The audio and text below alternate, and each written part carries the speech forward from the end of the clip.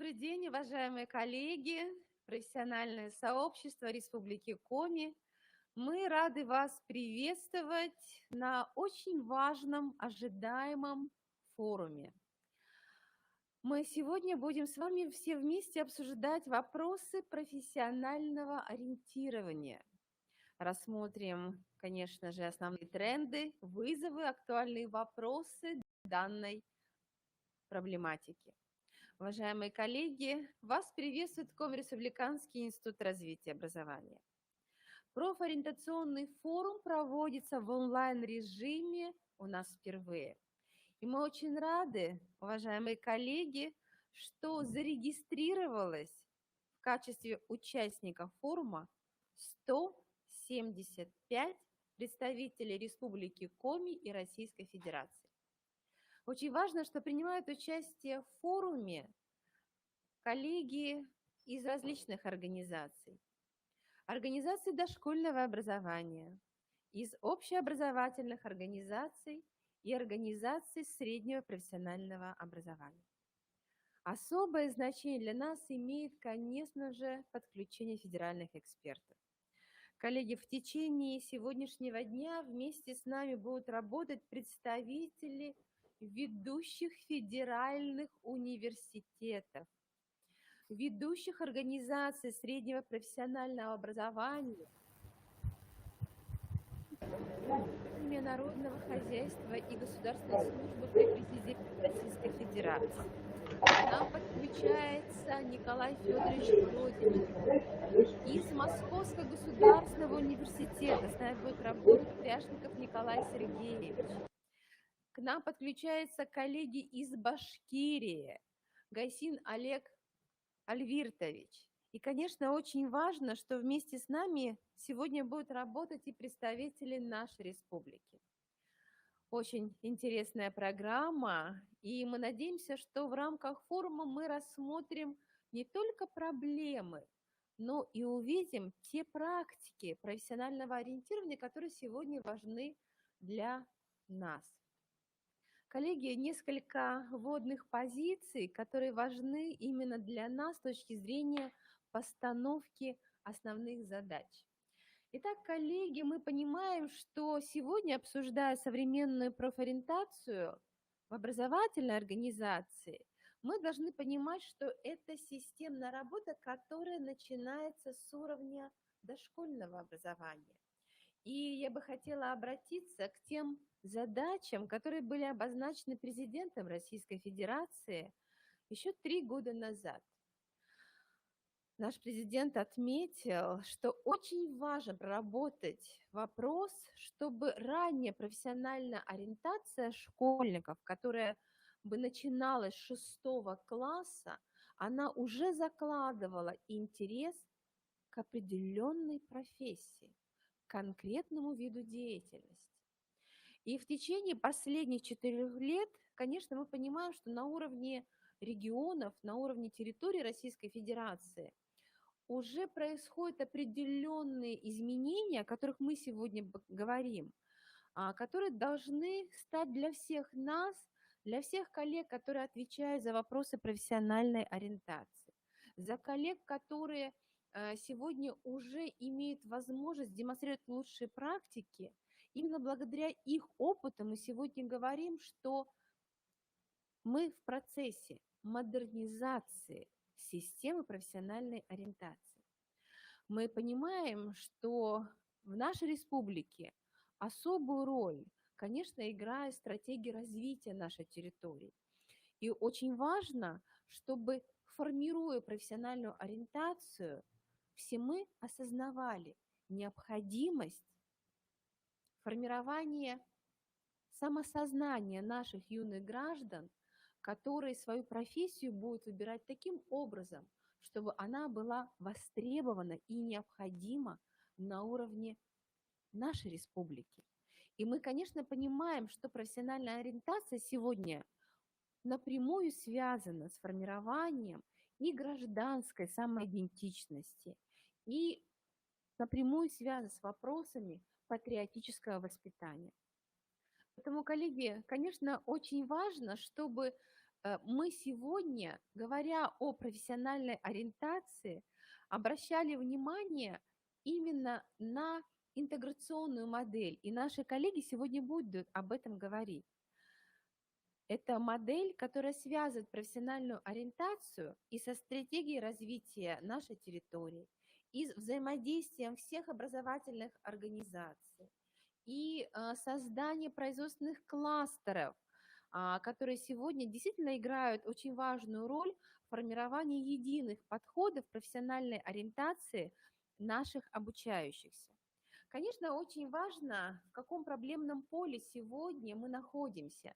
И наши коллеги, которые сегодня в онлайн-студии присутствуют, это представители и образовательных организаций, и органов управления образованием нашей республики. Сегодня мы все понимаем, что действительно проблемы организации профессиональной ориентации, они связаны с тем, что в настоящее время еще отсутствует навык самоопределения, взаимосвязи между личными предрасположениями наших обучающихся и уже системой выбора профессии. Профессии не только настоящего, но и профессий будущего. Поэтому, конечно, когда мы ежегодно проводим мониторинг профессиональной ориентации, профессиональных намерений, мы видим, что вот бывают именно такие нестабильные всплески интереса к профессии, но иногда они не связаны с пониманием, а что же такое труд, что профессия, она связана действительно еще с пониманием, что мы выбираем еще и трудовую деятельность как форму именно своего личного роста. И отношение к труду, оно формируется именно в процессе и профессиональной ориентации. Конечно, мы понимаем, что сегодня мы должны продолжать работать именно над системными решениями, распространением именно тех лучших практик, которые сегодня позволяют нам работать вместе с обучающимися и вместе с родителями.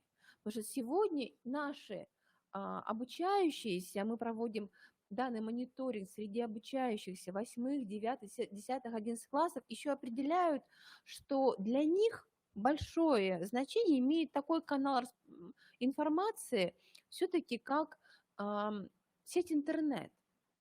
Но мы бы хотели сегодня как раз представить практики, которые позволяют нам увидеть, что большую роль, конечно, играет взаимодействие с нашими профессионалами.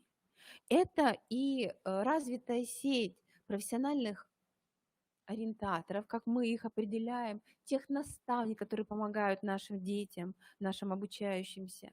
Это и наши работодатели, которые должны включаться сегодня в системную работу по профессиональной ориентации. Работодатели именно нашей республики, работодатели каждой территории. Поэтому, коллеги, нам очень важно именно эти вопросы поднять. Вопрос взаимодействия с работодателями и взаимодействия с теми организациями высшего образования, которые сегодня активно развивают свою деятельность на территории нашей республики. Конечно, очень важно, что на уровне федерации очень много механизмов сегодня рассматривают с точки зрения новых форм профессиональной ориентации. И сегодня коллеги будут говорить о таких концептуальных событиях в рамках профессиональной ориентации, как профессиональные пробы «Вкус профессий», либо олимпиады карьерной навигации.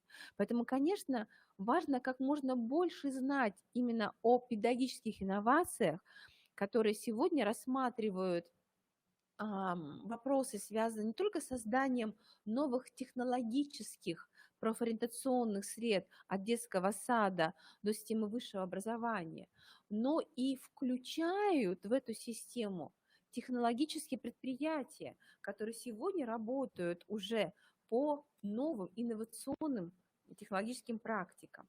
Конечно, очень важно, что мы сегодня будем обсуждать вопросы профессии 21 века. Конечно, мы знаем, что есть уже профессии пенсионеры, а есть профессии, которые только-только создаются.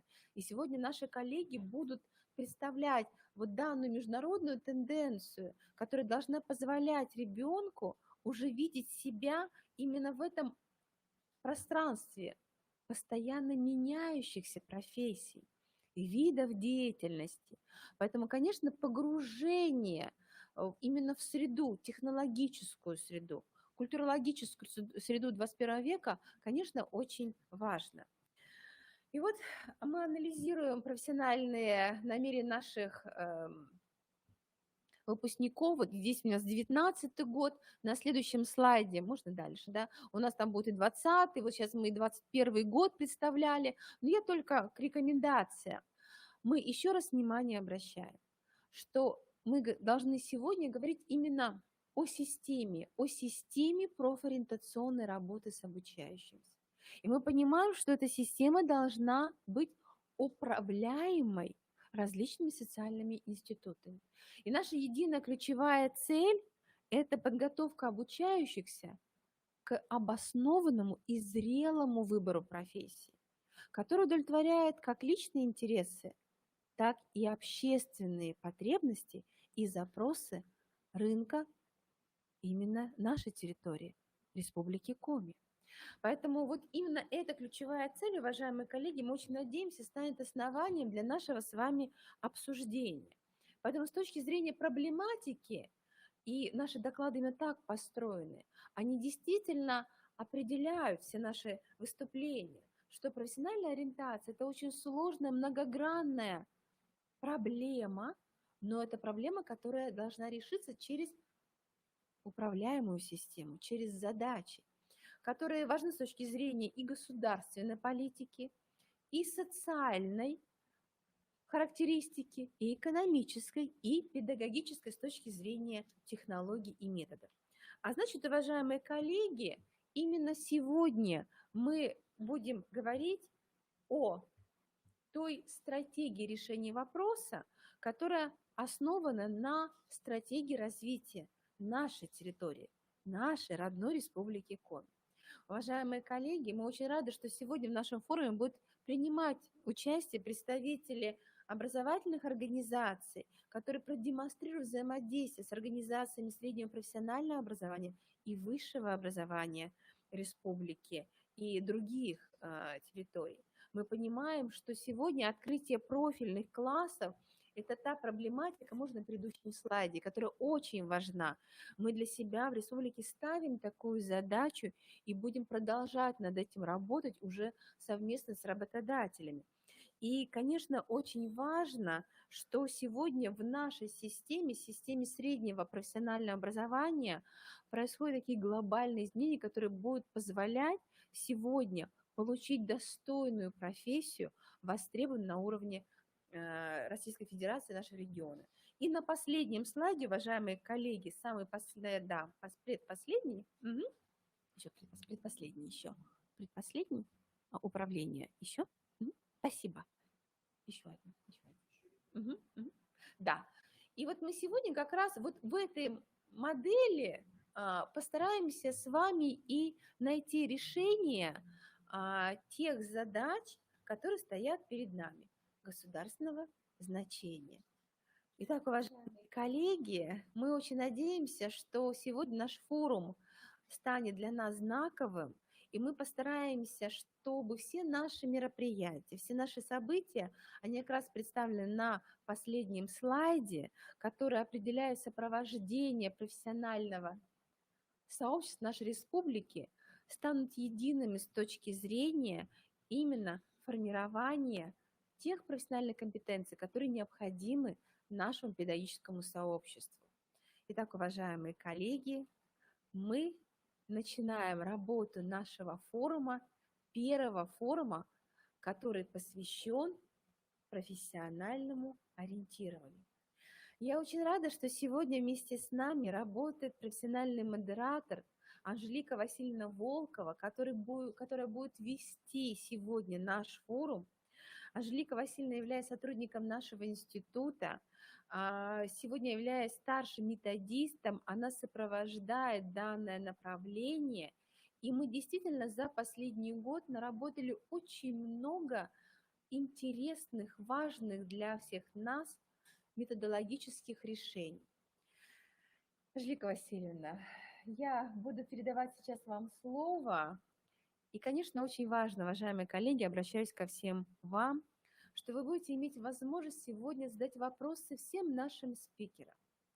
Мы постарались создать очень интересное, профессионально насыщенное пространство благодаря участию коллег из ведущих университетов нашей Российской Федерации. И мы надеемся, что у вас они тоже вызовут профессиональный интерес, поэтому, коллеги, задавайте вопросы нашим спикерам. Я напоминаю, что мы работаем на платформе, которая вам всем хорошо знакома. Вы имеете возможность задать вопрос нашим спикерам в нашем чате и в разделе «Вопрос», который находится в верхней строчке нашей платформы. Сразу хочу сказать, что, конечно, мы ведем онлайн-запись, и в дальнейшем данная запись будет сохранена, и вы можете с коллегами при необходимости провести еще профессиональное обсуждение содержания нашего форума. В нашем видеозале, в профессиональном видеозале нашего института эта запись будет храниться еще в течение долгого времени. Поэтому, коллеги, я считаю, что наш форум мы должны считать открытым и поприветствовать всех, кто принимает и онлайн участие в форуме, и сегодня находится вместе с нами в этой студии. Поэтому приветствуем друг друга аплодисментами. Ну что, коллеги, итак, мы начинаем. Анжелика Васильевна, я передаю вам слово для ведения нашего форума. Спасибо, Галина Владимировна. Добрый день, уважаемые участники нашего профориентационного форума. Мы рады вас приветствовать. Сразу же с первых слов хочу поблагодарить всех экспертов федеральных, региональных, которые согласились принять участие в нашем форуме. Ваш опыт, ваши знания очень важны для нас, для нашего педагогического сообщества. Ну что ж, начинаем. И первым я даю слово кандидату педагогических наук, ведущему научному сотруднику научно-исследовательского центра профессионального образования и систем квалификаций Федерального института развития образования Российской академии народного хозяйства и государственной службы при президенте Российской Федерации. Тема доклада «Трансформация профессионального выбора в цифровом мире. Динамика представлений о профессиональной ориентации в контексте воспитательно значимых государственных инициатив в Российской Федерации». Николай Федорович, мы вас видим, Республика Коми вас приветствует. Мы очень рады, что вы нашли профессиональную возможность, время подключиться к нашему форуму. Мы передаем вам слово. Здравствуйте, уважаемые коллеги. Спасибо большое за приглашение и за добрые слова. Действительно, около 10 лет назад государство обратилось внимание к реабилитации и возобновлению интереса к профессиональной ориентации. А в прошлом году появился закон о новом видении воспитательной работы в школе, в колледжах, в техникумах, в дошкольных образовательных организациях, в доп. Образовании, что только придало остроты тем дискуссиям и обсуждению тех инициатив, которые реализуются в повседневной практике.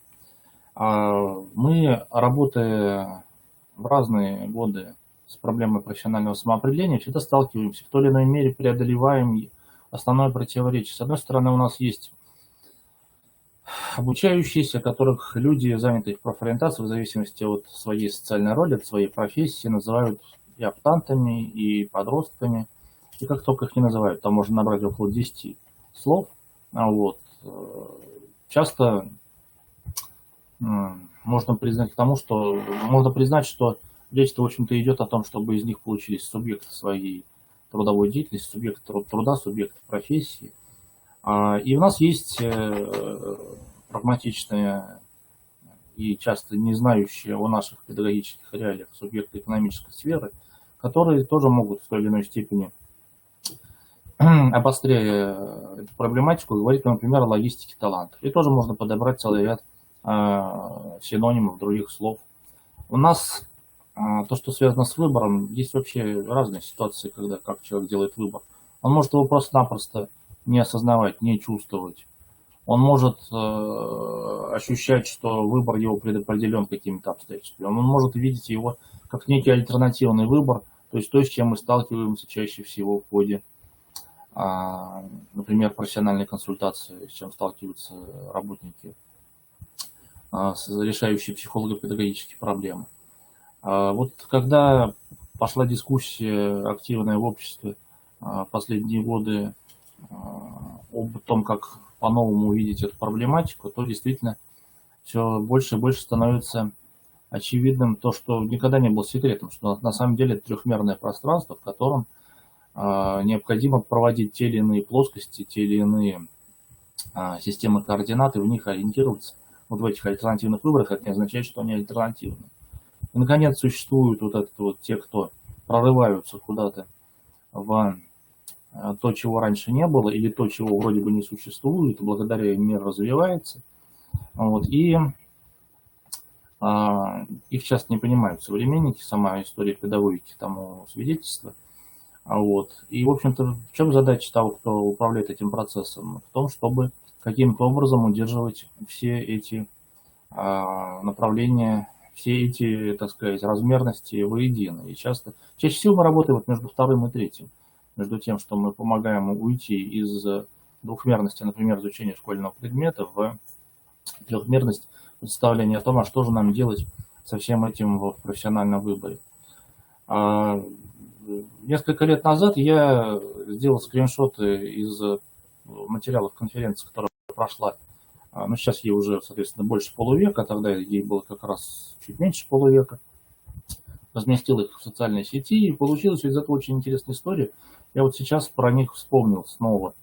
Ну, например, казалось бы, еще даже 70-е годы не наступили, а уже ленинградские ученые разработали первый профориентационный поисковик на перфокартах. Мне посчастливилось его увидеть, его показывал Евгений Александрович Климов. А вот еще никаких ни компьютеров, не говоря уж об интернете, а вот что-то такое уже есть. Появляется разговор, который вот выстрелил в начале 2010-х, что, ух ты, надо же, оказывается, машины начали отнимать рабочие места у человека. Ленинградский горком партии поставил в повестку дня координацию профориентационной работы в городе. Напоминаю, это 69-й год, но это не означает, что это был всплеск именно в конце 60-х годов. Такие всплески бывали, например, в 20-е годы. То есть вот я говорю сейчас об некой синусоиде, по которой развивается мысль, связанная с помощью профориентационного выбора. Абитуриенты главного вуза страны не всегда стремятся идти в учителя и даже в половине случаев не идут в них. В республиках разворачивается работа по популяризации рабочих профессий. Здесь вот как бы была интересная отсылка к постановлению 2015 года, именно где звучала речь про популяризацию и престиж. Молодежь неохотно выбирает рабочие специальности. Уроки труда перестали оказывать влияние на выбор профессии, 69-й год. Это все разные люди из разных уголков Советского Союза рассказывают. Начинаются гендерные исследования оснований выбора профессии. Вот идет критика тестового подхода, который калечит судьбы зарубежных юношей и девушек. Тесты начинают применяться вроде бы даже не на слишком ранних возрастных этапах. На это обращают внимание участники той конференции. Нужна профессиография, говорят кто-то из них. Индивидуальные особенности не оказывают решающего влияния на профпригодность. Все это развивается в пределах, в значительной части случаев, там, где нет требований к абсолютной профпригодности. Индивидуальные особенности, оказывается, не оказывают решающего влияния на профпригодность, кто-то говорит. Обращается внимание на приемники педагогически запущенных детей, на инвалидов, на больных, запускаются первые школьные учебные курсы о выборе профессии, и, соответственно, здесь вот возникает уже вопрос, то, о чем сказал ведущий нашего сегодняшнего форума, что действительно часто за тематикой скиллса, например, теряется основополагающая идея труда. Реабилитация интереса к воспитанию позволяет нам в той или иной степени говорить именно о труде как об одной из ключевых ценностей. И, наконец, вот интересно то, что связано с цифровизацией. Вот, кстати, цифровизация у нас является не каким-то вымыслом кого-то, а она является одной из национальных целей. И вопрос, так сказать, что мы делаем в рамках цифровизации, в том числе цифровизации профориентации, где масса рисков. Но вот тоже вот обращаю внимание, что вот, начиная с 5 класса завести специальную карточку, ну, естественно, так сказать, я помню разговоры в 90-х годах тоже, когда спорили отчаянно тогдашние ученые, что делаем ли мы досье, или мы делаем какой-то развивающий инструмент. Вот я здесь вспоминаю Николая Сергеевича, который тоже у нас в программе конференции, который говорил о том, что чем больше мы познаем развивающегося человека, который говорит об этом, тем в большей степени мы лишаем его субъектности. То, когда речь шла о психодиагностическом инструменте, сейчас она идет о полноценном цифровом следе, которого можно, так сказать, пугаться и говорить, ах, как это плохо, а можно признавать, что на самом-то деле это уже есть, и есть уже не первый год. Поэтому у нас возникает в связи с появлением и расширением проникновения цифр в наше пространство, возникает целый ряд других новых возможностей, инструментов. Это новые способы организации активности, новые способы вхождения в профориентационную тематику в тех или иных понятных для подростков форматах, компенсация риска манипуляций, точно так же, как возрастают сами эти риски, точно так же их можно компенсировать. И возникают совершенно новые возможности, которых раньше не было. Мы можем какие-то артефакты профессиональной культуры, уникальные, опасные, дорогие, удаленные, их показывать новыми способами, с ними работать. Мы можем показывать какие-то другие кейсы выбора социальной роли. Например, здесь ключевая вещь, это связанная с тем, что у нас одним из залогов успеха, скорее всего, является это развитие предпринимательства и предпринимательской мысли, и предпринимательских возможностей, в принципе, в нашей стране. И здесь у нас наиболее существенные дефициты. Показывать образы героев, не обязательно героев труда, а просто образы современников, сверстников, земляков в каком-то новом виде, организовывать какие-то другие коммуникационные площадки, тех, которых раньше еще не было. И, соответственно, в той или иной степени просто-напросто даже переосмысливается образ успеха. Например, тоже в качестве примера можно привести то, что сейчас достаточно часто говорят так называемой медленной жизни, потому что человек волей-неволей в силу проникновения технологического в его жизнь все время находится на работе, все время, так сказать, включен в какие-то процессы, и раньше не было такого акцента на том, что существует и какая-то другая стратегия, когда человек может позволить себе быть офлайн, быть в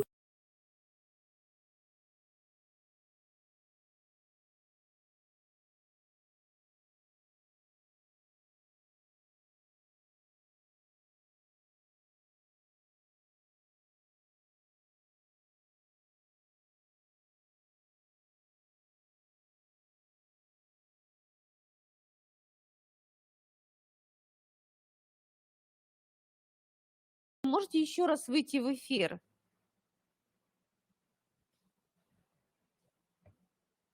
Николай Федорович, если вы нас... Да, еще раз подключите. Да, мы вас Стоило мне сказать об ламповых оазисах, меня тут же цифра обиделась и переключила. Все, мы вас видим, слышим, спасибо. И переключила в ламповый формат.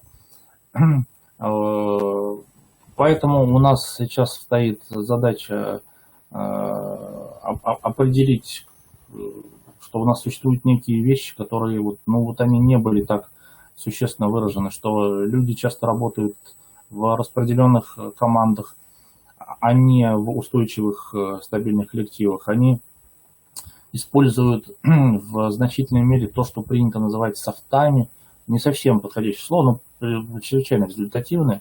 Работая в коротких образовательных треках, представляя работая в тех или иных проектах, перескакивая с одного направления на другое. То есть это уже немного для значительной части, не для всех, но для значительной части представителей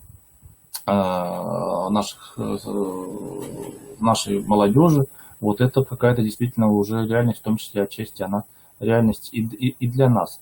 Поэтому у нас, соответственно, возникает вопрос, с одной стороны, трансформации обеспечивающих процессов вот в этом новом изменяющемся цифровом мире, вот, с другой стороны, пониманием, каким образом мы обнаруживаем те или иные смысловые, содержательные разрывы и как их преодолеваем.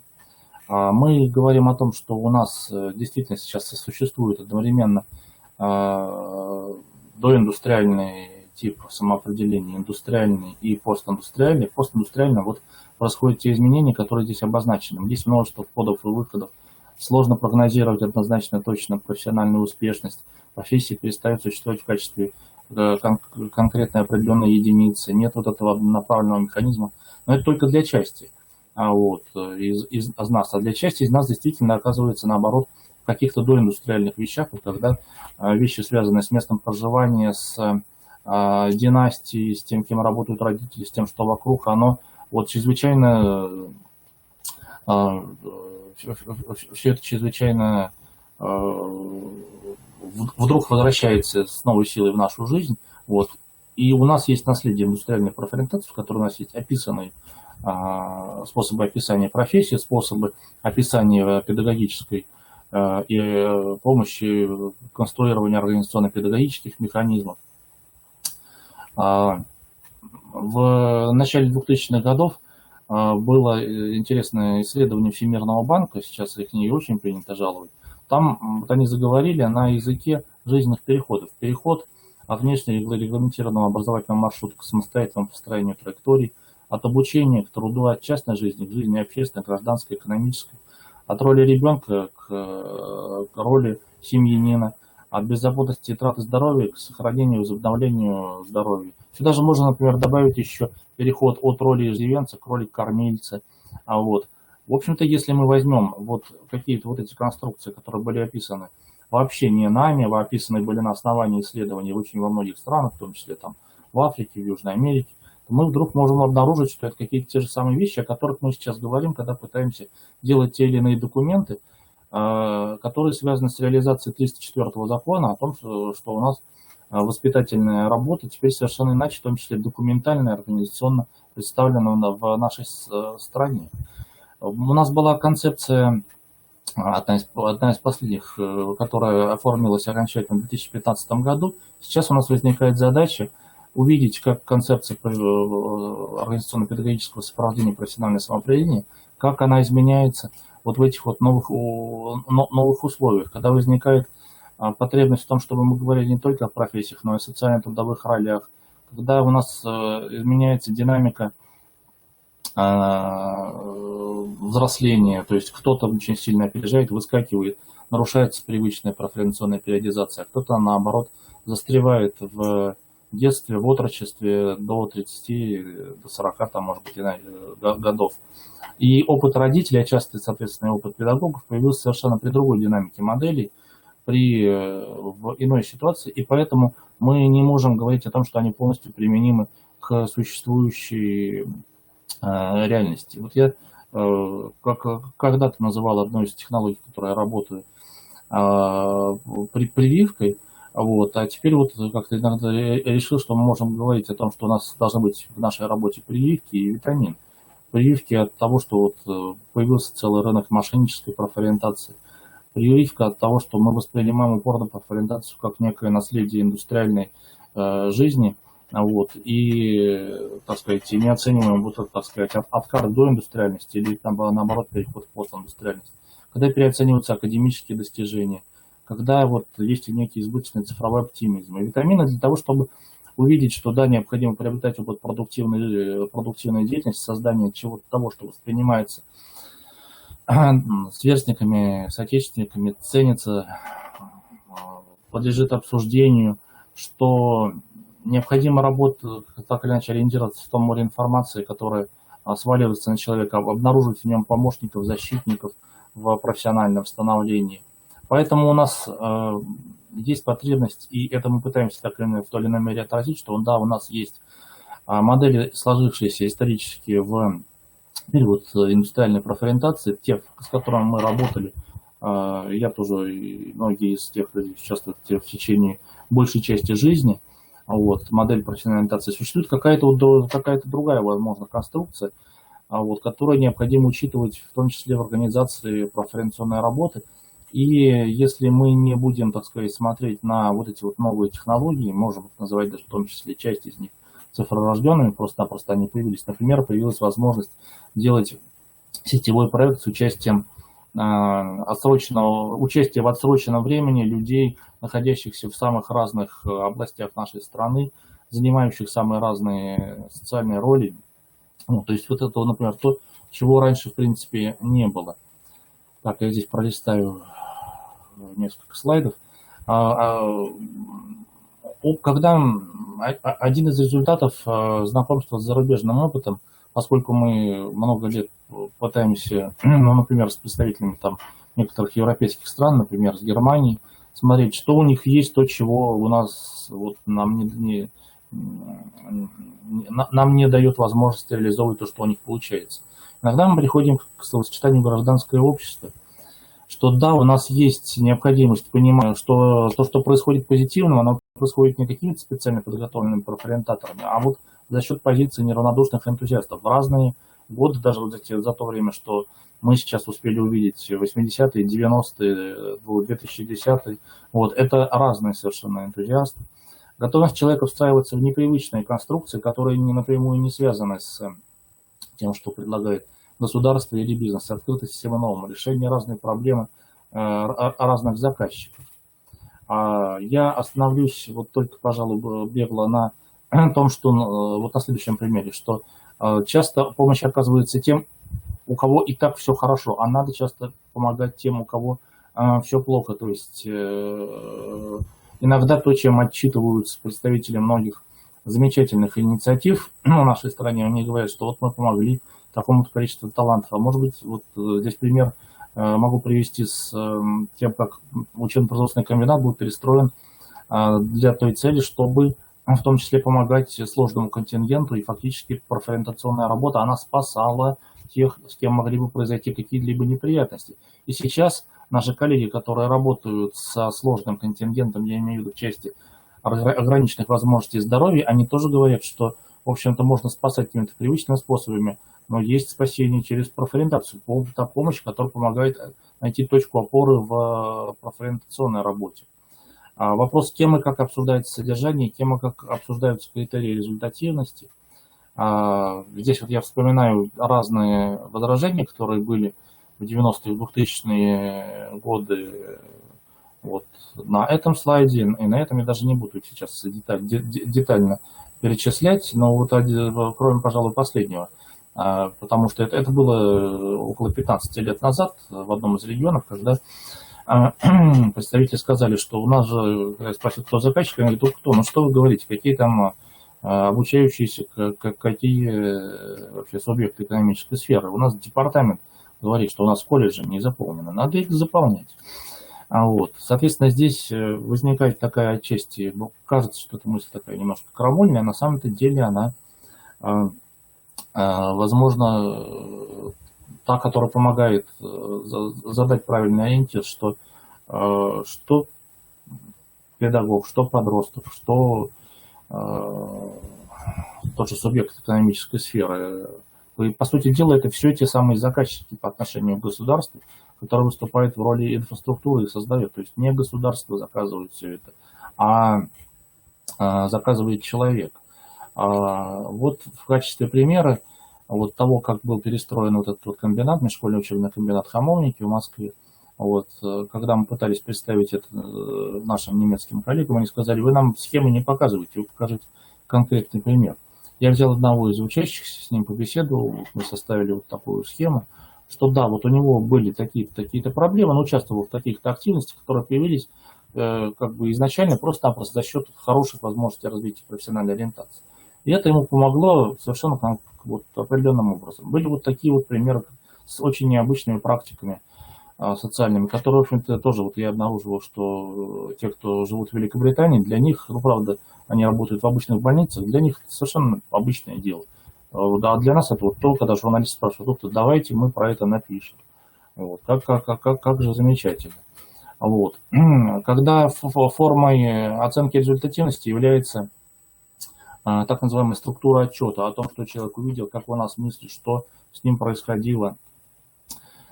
Здесь вот на этом слайде это сравнение вот с этими так называемыми структурой учебного плана в берлинских продуктивных школах, которые, оказывается, тоже вот, ну, много параллелей, которые мы увидели. Вот. Сравнение проб Светланы Николаевны Чистяковой и ее коллег с пробами Фукуямы, потому что действительно тоже вот была некая модель профессиональных проб, которая так вот сработала в Японии. Вот. И, соответственно, вот тоже сколько бы ни было иронии над профессиональными пробами, которым мы занимались в то время. А вот сейчас, вот особенно с того момента, как так активно стартанул проект «Билет в будущее», оказалось, что на самом деле профессиональные пробы – это вот то, что надо. Вот. И действительно, да, давайте их делать каким-либо образом. Иначе только здесь вот уместно напомнить, что все-таки на это отводилось достаточно большое количество времени, сил и разных видов обеспечения. Ну и по поводу тоже гражданского общества, тоже такой пример. Вот это вот я снимал на Байере, на заводе в Германии, заводе на научно-исследовательском центре в Германии. У них профориентационная работа, но они не всегда это называют именно так, но такое название у них тоже есть. Они делают так называемые дни девочек, дни мальчиков. Девочки знакомятся с теми профессиями, которые бы, казалось бы, больше интересуют мальчиков, и наоборот. Вот. И вот в актовом зале в большом, вот там делается такая каруселька, и представители завода успешные, завода и исследовательского центра, они рассказывают группам ребят про то, каким образом они, испытывая интерес к тому или иному предмету, в конце концов оказались успешными в своей профессиональной деятельности. И вот среди них есть не только те, кто интересовался биологией, химией или чем-то там еще, но и вот кадровики, которые говорят: девочки, вы когда придете к нам, смотрите, у вас будут вот такие-то вот преференции. Если у вас появится ребенок, то вы будете не как все, а вот у вас будут вот такие-то преимущества, связанные со структурой рабочего дня, с тем. А вот карта, которая себе обозначена, это не означает, что вас куда-то везут в какое-то определенное место. Означает, что вы садитесь перед компьютером и выбираете, если там места есть свободные слоты, то вы выбираете, а в какое именно место вы пойдете в определенный день вот в конце марта. То есть мы тоже когда это обсуждали, но вот какой механизм? Ну, понятно, есть механизмы организационные, нормативные, но это в том числе и механизмы, связанные с открытостью общества в целом к этой работе. Вот. Поэтому по поводу содержания вот мы попытались разделить тематику, которой уже много-много лет занимались с тематикой профориентационные, на вечные вопросы, связанные с конкретной территорией, вопросы, связанные с будущим. В той или иной мере можно, то есть один из способов того, каким образом мы смотрим на эту проблему, мы пытаемся оценить то, что мы делаем, оно упускает что-то из тех вопросов. Это не обязательно, что эти вопросы кто-то сверху дал. Их надо садиться и обсуждать в той или иной образовательной организации на уровне региона, на уровне территории, если там есть, так сказать, какое-то преобладание той или иной отрасли, той или иной корпорации, с ним. Или же у нас происходит дублирование, или же наоборот мы в той или иной мере закрываем эти проблемы успешно. Вот. И это же касается вопросов готовности к профессиональному самоопределению. То есть тоже вот имеющийся опыт, он позволяет говорить о том, что у нас есть некие конструкты, связанные с тем, что мы говорим, человек готов к профессиональному или не готов. У нас есть представление о том, что у нас есть вот то, что рождается на уровне взаимодействия во внутреннем контуре. Вот он обучающийся, и вот его помощники. И у нас есть вот эти некие внешние контуры, которые что-то, так сказать, свое диктуют. И здесь тоже критерий, наверное, это не количество профориентационных мероприятий, не охват, не что-либо еще. Хотя это, конечно, все тоже важно. А критерий того, у нас образуются какие-то дырки, если вот мы лакуны. Если мы вот накладываем то, что происходит, вот смотрим, так сказать, на соответствие структуре готовности. Где-то у нас происходит дублирование, где-то происходит избыток вот чего-то, а где-то, например, это все очень сильно теряется. Вот это вот такие организационные подходы. Так, сейчас я экономлю время кое-что, так сказать. Вот ну, про цифровизацию. Да, у нас есть некие вот эти заказчики на цифровые инструменты. И у нас есть субъект труда, субъект экономической сферы. У нас фактически появляется сейчас некий третий субъект, помимо человека и его помощников, защитников. В человеческом лице у нас просто-напросто появляется искусственный интеллект. Вот, и разные тех решения, которые вдруг начинают участвовать в этом очень и очень сильно. Мы должны понимать, что это уже все давно происходит. Точно так же, как в нашем потребительском поведении все это вот уже, так сказать, встало на свои рельсы. Это встает на те же рельсы и в профессиональной ориентации. У нас есть столкновение, как сказать, встречная по трансформации, что не только мы как привыкли к ситуации, что у нас есть разработчики, они делали какой-то продукт, потом мы его приспосабливаем к педагогическим задачам. Конечно, в идеале было бы хорошо, чтобы сами педагоги говорили, а вы знаете, а нам не хватает вот такого-то и такого-то и такого-то продукта. Но для этого они должны увидеть, а какие продукты на самом деле уже есть. Ну и, соответственно, у нас тоже есть целый ряд обслуживающих организационных задач и те решения, которые позволяют перескочить на, так сказать, трансформацию смыслов. Ну, в качестве просто иллюстрации улыбки фрагмент из фильма старого советского, тоже которому, наверное, не меньше полувека, когда учитель приходит домой, и ему мама говорит: смотри, по телевизору показывают, как компьютер, как машина сочинила музыку, а он пугается и просит у нее алкогольные напитки. Но не только потому, что его напугало то, что он увидел в телевизоре, а он озабочен проблемами, теми, которые произошли в школе. Но вот есть такая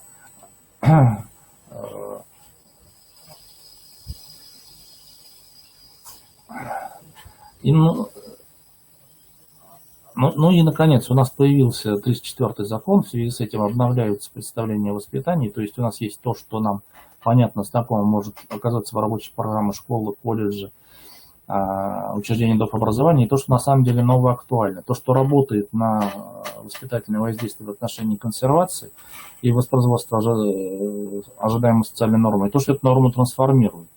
И вот это тоже момент очень болезненный. Я могу сказать, принимая участие в разработке программных документов по воспитанию, программных, обеспечивающих, что попытки переосмыслить воспитание, что действительно вокруг этого происходит ломание копий не только потому, что это какие-то проблемы организационного характера или процедурного, потому что действительно вот у нас, так сказать, отсутствие единых неких представлений о норме, оно воспринимается как некая такая вот, как некие катастрофические какие-то такие изменения, как некая дезорганизация.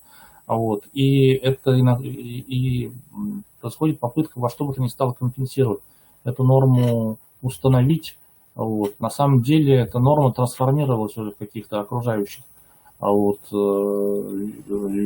вещах, и мы можем, мы должны понять, каким же образом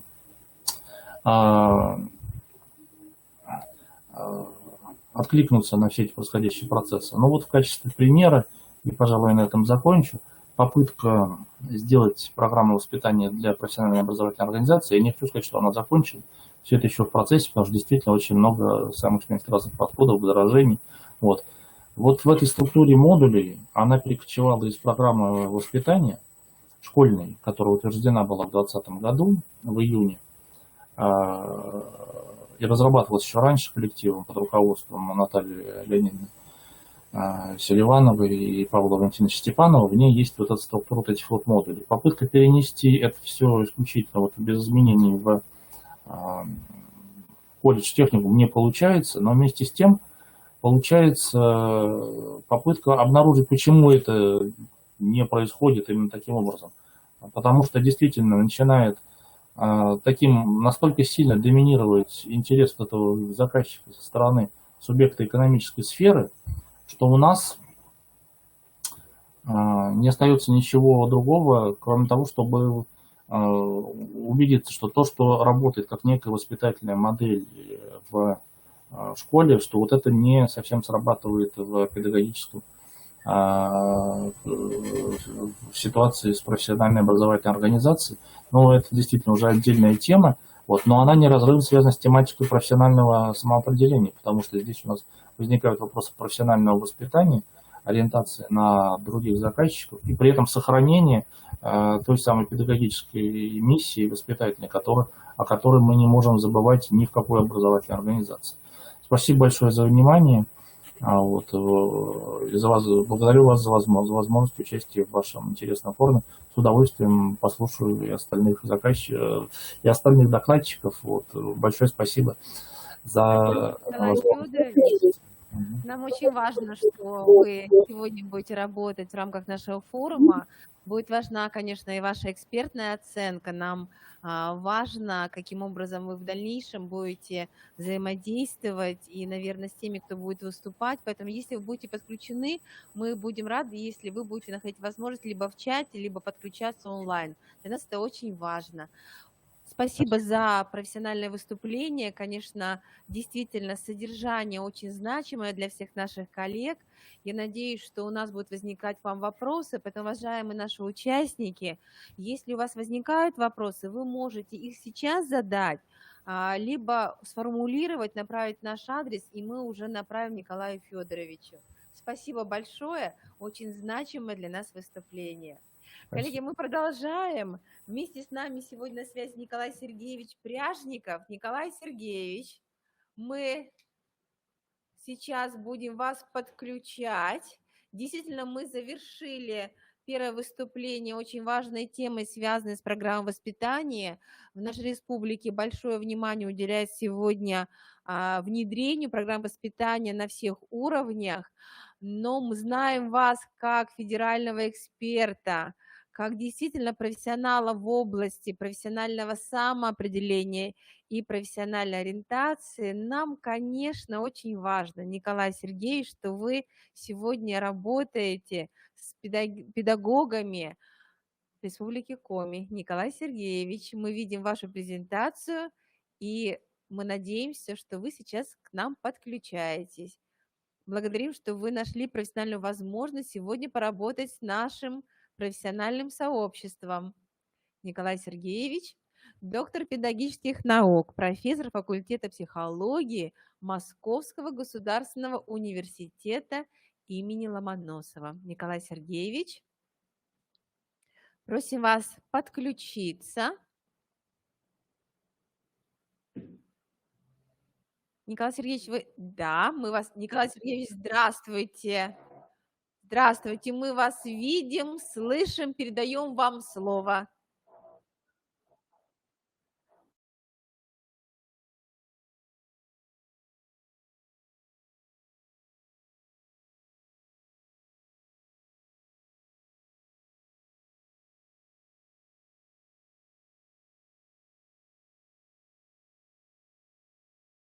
Нет. Коллеги, да, сейчас будет подключение. Сергеевич, попробуйте еще раз подключиться.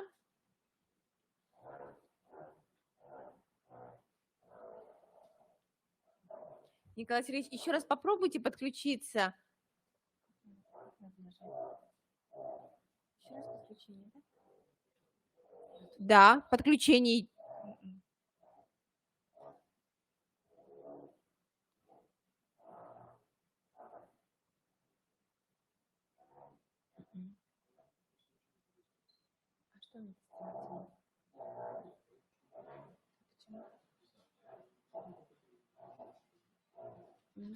Николай Сергеевич, очень хорошо видно вашу презентацию, но нам можно сделать таким образом. Мы вас увидим, может быть, через только звук, может быть. У нас бывает, что можно попробовать камеру отключить, только звук включить.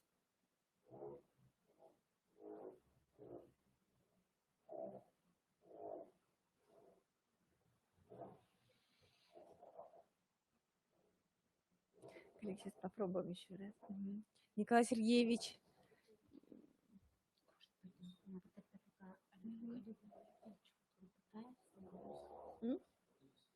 Попробуйте обновить страничку.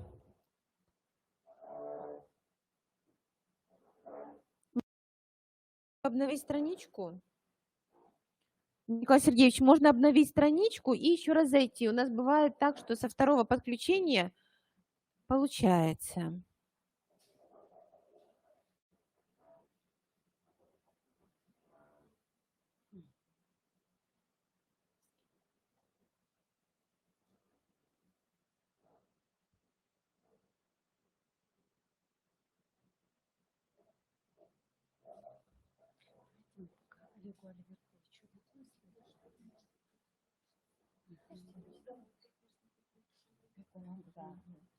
Николай Сергеевич, мы так ждали ваше выступление. Все коллеги так были рады, когда вы увидели, что вы вместе с нами. Николай Сергеевич, давайте еще раз попробуем. Сейчас наши коллеги, сотрудники помогут. Дмитрий Ильич, давайте мы... И что еще, что необходимо? Обновить страницу как? Может быть, напишите? Николай Сергеевич, можно обновить страницу? Да, вот наши коллеги вам пишут в чате. Попробуйте обновить страницу. Угу. Как это сделать? Вот комбинации клавиш коллеги пишут. Мягкий знак клавиш. Enter.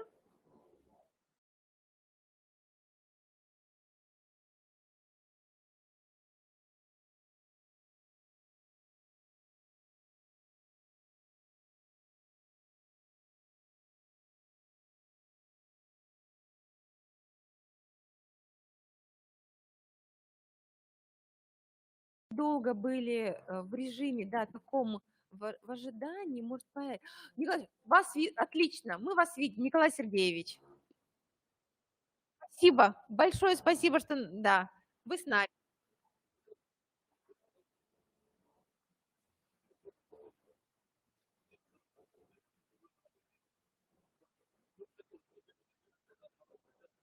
Да, можно, да.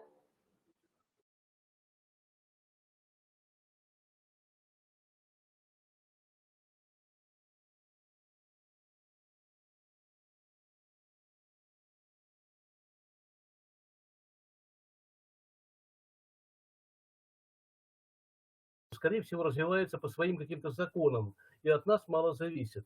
Вот стратегические тенденции. И вот здесь противоречие. Что-то развивается по своим законам, а мы считаем, что оно должно развиваться как-то иначе. И вот проблема, насколько мы можем на это влиять. Вот, наверное, исходя из этого, я постараюсь немножечко и порассуждать. Дальше я постараюсь свое видение обозначить, что происходит в профориентации в настоящее время, ну вот на данный момент, по каким-то важным таким позициям. С какими-то комментариями, как это могло бы быть по-другому развиваться. Хотя в докладе Николая Федоровича он очень интересный, насыщенный, там уже многие вещи, конечно, обозначены были. Но смотрите, все-таки я считаю, до сих пор еще на практике именно, у меня доклад практики посвящен профориентационной, доминирует тестологический подход. Даже более того, на уровне министерства нашего просвещения или образования, уже запутался, вот, тоже вот в последнее время там даже экспертом был, в основном тестологический подход реализуется. Вот. Хотя вроде бы там в выступлениях и другие позиции обозначаются, но, к сожалению, вот это так. Почему, к сожалению? Тесты, при всей их привлекательности, еще об этом скажу, имеют и недостатки. Ну вот, я так понял, времени у меня уже немного остается, да, можно было бы сослаться на высказывание Зинченко, на примеры Климова, они смешные буквально. Например, Зинченко говорил, я предпочитаю определять коэффициент интеллектуальности не с помощью тестов, а по выражению лица. Несмотря на огромные усилия по повышению валидности, многие из них так и остаются инвалидными. У Климова там еще более смешной пример. Времени, к сожалению, сейчас мало осталось. Да? Возникает проблема интерпретации результатов. Наверное, практики с этим постоянно сталкиваются. Тут даже парадокс такой. Если мы хорошо знаем контекст жизни, там, обучения, развития школьника, даже целого класса, вот, то диагностика становится бессмысленной, потому что результаты можно проинтерпретировать, только зная контекст. Но хорошее знание контекста приводит к тому, что когда психологи рассказывают о своих результатах, практики, педагоги улыбаются. Мы и так все это знаем, мы же с детьми годами работаем, потому что знают контекст. Опять же, прогностичность психодиагностики. Мы все время забываем, что подросток особенно, он же не сформировался окончательно. У него еще много чего будет меняться. И мотивация, там, и способности, и многое другое. Вот. А мы уже начинаем какие-то ему там рекомендации, вердикты выносить. на чего привлеку. Бывает иногда и в раннем, в подростковом возрасте что-то сформируется и более-менее устойчивое. Но нормальное развитие, оно предполагает изменчивость все-таки. То есть мы можем провести диагностику для данного момента, но все-таки предполагать, что подросток должен меняться. Он даже должен меняться с нашей помощью. Преимущество тестов тоже имеется. Главное преимущество – за короткое время опросить огромное количество людей. Можно формировать мотивацию на самопознание, это тоже обалденный эффект. И еще очень удобно отчитываться по результатам тестирования. Это тоже вещь понятная. Также переводить это все в цифру и прочее. То есть это преимущество, конечно, поэтому надо использовать тесты, никто с этим не спорит. Но понимать их ограниченность. Вот что желательно? Все-таки реальный плюрализм. Об этом и Климов, кстати, говорил. То есть должны быть разные подходы, разный опыт. При этом лучше было бы как-то согласовать общее понимание цели. Здесь тоже, мне кажется, есть над чем работать. Вот общего видения цели профориентации, а соответственно и критериев эффективности пока еще нет. Ну и, конечно, должен быть взаимообмен. Взаимообмен предполагает дискуссии, личные встречи, конференции. Ну, правда, я вот всегда говорю, конференции не очень эффективны. Это вот докладчики, часто повторяющие то, что раньше где-то говорили. Мне кажется, гораздо более эффективная форма, тем более психологи, педагоги, они же многие и психотехники фактически, да, почему они на это не отвлекаются? Обозначить проблемные вопросы, может быть, предварительно с экспертами поработать, а потом поинтересоваться, как разные специалисты, приглашенные, там, участники конференции, ответили бы на эти проблемные вопросы. И вот здесь возникает дискуссия. А там уже другой вопрос. Вырабатывать навыки культурной дискуссии, то есть уважать чужую точку зрения, пытаться разобраться, понять. Вот это было бы здорово. Вот я чего очень боюсь, вот тестологический подход, он многим понятен, в том числе и большим начальникам. И они вот как-то даже, может быть, боятся чего-то другого, да. Ну, а всякие практики, извините, разработчики, проектировщики там и прочее, желающие хорошо подзаработать на этом, они просто угождают вот этому ожиданию. Вместо того, чтобы, ну, как бы осуществлять поиски по другим направлениям, по другим формам работы, в том числе по такой, ну, если хотите, нетрадиционной диагностике, где тестирование, вот о котором я говорю, оно, может быть, минимальным будет, есть же и другие варианты диагностики. Времени мало, конечно, это можно было бы развернуть. Ну вот, я уж так кратенько обозначил, какая может быть альтернативная профориентация, альтернативная тестологическому подходу, потому что он все-таки реально доминирует. Кстати, вот гальперинские идеи, идеи ориентировки, идеи формирующего эксперимента, где и исследование, и воздействие сочетаются. Как-то вот очень мы боязливо к этому относимся. Много есть активизирующих методик, в том числе и моих. Вот мне кажется, очень перспективное такое направление. Просто организовывать занятия и консультации, мне кажется, особенно занятия в формате совместных размышлений о будущем страны и о своем месте в преобразовании и возрождении России. Вот, мне кажется, вот этот опыт нужно накапливать. Тут колоссальные перспективы открываются. Естественно, это не просто должен быть разговор, болтовня. К этому нужно готовиться. Вот это то, чего не хватает. Это витает в воздухе просто. А мы все хотим стандартизировать, измерять там как-то вот, ну, что-то здесь вот. Это же начало еще прошлого века. Хотя, повторяю, отказываться от тестов ни в коем случае нельзя. Иначе не поймут, иначе не отчитаемся. Но есть что-то гораздо более интересное.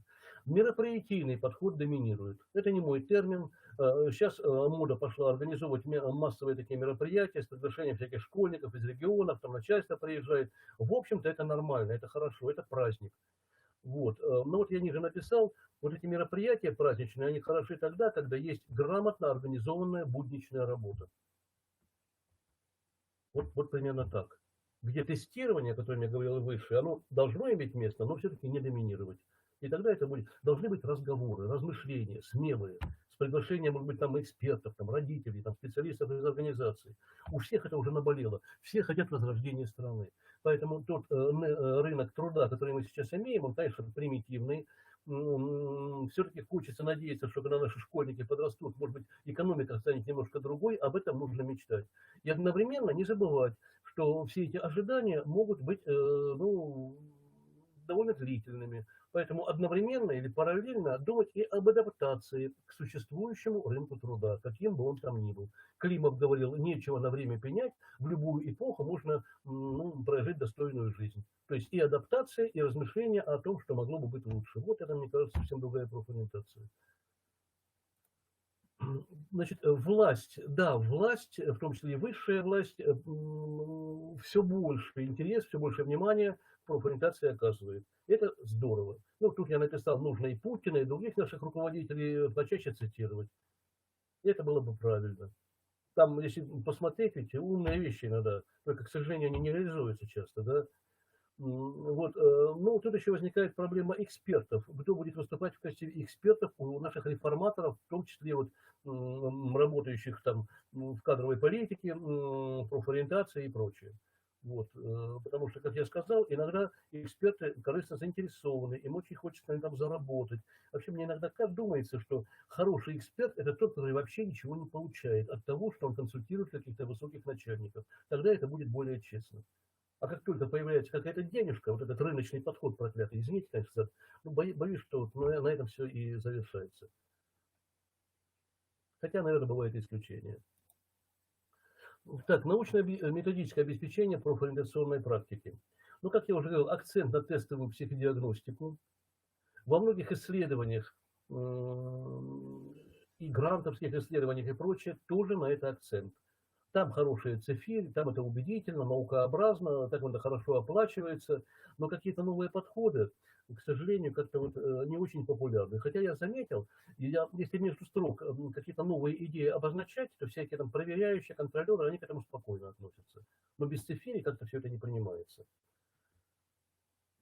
Ну вот чего не хватает? Чего не хватает? До сих пор в России нет вот такого внятного научного центра по профориентации. Николай Федорович, он представляет один из таких центров, но это все-таки Федеральный институт развития образования при Рогатисе. То есть все-таки это не самостоятельный центр. Должен быть нормальный, солидный центр, вот, который все бы это координировал, как бы интегрировал бы, имел определенный статус хороший, ну, как это в других странах, между прочим. У нас пока этого нет. Иногда такие группы рабочие создаются там при Росмолодежи, при вот этой агентстве стратегических инициатив, ну, они такие временные группы. Должен быть нормальный институт. Кстати, даже при Борисе Николаевиче Ельцине такой институт был. Там Поляков был руководителем, Светлана Николаевна работала, я там какое-то время даже работал. Он, конечно, так на издохе уже был, но вообще-то говоря, вот этого не хватает. Не хватает даже ни одного такого центра. Такие центры региональные даже должны быть. Насколько это важная задача. Значит, ну вот в подготовке специалистов, насколько я знаю, в основном доминируют устаревшие подходы, о которых я говорил. Деваться некуда, все это понятно, да. Да я бы сказал, что и по другим специальностям в высшей школе, особенно по гуманитарным направлениям, тоже хорошего мало. Вот эти вот непрекращающиеся реформы, ну вот проблема здесь есть. Я даже вот по себе могу сказать, мне всегда почему-то приятнее работать с практиками. Они как-то быстрее откликаются на мои какие-то проблемные идеи. Они сами в этих проблемах. Вот. Ну, а что касается вот, молодежи, она как-то вот, ну, действительно немножко дезориентирована. Она не видела хорошей профориентации в школе часто, к сожалению, я постоянно говорю, да. Вот. Ну и как-то вот ориентируется на что-то старенькое. Вот. Не хватает проблемности подготовки, проблемности. Говорить о проблемах. Причем в том числе и о проблемах внедрения каких-то альтернативных подходов, методик и прочее. Какая-то вот трусость у нас пока еще доминирует. Значит, организационное обеспечение профориентационной практики. Ну, я тут две крайности выделил. Главная беда, вы уж извините, вы сами с этим, наверное, сталкиваетесь, очень мало времени на профориентацию. Кстати, когда вот опрашиваешь там школьников, студентов, они вспоминают о своих школьных годах, очень много претензий к тому, что времени мало. Ну, а благо, пока нет жестких стандартов. Об этом сейчас много говорят. Я очень боюсь, что вот эти вот реформаторы, которые много натворили и в школе, и в университетах, если они придут со своими там стандартами, ограничениями, параметрами дурацкими и прочее, вот тут уж мы вспомним даже, может быть, и это время. То есть пока это время, может, даже надо использовать для творчества, совмещая творчество с тем, что положено для отчетности. Ну, я бы так вот сказал, уж извините прямым текстом. Я думаю, что не только руководители сейчас меня услышали. Отчетность это святое, конечно, какой бы дурацкой она ни была. Но нужно находить время для чего-то интересного. Значит, новые перспективные тенденции. Цифровые форматы, цифровые технологии. Сейчас много конференций этому посвященных, не только с профориентацией связано. Плюсы и минусы до конца не осмыслены. Есть и плюсы, и минусы, естественно.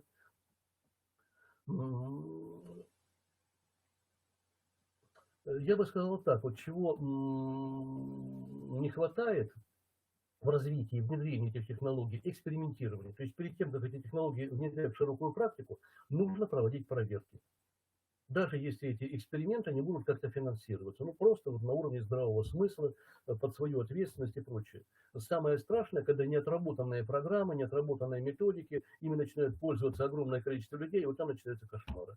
Ну, кто вот с цифрой сталкивался, ну, со мной, наверное, согласятся. Это главная беда. Хотя в инженерной психологии давно это прописано. Любая новая техника должна проходить многократную экспериментальную проверку перед ее широким внедрением. А у нас часто вышвыриваются сырые наработки. Ну вот еще, мне кажется, очень важное такое перспективное направление, и о нем даже говорят представители власти все чаще, это формирование или воспитание полноценных граждан страны. Что такое полноценные граждан страны? Гражданин страны, если кратко. Это не только человек, имеющий паспорт и не уехавший из страны. Это человек, который стремится сделать что-то полезное, доброе для своей страны. А для того, чтобы сделать что-то полезное, нужны знания, там, компетенции, опыт. И дальше все как бы логически выстраивается. То есть не просто вот там говорить, заявлять, но и что-то делать, и готовить себя к этому. И вот здесь, опять же, я возвращаюсь к этой идее размышления о будущем страны, о том, как можно было бы возродить нашу страну, экономику, нашу социальную сферу, чтобы страной можно было гордиться. Пока, к сожалению, ну, мы только говорим об этом больше. Вот об этом нужно размышлять, и на основании этих размышлений, возможно, какая-то и мотивация сформируется, какие-то планы наши подростки будут строить, а может быть и не только подростки. Вот это сослагательное проектирование, что мы имеем сейчас и что могло бы быть, если бы, ну и так далее, и так далее. Причем, ну, я об этом уже и статьи написал, и на каких-то конференциях выступал. Здесь ни в коем случае не нужно скатываться до критики существующего правящего режима, извините. Мы, наоборот, должны находить какие-то аргументы, рекомендации, подсказки, чтобы существующие руководители нас услышали. А для этого мы должны это сначала у себя проговаривать. Проговорим, убедимся, что мы правы, а потом уже выходить на руководителей. И, вообще-то говоря, у многих из них тоже есть готовность нас услышать. Им тоже надоело быть просто исполнителями. Они хотят каких-то новых идей. Но идеи должны быть сначала проговорены в нашей среде. Значит, по поводу наставничества. Мне немножко намекнули, что это тоже интересная тема. Я долго сейчас говорить не буду, постараюсь так тезисно опять же. У меня много примеров, когда со мной работали наставниками. Наставники, хорошие наставники. Если очень кратко, без деталей. Даже вот в школе на базе школы юного медика мы работали в травмпункте. И делали очень много из того, что делали врачи. У нас там белые халаты одели, как практикантов. Посетители, правда, клиенты и пациенты этого не знали, а мы делали почти все. За кратчайшее время. При хорошем наставничестве. В Анохинском институте я работал лаборантом, но шеф, один из учеников Анохина, Петра Кузьмича, он любил со мной беседы проводить, и все время пальцы загибал. Это умеешь, ты как вот сейчас напишешь диссертацию. Это поработал там около 3 месяцев после армии. При доброжелательном, хорошем отношении ты очень быстро все осваиваешь. Вот что такое наставничество. Недаром говорят, что это один из самых эффективных способов профессиональной подготовки. Что для этого нужно? Творческая атмосфера и доброжелательная ответственность. Я бы так это назвал. И тогда там просто чудеса творятся. Вот можно говорить о самонаставничестве, когда человек по каким-то инструкциям что-то пытается освоить. Но здесь проблема в другом. Должны быть хорошие инструкции и пособия. Я вот просто 2 слова скажу. Я еще в 90-е годы за 2 вечера, даже не за 2 дня, а за 2 вечера освоил текстовый редактор Word. Ну так мне приспичило, диссертацию нужно было писать. Я до этого вообще с компьютером почти не общался. Просто хорошая инструкция была. Уже сколько лет прошло, а я до сих пор мучаюсь с этими цифровыми форматами, потому что инструкции просто идиотские. Вот когда поработаешь с хорошей инструкцией, потом очень сложно переключаться на идиотскую инструкцию. Поэтому если бы наши разработчики заботились об инструкциях, а также руководители, принимающие вот работы этих вот проектировщиков, да, этих программистов, они бы более строго относились к этим инструкциям, внедрение этих цифровых технологий было бы гораздо более эффективным. И не было бы даже дискредитации какой-то этого хорошего дела. Вот главная особенность наставничества – минимизация стандартов, акцент на индивидуальное мастерство наставников, но опять же доброжелательность, это самое, ну и еще доминирование творческой интуиции над логикой и зубрежкой. То есть многие моменты нужно просто проинтуитить. Что такое хороший наставник? Он тебе в нужный момент просто даст пару подсказок. И ты здорово продвинешься в чем-то. Это не только в естественных таких отраслях, там, математики и прочее, во многих отраслях. Просто подсказка в нужный момент. Вот что такое хороший наставник. Отсюда возникает проблема, где этих наставников брать, как их готовить. Но пока эти технологии плохо отработаны, насколько я знаю. Поэтому нужно изучать имеющийся опыт, выявлять таких людей, может быть, как-то исследовать их и привлекать к работе. Это тонкое дело, это тонкое. Но мне кажется, здесь может быть очень хороший прогресс. По поводу, ну да, там наставники могут быть и с дурными характерами и прочее. Вот тут как раз проблема адаптации, ученик-наставник, там времени мало, к сожалению. Может ли быть наставником родитель? Конечно, может. Во-первых, среди родителей и так есть очень талантливые педагоги, даже психологи. И каждый классный руководитель, наверное, имеет на примете несколько таких вот родителей, с которыми можно было бы взаимодействие выстраивать. Вот. Но мне кажется, можно их и готовить к этому. Можно и готовить их к этому. То есть это специальное направление работы, которым следует заниматься. Извините, времени мало, поэтому все очень тезисно. Я в разных школах учился, я могу вспомнить опыт некоторых своих школах, где такая работа велась.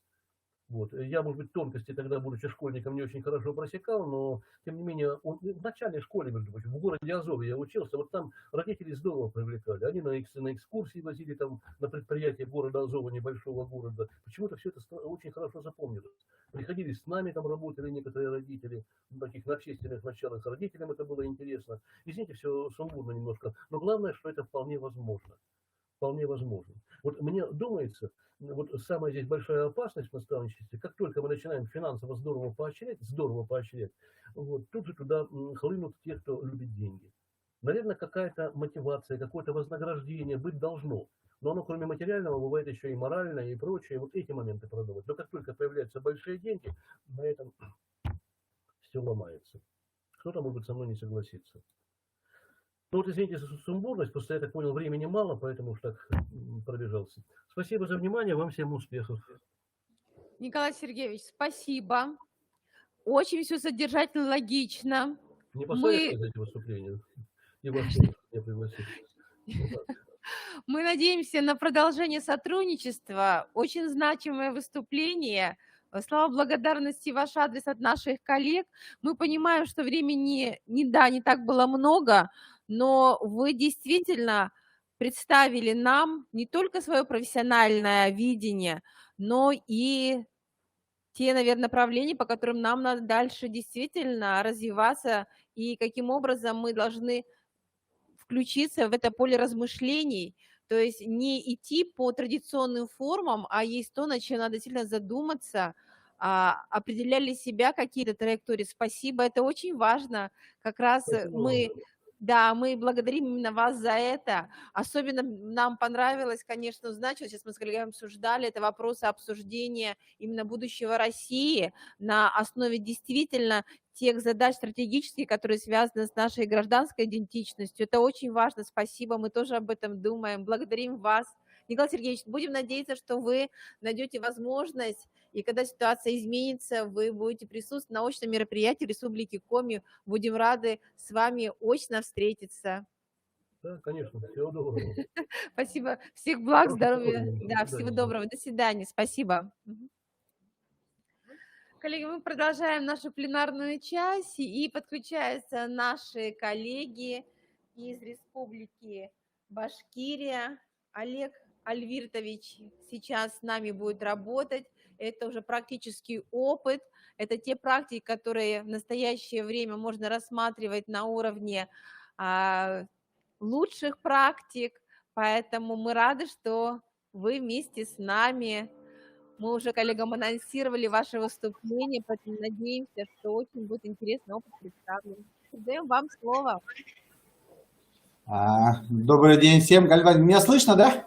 Вас очень хорошо слышно. Ну, очень хорошо. Я вчера небольшую работу над ошибками провел. Зашел предварительно, потыкал кнопочки, послушал и так далее и тому подобное. Ну, вот, поэтому, наверное, более-менее сегодня свободно общаюсь с вами. Да, очень ну, хорошо.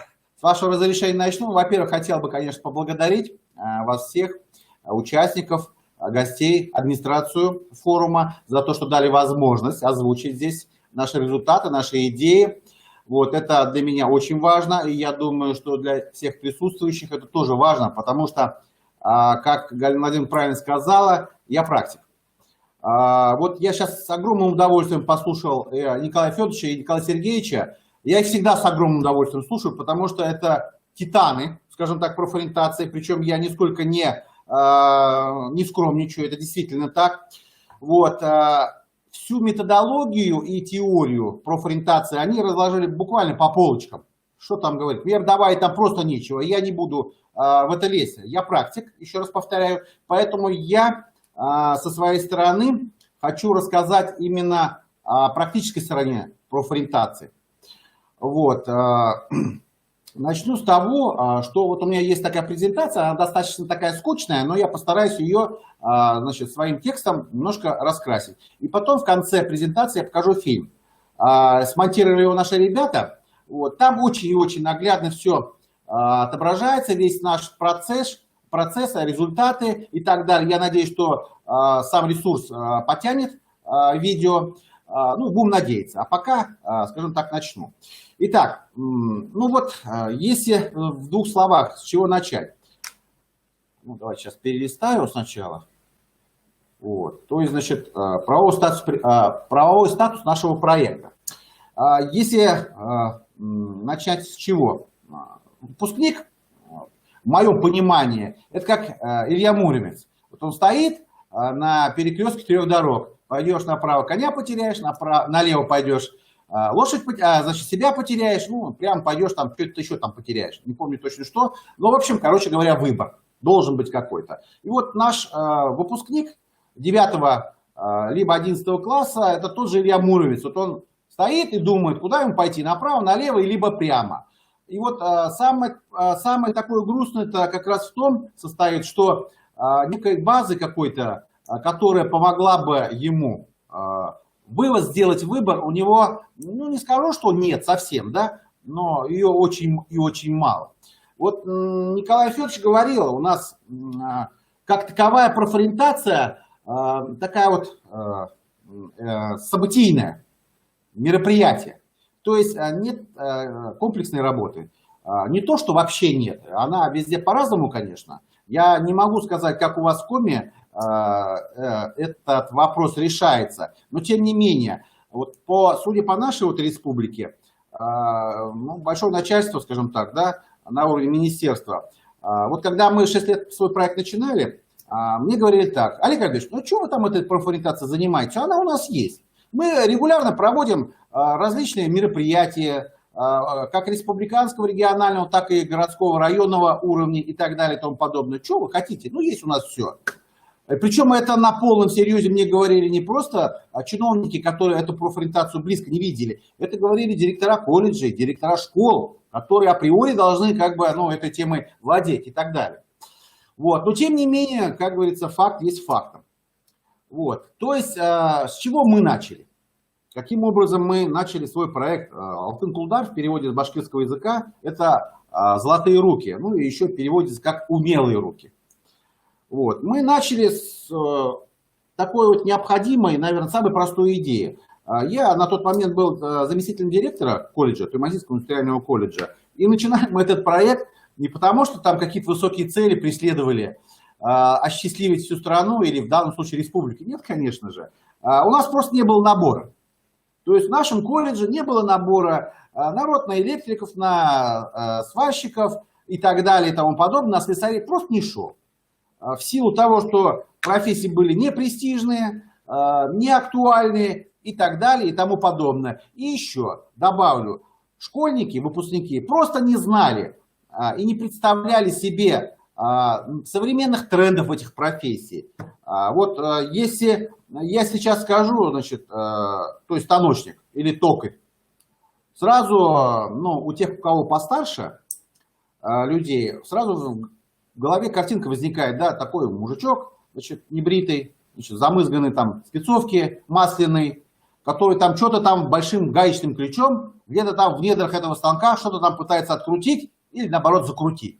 Ну, вы же понимаете, все мы взрослые люди, сейчас совсем другое отношение, современное оборудование, современные заводы, да, не у всех и не везде, но тем не менее школьникам как раз вот это нужно объяснять, чтобы не потому что, скажем так, вот, потому что мы это должны, а потому что дать им возможность этого выбора. Вот. То есть, с чего мы начали? Ну, там, скажем так, нужен моторчик, в первую очередь. Конечно же, хорошо, когда циркуляр какой-то со стороны Минобра спустит по реализации какого-то там регионального, республиканского проекта. Да, это очень здорово, хорошо, но без моторчика, без энерджайзера, человека на месте, который это подхватит и будет не спать ни днем, ни ночью, поверьте мне, это так. И думать потом, как это все правильно сделать, как увлечь, значит, школьников, родителей, конечно же, соответственно, преподавателей и всех остальных. Это очень большую роль играет. Но я могу вам для примера сказать, как мы начинали.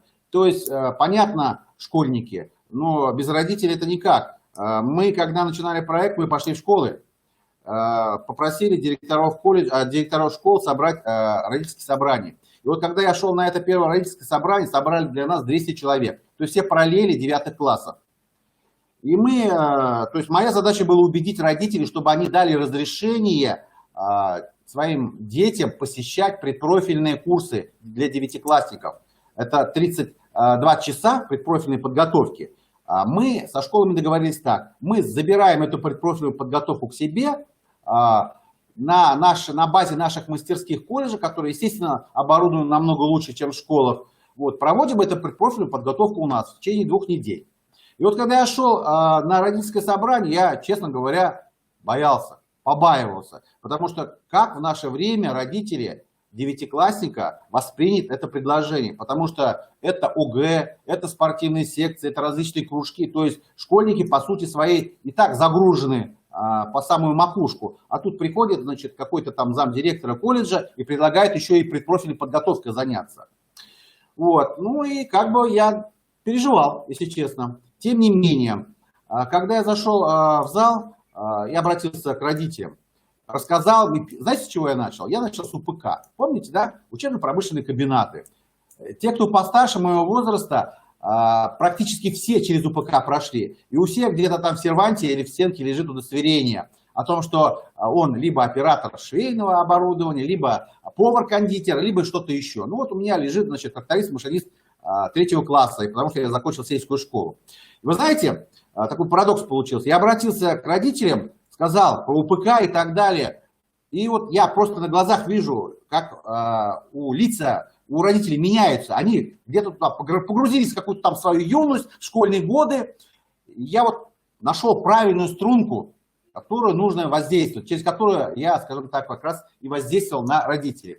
И знаете, после того, как я закончил свою речь, обращение, из 200 родителей ни один не встал и не сказал: Олег Альбертович, что вы чушь какую-то несете? У нас там дети заняты, мы этим заниматься не будем. Все сказали: конечно же. Родители сами вставали и говорили: конечно же, мы в этом плане вас поддерживаем, потому что, ну, как вот я помню, папа сказал, встал, у меня сын целый день, значит, сидит там в этом смартфоне и в компьютере, непонятно во что там играет, а здесь он хоть какому-то полезному делу научится. То есть вот начали мы с родителей элементарно. Дальше инициатор как таковой я был, мы разработали учебные программы, ну, значит, правовой статус нашей программе был придан, но это уже попозже, когда у нас уже дела хорошо пошли, то есть было письмо министра образования, далее, чтобы административно наш проект поддержать, мы стали региональным партийным проектом «Единой России».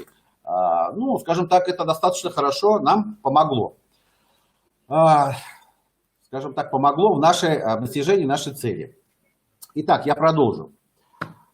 Инициатива снизу. Мы договорились с родителями, договорились со школами. С каждой школой мы заключили договор сетевого взаимодействия. Там 2 варианта. Первый вариант, либо колледж, мы заключаем договор на сотрудничество в профориентации, либо с управлением образования. Ну, мы пошли другим путем, мы заключили договор с каждой школой.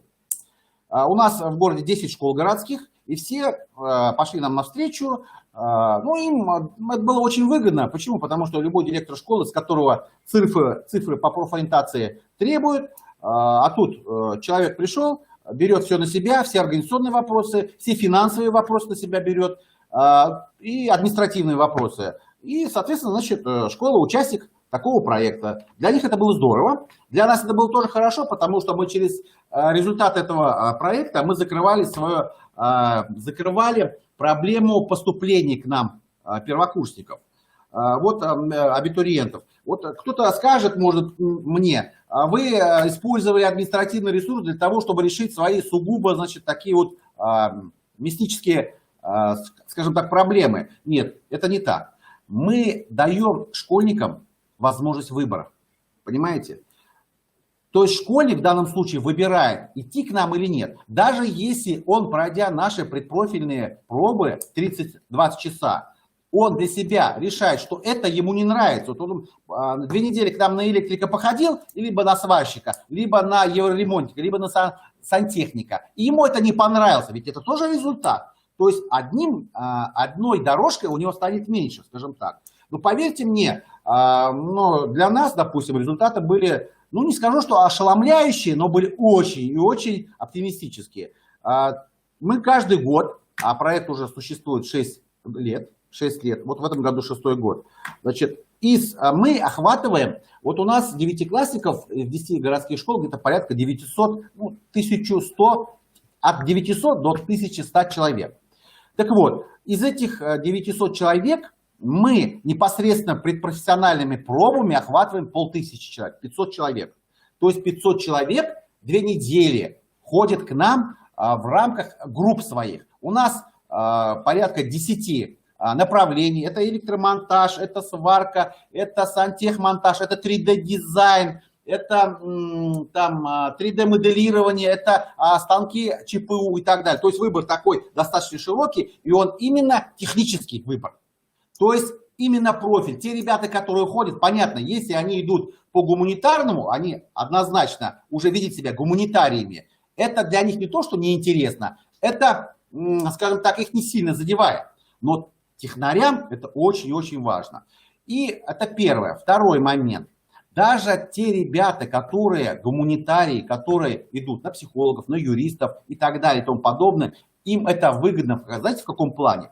Я вам могу сказать, вот, допустим, одно из направлений у нас это основа домашнего ремонта. Мы ребят учим там элементарно работать шуруповертом, молотком, учим краны чинить, учим устанавливать унитазы. То есть те вещи, которые любому мужику пригодятся в жизни однозначно, независимо от того, кем он и где будет работать. Большим или начальником, либо маленьким начальником, либо просто учителем в школе, либо инженером где-то на заводе. Это любому человеку пригодится, и вы это прекрасно понимаете. То есть в данном случае мы какие-то базовые навыки им даем для того, чтобы просто ориентироваться, скажем так, в какой-то жизненной ситуации, связанной с ремонтом, к примеру.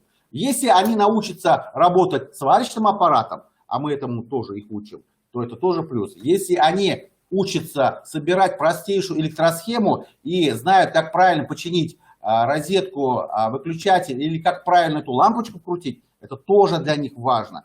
Мы в любом случае выигрываем. А если мы еще и плюс через это, скажем так, делаем себе набор, я думаю, что это как бы очень даже хорошо. И по цифрам. Допустим, из 500 человек, которые мы каждый год охватываем, у нас уже есть необходимая статистика такая вот, 25% поступает именно к нам в колледж.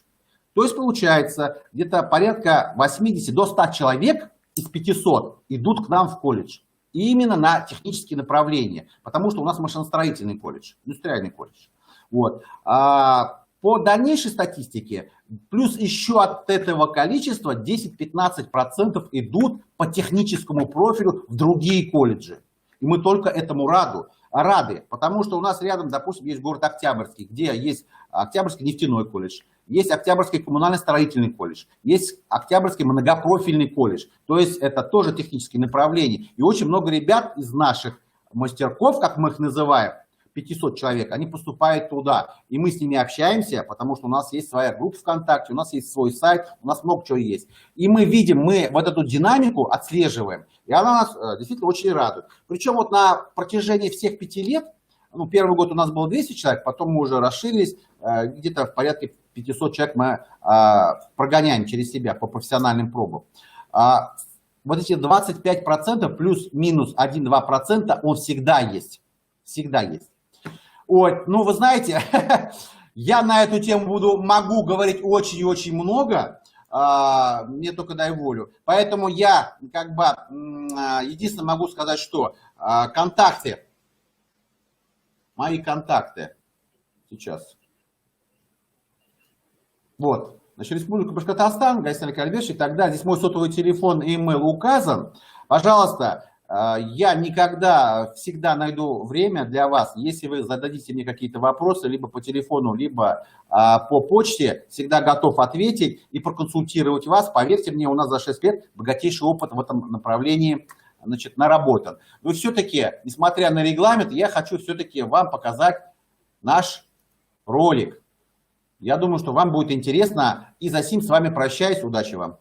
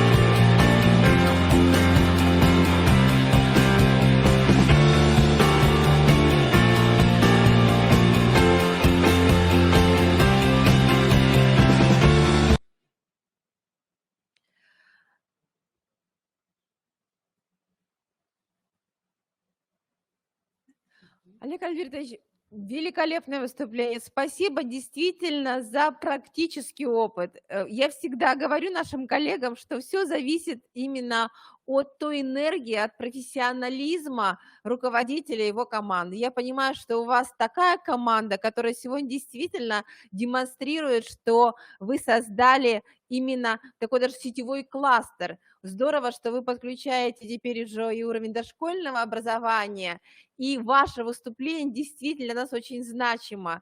Благодарим вас, и я очень надеюсь, что в следующий раз у нас будет взаимодействие уже с нашими организациями среднего профессионального образования, и я думаю, что вы найдете возможность пообщаться и вместе с нами, с нашими коллегами из СПО.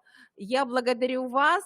Очень интересное выступление, видеоролик. Если позволите, мы можем потом в дальнейшем тоже его оставить в нашем видеозале, для того, чтобы ваше выступление, вот таким было полноценным. И тут видеоматериал, он очень значим. Хорошо? Да, спасибо большое. Я надеюсь, что мы тоже будем в дальнейшем взаимодействовать, встречаться. Вообще желаю вам, конечно, и в дальнейшем реализовывать проекты, связанные с развитием вашего колледжа и вашего города. Это очень здорово. Вот то, о чем все наши коллеги говорят, о взаимодействии именно с работодателями, о взаимодействии именно с коллегами, которые в дальнейшем создают это пространство, система образования, начиная с дошкольного уровня, общая образовательная организация СПО, вот это единство и демонстрируете. Благодарим вас, очень интересно. До встречи. Ну что, уважаемые коллеги, мы завершили первую часть нашего форума.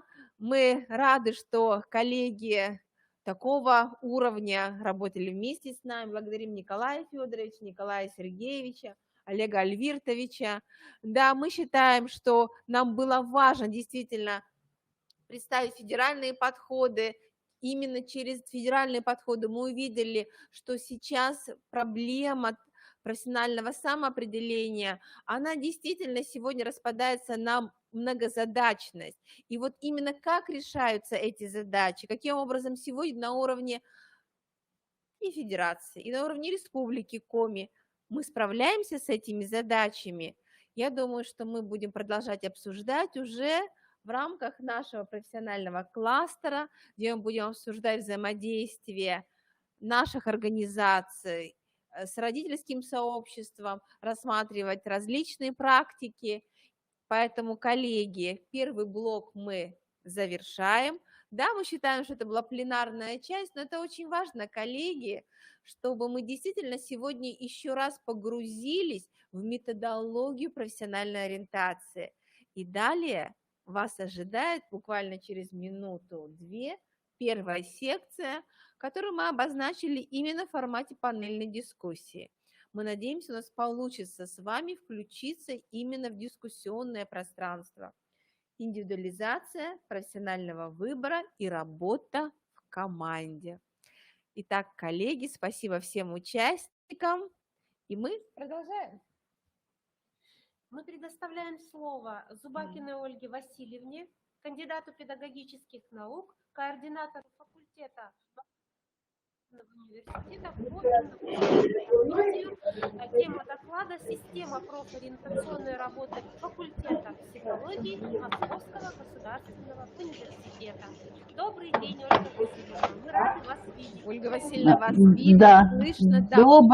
Добрый день, дорогие коллеги. Очень приятно взять эстафету после такого замечательного выступления нашего коллеги практика.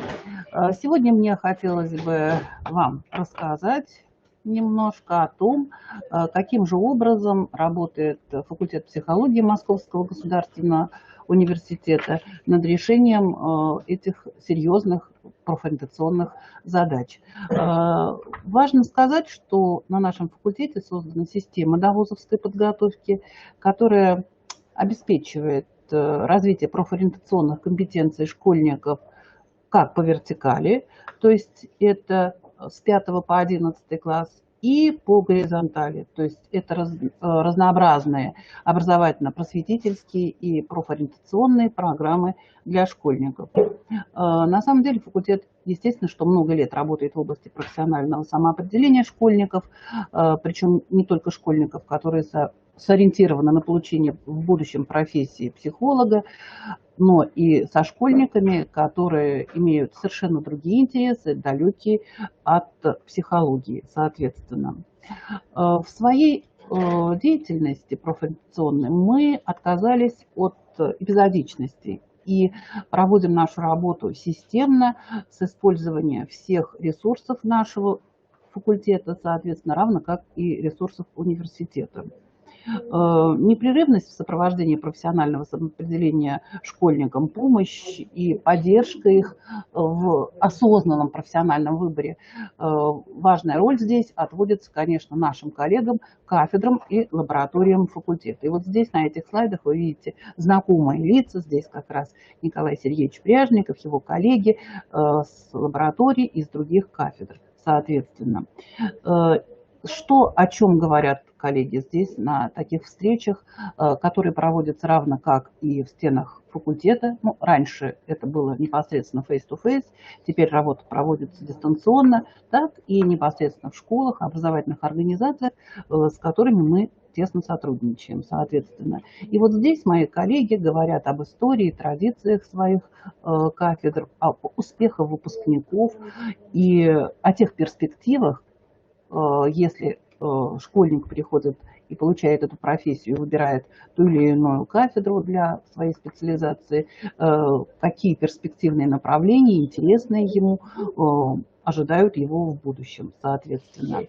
И в этом смысле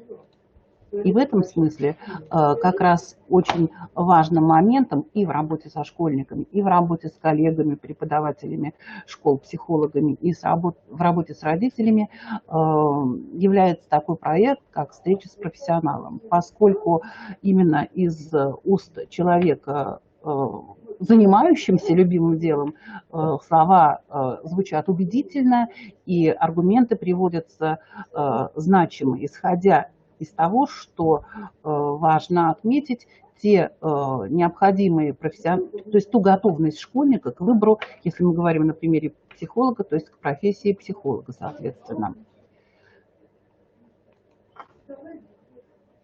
Важным принципом организации всей нашей деятельности, безусловно, является опора на деятельность. И в этом смысле проводятся различные виды активности, интерактивные формы задействия, о них уже говорили мои коллеги. И тем не менее, значит, хочется сказать, что такая работа, опять же, проводится в системе, как непосредственно на факультете, так и, соответственно, в школах. В качестве примера я могу привести, значит, вот эти всевозможные интерактивные формы, которые мы проводим со школьниками на примере, соответственно, профессии психолога. То есть вот вы видите здесь перед вами, я с целью экономии времени просто показываю, на какие критерии готовности обращены те или иные мероприятия и, соответственно, тот инструментарий, который мы используем в нашей такой вот тренинговой деятельности, соответственно. Ну, и все это невозможно без использования именно позитивного настроя на работу для решения, соответственно, связанную с теми компетенциями, которые ожидают от психолога, которые необходимы быть. Поэтому все виды тренингов, они у нас нацелены и направлены на эту активность. Но кроме тренингов есть такие виды внеучебной, так сказать, просветительской и развивающей, воспитывающей деятельности. Это так называемые психологические дебаты, бои, которые проводятся для уже студентов, но учащиеся школьники принимают в них активное участие, пока еще именно как члены школьного жюри. Но при этом они погружаются в атмосферу, значит, профессиональной деятельности и знакомятся с теми интересными научными исследованиями, которые уже, будучи студентами, проводят ребята из разных абсолютно городов России. И, конечно, говоря непосредственно о выборе профессии психолога, важно сказать и важно понять, какими компетенциями, я уже повторяюсь, говорю, должен обладать, поэтому какие ограничения в выборе этой профессии могут возникнуть, и вся вот эта необходимая информация, мотивация и деятельность направлена на то, чтобы выбор ребенком был сделан осознанно, соответственно. И на сайте факультета, в рамках проекта «Психология как профессия» у нас и ребенок, и его родители, и коллеги могут познакомиться с теми видами деятельности, и с теми, значит, организациями, отраслями, в которых может быть задействован выпускник нашего университета. То есть такая возможность тоже им предоставляется. Но все начинается у нас рано с школы юного психолога, соответственно, и продолжается уже в новых, более, значит, серьезных в чем-то моментах. И здесь важно отметить, что вот это вот желание заниматься психологией для себя или в качестве профессии у ребят сохраняется. То есть этому помогают вопросам, связанным с личностным развитием, с вопросами профессионального является таким первым стартовым началом. Ну и, безусловно, вся эта деятельность невозможна эффективно при условии отсутствия социальных партнеров, одинаково, как и мы, заинтересованных в оказании помощи и поддержки школьников в правильном, осознанном выборе профессии, исходя из своих интересов, способностей, возможностей и с учетом, безусловно, тех требований, которые есть к рынку труда, которые есть как в регионе, так и в России в целом. И в этом смысле ВУЗ является, факультет в данном случае наш, является центром такой деятельности. Вот у нас разработана такая организационная модель, и наши партнеры уже не один год, вот мы так тесно в этом плане сотрудничаем. Это и практика студентов, которая у нас проводится, и система вот этого, особенно хотелось остановиться, именно психолого-педагогического сопровождения.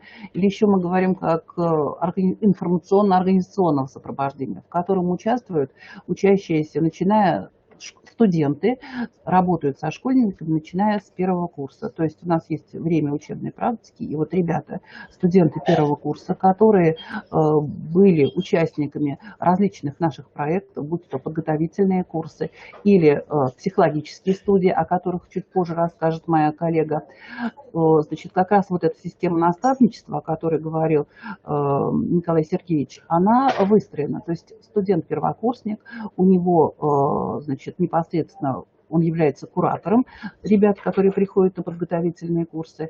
Для него партнером и наставником являются ребята старших курсов, которые также прошли, с одной стороны, через систему вузовской подготовки, которые вместе с ними, значит, работают и обучаются, и пишут проекты на своих кафедрах. И также, естественно, преподаватели, аспиранты, магистранты, у нас тоже такая категория есть. То есть вот такая включенность позволяет ребятам видеть перспективы своего будущего развития и определить себя, с одной стороны, в профессии или, значит, отказаться от такого выбора, что тоже имеет место быть. Вот. В то же время, значит, есть еще одна такая идея, которая реализуется, это ориентация на профессию ученого, что тоже по себе является очень привлекательным через систему организованной работы. Ну, это традиционные у нас, я уже говорила, дни открытых дверей, кафедры, лабораторий, школ. Это отдельно стоящий вопрос, связанный с профориентацией одаренных детей. И эту задачу мы решаем через организацию мероприятий, связанных с фестивалем науки, которые проводятся в Москве, в университете, и Олимпиада школьников Ломоносов по психологии, равно как и другие Олимпиады школьников Ломоносов по другим, соответственно, предметам. В этом плане мы тоже с нашими коллегами с других факультетов сотрудничаем. Ну и особо отдельно стоящий вопрос, это вопрос, связанный с организацией проектной и исследовательской деятельности. Вот та интересная, точечная какая-то проблема, задача, которая интересует уже школьника, она непосредственно через взаимодействие со своими наставниками, ребятами старших курсов, преподавателями, начинает потихоньку реализовываться. И вот здесь вы видите разнообразные техники, разнообразные формы, форматы организации таких мероприятий у нас проводятся. Причем, я говорю, эта система сохранилась как в очном режиме, когда это было непосредственно в здании на факультете, также и сейчас в дистанционном режиме. Вот. Кроме того, у нас есть школьная секция Ломоносов в международной научно-практической конференции студентов. То есть есть конференция для преподавателей, есть конференция для студентов, в которой есть секция школьная. И ребята вот уже здесь, опять же, это вопрос, связанный с ориентацией, в том числе на профессию ученого, помогает ребятам, значит, уже ощущать себя в мире науки, приобщаться к этому достаточно серьезно. Ну и такой проект, как летняя психологическая школа, в которой решаются, с одной стороны, некие проекты, заезжает команда, с другой стороны, для ребят проводятся мастер-классы с специалистами, мастерами, с привлечением наших выпускников, специалистов-практиков и в конечном итоге в будущем наших работодателей, в будущем для этих ребят, которые таковыми являются для нас, для факультета в целом. Но, безусловно, что вся эта работа, которая проводится по профессиональному самоопределению, была бы сложнее, если бы, ну, наверное, конечно, труднее, если бы у нас не было тесного контакта с нашими коллегами, преподавателями, психологами школ, соответственно. И вот системная работа по таким летним школам у нас организована. Вот в прошлом году, правда, в связи с пандемией, в очном режиме она не состоялась. Ну и говоря о том, что мы сотрудничаем в рамках организации профориентационной работы в создании ориентировочной основы для осознанного выбора профессии. Мы работаем с родителями, учителями, психологами, связанными и предлагаем для них программы, направленные на личностное развитие и помощь им в различных аспектах, связанных уже и обращая внимание не только вопросы психологии, но и нейрофизиологии. То есть это очень актуальные, востребованные программы, которые получают высокую оценку со стороны авторские программы, со стороны родителей, как получивших инструменты и методы некого более позитивного общения со своими детьми, в том числе и вопросов выбора профессии, конечно же. Вот. Ну и вот эти вопросы социального партнерства, они охватывают разные сферы, это организации конференций всевозможные. И останавливаясь, скажу, что вот вопросы, связанные непосредственно еще с организацией работы по профориентации с детьми с особенностями. У нас есть договор сотрудничества в рамках профориентации с Всероссийским обществом глухих. Работа непростая, скажу, достаточно сложная, исходя из особенностей этих детей, но мы работаем как с детьми, так, соответственно, и с коллегами, проводя с ними всевозможные семинары, мастер-классы, тренингами для преподавателей, в том числе связанных с вопросами выгорания, потому что достаточно сложная категория, и вот исходя из запросов, скажем так, руководителей образовательных организаций, мы эту работу проводим системно. Вот, собственно говоря, и все, о чем хотела сказать я, и в оставшиеся буквально 5 минут моя коллега Нестерова Екатерина Михайловна расскажет, как социальный психолог, расскажет вам о наших психологических студиях. Добрый день, уважаемые коллеги. Надеюсь, меня видно и слышно. Сегодня я вам расскажу про наши психологические студии. Ольга Васильевна уже очень подробно осветила нашу деятельность. Остановимся немножко поподробнее на практических аспектах. На данном слайде представлены направления деятельности наших студий. Это, во-первых, профориентация. Мы проводим диагностику готовности к профессиональному выбору. У нас есть программа знакомства с профессией «Первые шаги в профессию». Профориентация, на самом деле, очень важное направление наших студий, особенно на факультете психологии, поскольку к нам приходят абитуриенты, и в школе психологию не преподают. И наша задача не только подготовить их к вступительным испытаниям, но также познакомить с такой интересной наукой, как психология. Второе направление – это личностное развитие. Мы проводим программу по развитию памяти, развитию внимания, знакомим с такими учебными феноменами, как прокрастинация, эмоциональное выгорание и так далее. Третье направление, очень важное направление наших студий, это «Я учусь учиться». Эта программа направлена на развитие учебных навыков наших слушателей и будущих студентов. Программа включает в себя занятия по конспектированию, по тайм-менеджменту, по повышению учебной мотивации. И четвертым направлением, про которое уже говорила Ольга Васильевна, является проектно-исследовательская деятельность. Наши ребята создают собственные научные проекты и выступают с ними на конференции Ломоносов. Давайте познакомимся поближе с каждым из этих направлений. На данном слайде представлены занятия по профориентации. Как вы можете видеть, мы используем разнообразные методики, мы используем разнообразные батареи тестов, которые позволяют диагностировать профориентационную направленность наших слушателей не только в рамках поступления на факультет психологии, а также в рамках знакомства с другими профессиями. Особое внимание мы уделяем знакомству с психологией, так как мы все-таки факультет психологии. Мы в игровой тренинговой форме проводим занятия по знакомству с профессией, по знакомству с наукой. Далее мы проводим занятия по личностному развитию. Это занятия, направленные на повышение учебной мотивации, на лучшее познание себя. Мы наши занятия, они позволяют развить рефлексию у школьников, что действительно является очень важным при переходе из школы в вузовскую систему образования. Наша работа организуется как в лекционном формате, так и в тренинговом формате. Мы проводим игровые мероприятия в малых группах, как представлено на слайде. Это занятия по направлениям психологии, где ребята в малых группах знакомились с каждым направлением психологии, а потом презентовали его как настоящие психологи. Также мы проводим занятия в дистанционном формате. На данном слайде представлены фрагменты из серии «Я учусь учиться». Мы проводим занятия по развитию внимания, по развитию памяти. Мы учим школьников правильно вести конспекты, чтобы в будущем в уже вузовской системе образования было гораздо легче усваивать огромный объем информации, и они показывали более эффективные результаты в учебном процессе.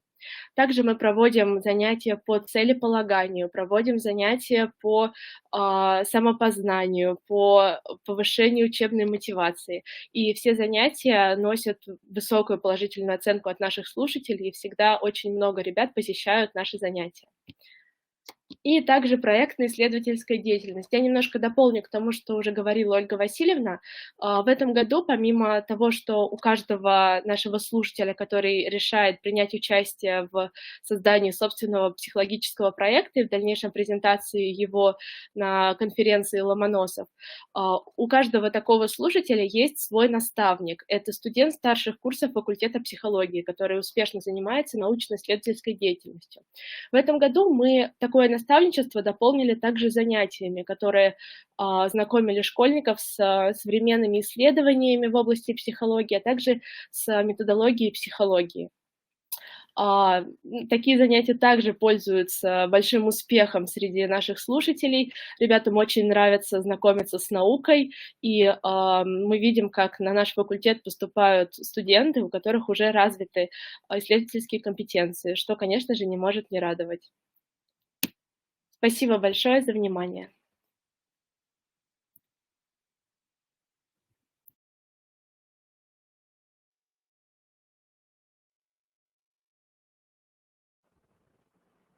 Спасибо большое, Ольга Васильевна. Меня слышно?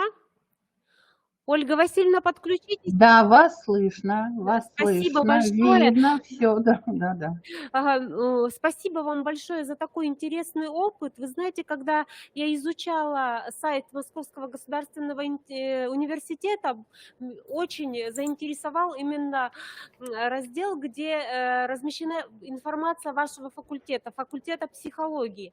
Почему? Потому что в Республике Коми нет именно не реализуется профильное обучение по направлению психология, поэтому стало очень интересно, но самое интересное, что в рамках реализации вот такого проекта вы реализуете еще очень много направлений, поэтому очень бы хотелось, чтобы в новом учебном году мы с вами продолжили наше сотрудничество, потому что очень интересно, очень хочется, чтобы все наши педагоги, наши заместители директоров, руководители, ну а также высшие учебные заведения тоже услышали о вашем таком интересном опыте. Спасибо вам большое, очень интересно. Уважаемые коллеги, если есть у вас вопросы к Ольге Васильевне, я думаю, что готова ответить. Да, конечно. Я надеюсь, Ольга Васильевна, что мы будем дальше сотрудничать. Спасибо большое. Уважаемые коллеги, мы с вами продолжаем. И сейчас к нам присоединяется Смирнова Елена Анатольевна. Это проректор по дополнительному образованию Института современного искусства. Елена Анатольевна нам расскажет о высшем учебном заведении как центре координации деятельности социальных партнеров в области профессионального самоопределения школьников. Добрый день, Елена Анатольевна, мы рады вас видеть. Добрый день, я тоже очень рада приветствовать всех участников такого замечательного и такого нужного в наше время информационного форума. Я, наверное, сегодня... Слышно меня? Да, вас слышно. Хорошо. Я сегодня тоже не буду останавливаться на том теоретическом материале, о котором и этих проблемах в рамках в работе по профессиональному самоопределению школьников и расскажу, наверное, о том опыте больше, который сложился у нас в ВУЗе, ВУЗ Институт современного искусства. Это творческий ВУЗ, имеющий свою специфику, готовящий специалистов в области культуры и искусства, актеров, вокалистов, хореографов. И это тоже особая часть деятельности, особая часть образования, которая тоже требует определенной работы со всеми участниками социального партнерства на сегодняшний момент. Вот можно перелистывать слайды самой или как-то вы в данном случае... Спасибо. Как мы понимаем, да, уже говорили тут о проблемах, которые возникают в рамках профориентационной деятельности, то как мы позиционируем и почему тема такая моего выступления сегодня, как ВУЗ, координирующий центр. Но на сегодняшний момент понимаю, что то же самое, да, уже говорили об этом, что возник вопрос.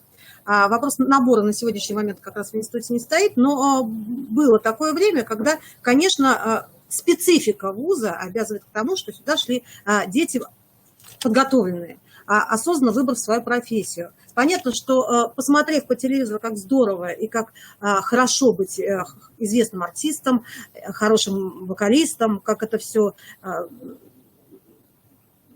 значит, замечательно в будущем, какая их ждет успешная карьера, количество ребят, которые поступают на данные творческие специальности, их, конечно, очень много. Но осознают ли, насколько важна и нужна им эта профессия, насколько готовы они к выбору данного направления, это всегда большой вопрос. Поэтому для того, чтобы получить тех абитуриентов, которые необходимы в вузу, возник вопрос, чтобы организовать работу со школьниками, не только со школьниками, по именно данному направлению. И в этом случае понятно, что один вуз и школа решить все проблемы, которые возникают в рамках именно работы по профессиональному самоопределению школьников, невозможно.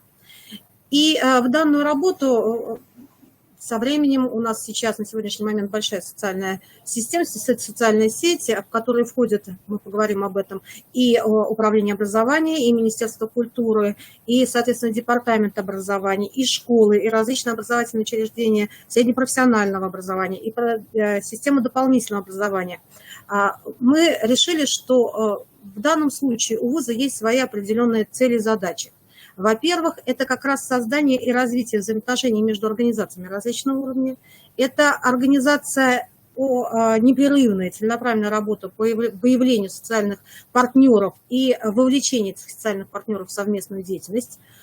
И это организация, конечно, мероприятий в рамках данного социального партнерства для получения тех или иных целей и задач. Но на сегодняшний день наша модель партнерства состоит следующим образом. Да, у нас Институт современного искусства заключил договора со многими образовательными учреждениями, и не только. Это также есть партнерские отношения с различными участниками образовательного процесса, это детские летние лагеря. И я расскажу сегодня только о двух проектах, которые реализуются в рамках данного партнерства, и каким образом это работает. И, возможно, этот опыт будет вам наиболее интересен. Это и колледжи, и школы, и Министерство культуры регионов. Мы работаем с двумя на сегодняшний момент регионами, это Калининград и Пермь, и об этом опыте я тоже сегодня расскажу, о том, каким образом происходит данное взаимодействие, модели взаимодействия, каким образом работаем мы в данном партнерстве. Значит, наверное, начну сначала расскажу об опыте работы с международным центром Артек. Значит, на сегодняшний момент мы являемся тематическим партнером данного центра, да, Артек, международного лагеря Артек, в котором реализуется программа дополнительного образования «Грани творчества». Данная программа реализуется в течение года в различных сменах, да, соответственно, для ребят, которые являются участниками данной смены, либо по нашей тематической квоте, либо, соответственно, являются победителями различных олимпиад и других творческих конкурсов у себя в регионе. Программа рассчитана на развитие творческих способностей учащихся. Работаем мы с социальными партнерами следующим образом. Под каждое партнерство у нас создана команда из преподавателей, из мастеров, которые добились в этой области значительных результатов. Народный артист, например, если мы реализуем программу театральное направление, то в данном случае в рамках Артека у нас в этом году работал Дмитрий Анатольевич Певцов с мастер-классами и Владимир Александрович Сержаков, которые говорили ребятам как раз были наставниками в данной смене, которые рассказывали о том, насколько важна, насколько сложна эта профессия, что необходимо для того, чтобы быть успешным в данном профессии. И данное направление, соответственно, вот эта данная программа, которая так и получила название «Грани творчества», она реализуется и имеет свое продолжение. То есть это не разовая акция «Провели смену и забыли», работа происходит следующим образом. То есть идет полное сопровождение ребенка по окончании смены до выявления его интересов и сопровождения наиболее одаренных детей в рамках возможно получение образования по нашему направлению. Это и участие, приглашение данных детей, победителей данного конкурса, данной смены на наши мастер-классы, на получение, возможности получения сертификатов для продолжения обучения у нас в ВУЗе и уже до, соответственно, получения диплома о высшем образовании. Еще есть один проект, о котором я хотела бы рассказать, это как раз работа с регионами. У нас впервые, начали мы работать именно с Пермью. Программа была такая, Министерство культуры города Пермь вышло к нам с инициативой. Пермскому театру необходимо нужны молодые актеры. А специфика такая, что молодые ребята, которые поступают на данное направление, конечно, уезжают из городов, из малых, да, им всем хочется в столицу, в Москву, и там добиться успеха. И, соответственно, возникла проблема нехватки молодых актеров в данном театре. И директор театра обратился к помощи Министерства культуры к нам по подготовке специалистов в данной области. В течение года мы работали с Пермским краем, выезжали и проводили различные фестивали, олимпиады, конкурсы, дни открытых дверей по набору на данное направление артист музыкального театра. Это такой профильный курс, который был набран в Институте современного искусства, целевой набор под заказ региона. Ребята сейчас учатся во втором курсе с последующим возвращением работы в родной театр, такое практикоориентированное обучение, такой успешный опыт, который на сегодняшний момент существует. Такой же опыт у нас сейчас возник с Калининградом и Калининградской области. Мы в этом году на форуме заключили договор о подготовке специалистов, которые необходимы данному региону, данной области. Значит, был заказ в этом году на менеджмент в сфере культуры и целевой, да, и, соответственно, на графический дизайн. То есть в рамках данного соглашения проводится работа. Опять же, создается такая команда, которая реализует данный проект. Команда состоит из данной, да, вот почему ВУЗ является центром, который регулирует работу всех социальных партнеров. В данном случае есть куратор от Министерства культуры, есть куратор и методический совет, который организован на базе самого нашего университета, в рамках которого реализуется соглашение о партнерстве в сфере образования и подготовки специалистов в области культуры и искусства. В рамках этого соглашения проводятся различные мероприятия как для школьников, как для педагогов школ, для педагогов дополнительного образования, для, соответственно, работников культуры данного региона. И идет общая такая работа по выявлению, соответственно, потребности региона, и под потребности региона составляется определенная программа взаимодействия, в рамках которой, вот как раз в рамках данного Балтийского форума культурного в этом году было подписано соглашение, и в этом году мы будем для региона обучать студентов на целевых местах по направлению менеджмент в сфере культуры и графический дизайн. Вообще, в институте также проводится различная работа по профориентации школьников, работа со школами, работа напрямую с работодателями. Опять же, под каждое направление создана определенная команда из профессионалов. В эту команду входит обязательно представитель, если мы говорим о школе как социальном партнере, то это представитель школы, обычно это завуч по учебно-воспитательной работе. Это методисты Института современного искусства, это обязательно педагоги-предметники по данному направлению, и это обязательно наставник, мастер, человек, который в данной области добился определенных успехов. И, соответственно, под каждую школу, под каждый регион, под каждое направление разрабатывается своя индивидуальная программа, по которой дальше идет работа до получения тех результатов, которые необходимы. Или это цель участия, подготовки в различных творческих мероприятиях, фестивалях, конкурсах, олимпиадах, совместных конференциях. Поэтому такая работа есть, ведется, есть опыт. И если есть вопросы, то мы готовы на них ответить.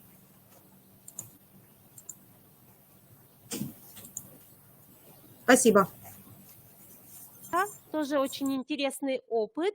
Уважаемые коллеги, если у вас есть вопросы, Елена Анатольевна также готова на них ответить. Не забывайте, что у нас есть раздел «Вопросы», где вы можете задать вопрос, написав его. Угу. Спасибо, Елена Анатольевна. Меня слышно? Да, вас слышно. Угу. У наших коллег пока нет вопросов. Я надеюсь, что они появятся позже. Уважаемые коллеги, если у вас будут вопросы, мы позже можем даже нашим спикерам передать вопросы, и они ответят на них позже. Уважаемые коллеги, а сейчас мы переходим к следующему докладу. Сейчас перед вами выступит Нуркова Светлана Анатольевна, заведующий Центром аттестации педагогических работников Коми Республиканского института развития образования. Тема доклада Светланы Анатольевны – особенности формирования содержания программы по профориентации для организаций интернатного типа. Пожалуйста, Светлана Анатольевна.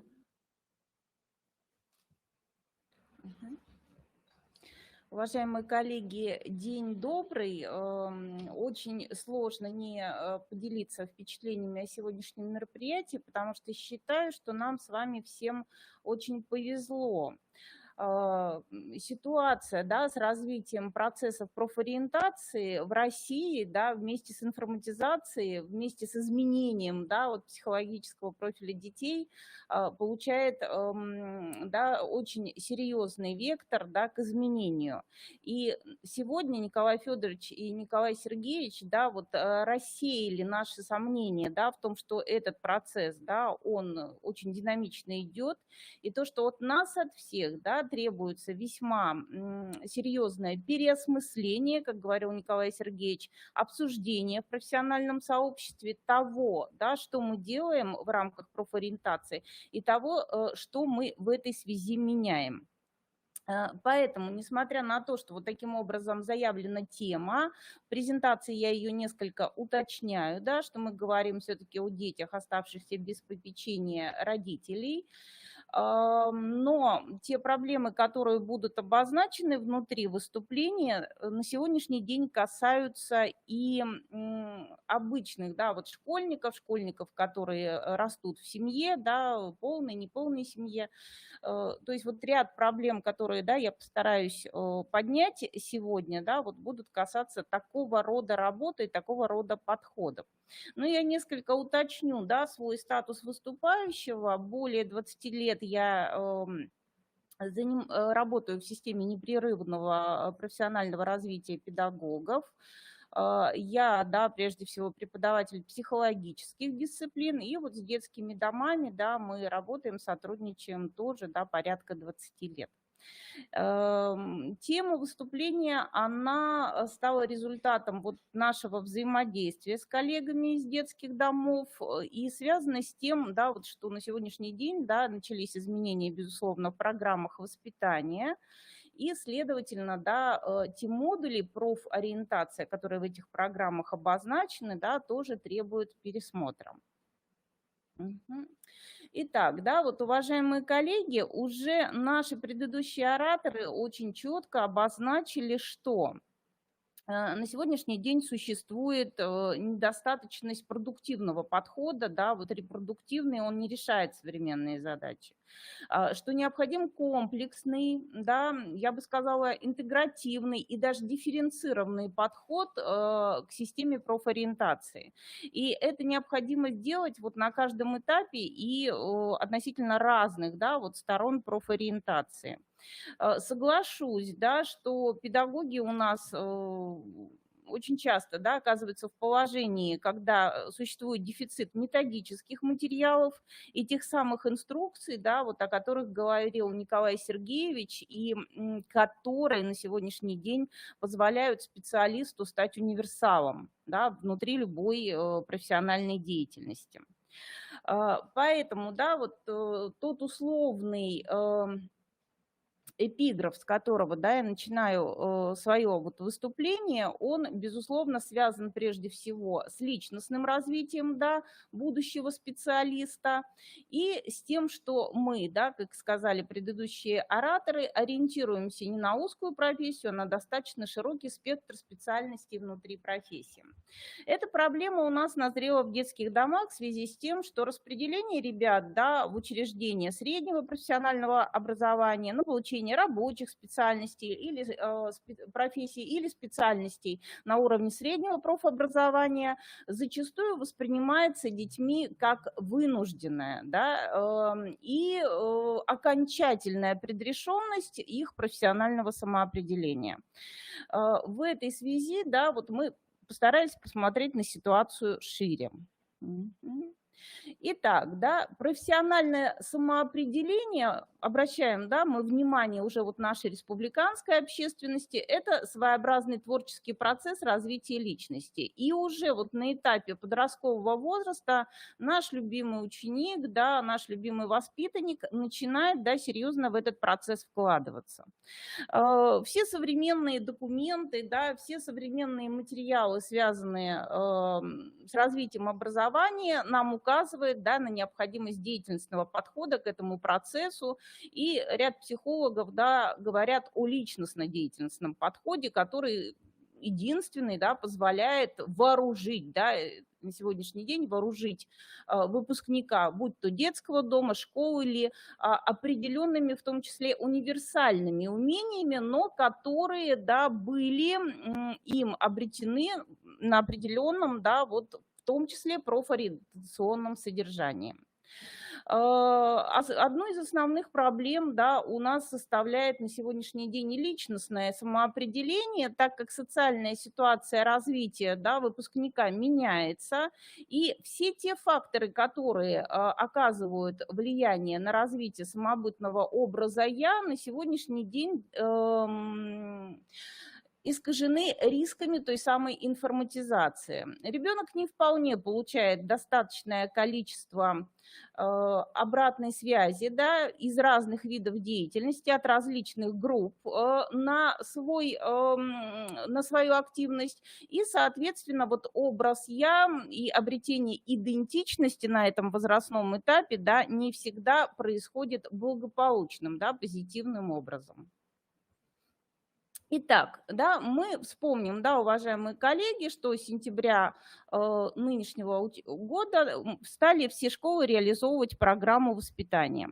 Когда подобная программа когда подобная программа вот была и начинала разрабатываться уже в учреждениях, которые являются интернатными, мы поняли, да, что все не так просто, да, и что здесь в силу тех проблем, да, которые переживает ребенок, оказавшийся в ситуации депривации, что ряд проблем, да, вот нужно решать, и, соответственно, модули этой программы должны быть пересмотрены. То есть здесь мы на слайде, да, можем увидеть, что модули, которые, да, адресованы детским домам, это вот некий средний ряд, что здесь уже воспитатель оказывается главным персонажем, да, всех отношений, что мы должны, да, предметно развивающую среду делать не инвариантным модулем, а достаточно таким ведущим, так как и она влияет на формирование самобытного образа «я» и на формирование личности. И, разумеется, да, вот если говорить о профориентации, то она неразрывно, да, в детских домах связана с самоуправлением. Но я, наверное, в данном случае посмею предположить, что представление разных модулей в программы воспитания – вещь достаточно тоже комплексная. И размышлять о том, что мы вот говорим о профориентации, но не развиваем у детей какие-то иные, да, метапредметные умения, тоже остается вот таким несостоятельным. Поэтому на сегодняшний день, да, вот когда речь идет о реализации модулей профориентации в детском доме, ему должен сопутствовать и подставлять плечо, безусловно, модуль самоуправления и вся деятельность детей с этим связанная. Итак, да, вот мы посмотрели на те составляющие, которые мы на сегодняшний день в рамках, да, воспитательной программы предлагаем, да, учреждениям интернатного типа, но те умозаключения, которые мы делаем в этой же связи, безусловно, могут представлять интерес и для других образовательных организаций. Итак, сфера социализации личности. Да, мы понимаем, что профориентация дает нам возможность, да, получить прежде всего личность творческую, которая способна на саморазвитие. Но когда мы говорим, опять же, о детях, оказавшихся в ситуации депривации, то у нас оказываются, да, определенным образом угнетены все социализируемые сферы. То есть общение, да, то есть проблемы есть с коммуникациями, с выстраиванием дифференцированных отношений, с пониманием, да, того, как себя вести в самых разных сообществах.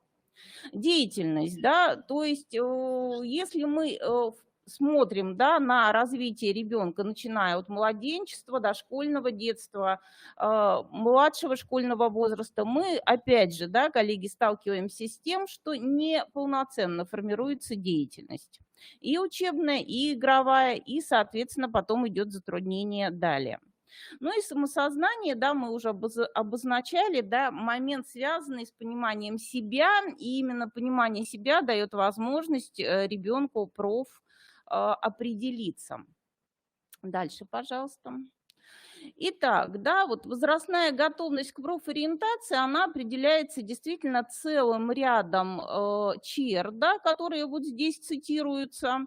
Но и эти черты, безусловно, охватывают все социализируемые сферы личности, да, начиная от познавательной, эмоционально-волевой, ну и так далее, да, далее еще посмотрим. Итак, мы говорим о том, что старшеклассник должен не просто представлять свое будущее в общих чертах, а осознавать способы достижения поставленных целей. Психологам хорошо известно, да, что это осознавание способов достижения поставленных целей также достигается только если ребенок был включен в открытие этих способов, в освоение этих способов и применение, да, этих способов в реальной деятельности. Прошу вас. Еще раз обратимся вот к тому, что будет нам мешать в профориентации в ситуации развития воспитанников детского дома. И сейчас всю аудиторию, да, призываю обратить внимание на то, что подобные же затруднения могут испытывать, да, сегодняшние дети, да, дети информационного общества. Итак, сложность выхода из эгоцентрической позиции, да, восприятие мира только со своей единственной точки зрения. Разумеется, приводит, да, в случае наших детей к тому, что затрудняется формирование автономии, да, человеку сложно противостоять негативному воздействию среды, и зачастую, да, дети, выходя за пределы детского дома, да, попадают под влияние, скажем, да, иных людей, да, отличных от, по поведению от социально одобряемого. Здесь же необходимо ответить, да, что вот эта сложность выхода из эгоцентрической позиции ведет за собой и другие следствия, которые не разрешаются, да, сложности с самопознанием, с построением того же образа «я».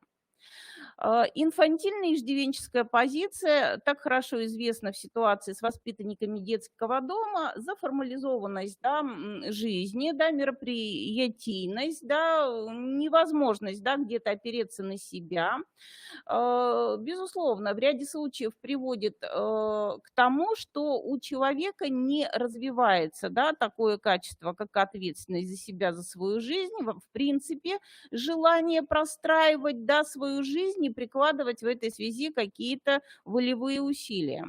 Ну и еще один из факторов, который, да, вот дает такого рода результат, это деление мира на черное и белое, когда люди не воспринимаются выпускником дифференцированно в зависимости от ситуации, в какую они попали, а однозначно совершенно, да, воспринимаются как плохие или хорошие люди.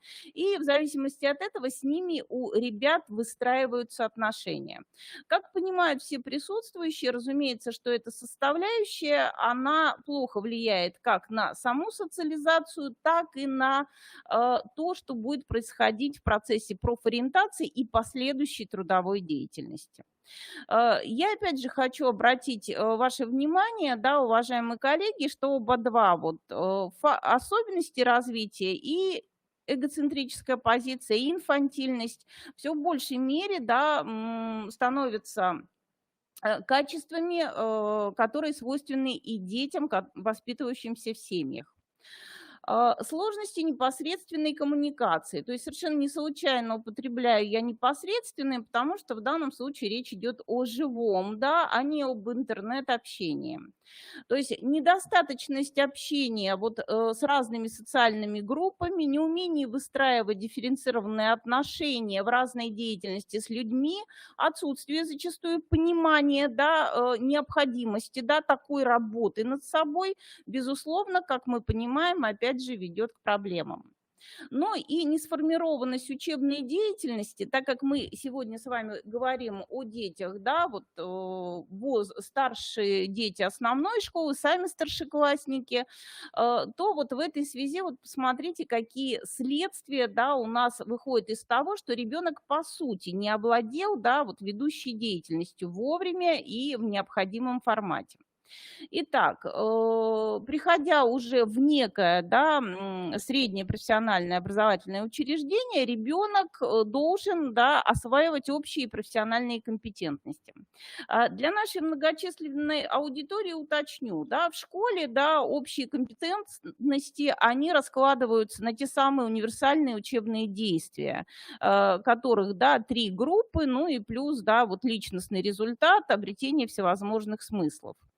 Профессиональные компетентности, но это то, что уже задается стандартами среднего профобразования. К ним тоже должен быть ребенок, да, готов к пониманию их, потому что есть в частности такая составляющая, как уважительное отношение к профессии, ценностное к ней отношение и умение вот обосновать профессиональным языком как раз значимость позиции профессиональной.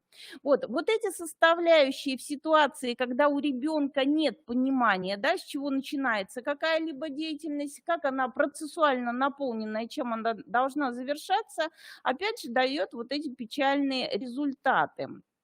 Риски отсутствия к саморазвитию и профессиональной деятельности. Ну и вот я хочу обратить ваше внимание еще на составляющие. Затруднено получение удовлетворения от учебной деятельности, но, уважаемые коллеги, и от трудовой тоже впоследствии. Включая детей, а это одно из направлений, да, профориентации в общественно полезную деятельность, она может иметь место, да, как в урочной, внеурочной деятельности, как в доп. Образовании, да, внеклассной, да, деятельности. Вот общественно полезная деятельность, будучи не принята ребенком, который не разобрался в себе, да, себя не понял, который не имеет недостаточный опыт общения, он не ответственен за какие-то мероприятия и события своей жизни, не формируется вот такого вот рода переживания удовлетворения. Сначала от учебной деятельности, но так как мы с вами знаем, что психика целостна, этот перенос, да, происходит и в деятельность будущую трудовую.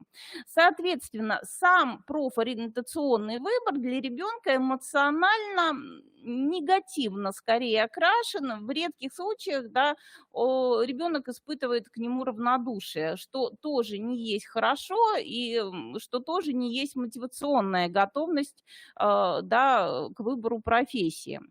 Мы понимаем, да, и об этом нам сегодня говорил Николай Сергеевич, что личность, да, и подросток, он меняется, да, мотивы его меняются, и, соответственно, вот те проблемы, которые мы сейчас обозначены, они тоже в определенной мере решаемы. Ну вот вопрос возникает опять же как. И здесь я, вот такая подготовительная работа, да, к восприятию следующей информации, напомню, о чем говорили предыдущие уважаемые коллеги-ораторы. То есть на сегодняшний день в рамках профориентации, да, были названы, да, нашими коллегами проектная деятельность, да, проекты всевозможные, стажировки, наставничество, ну вот и так далее. То есть вот такого рода интегративные комплексные процессы, которые позволяют задействовать все социализируемые сферы личности ребенка. Дальше. Итак, да, когда мы говорим о том, что ребенок у нас преодолевает, да, трудности социализации и, соответственно, готов к профориентации, вот мы выделяем 3 критерия.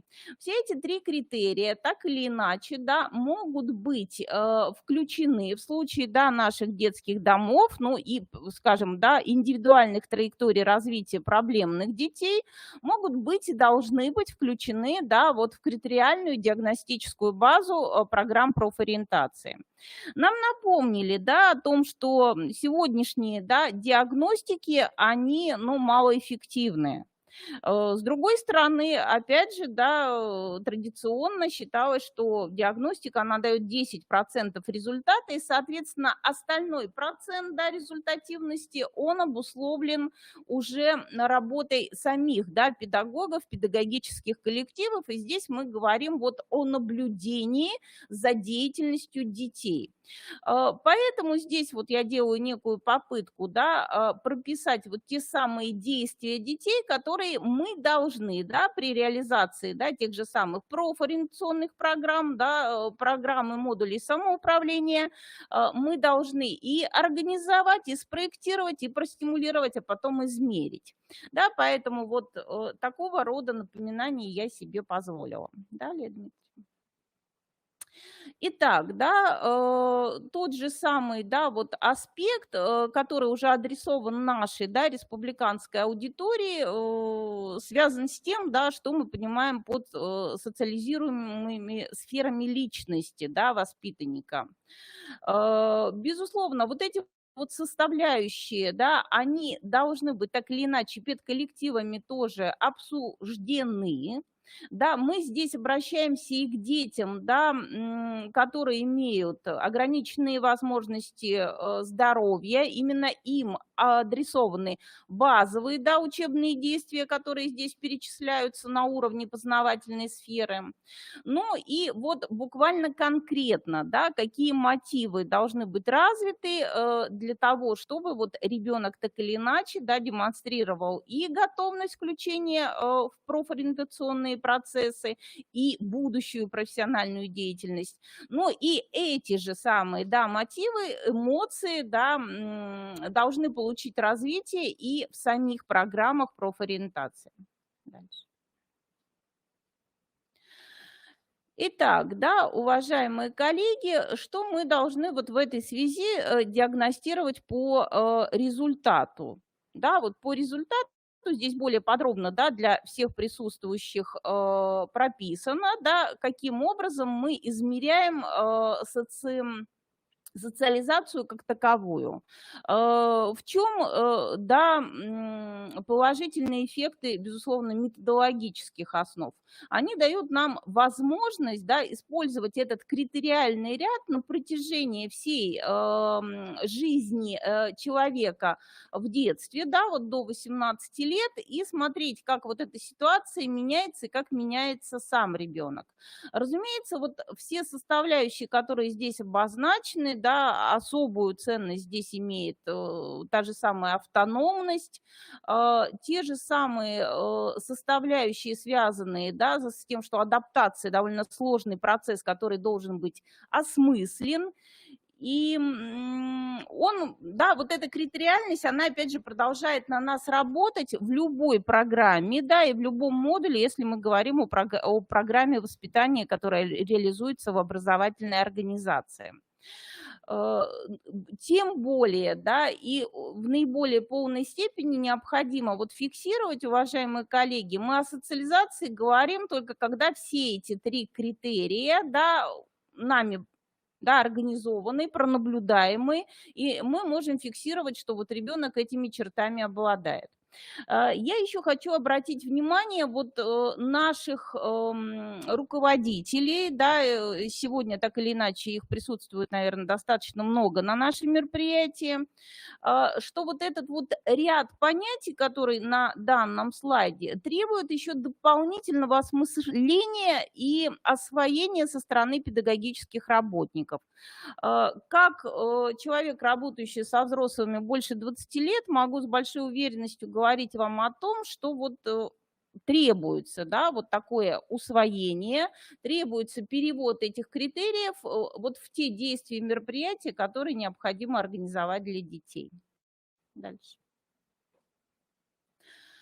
Итак, можем посмотреть на более узкий, да, вот вариант критериальности, связанный с тем, что мы можем пронаблюдать конкретно у подростка, если, да, развиваем его способности к преодолению трудностей социализации.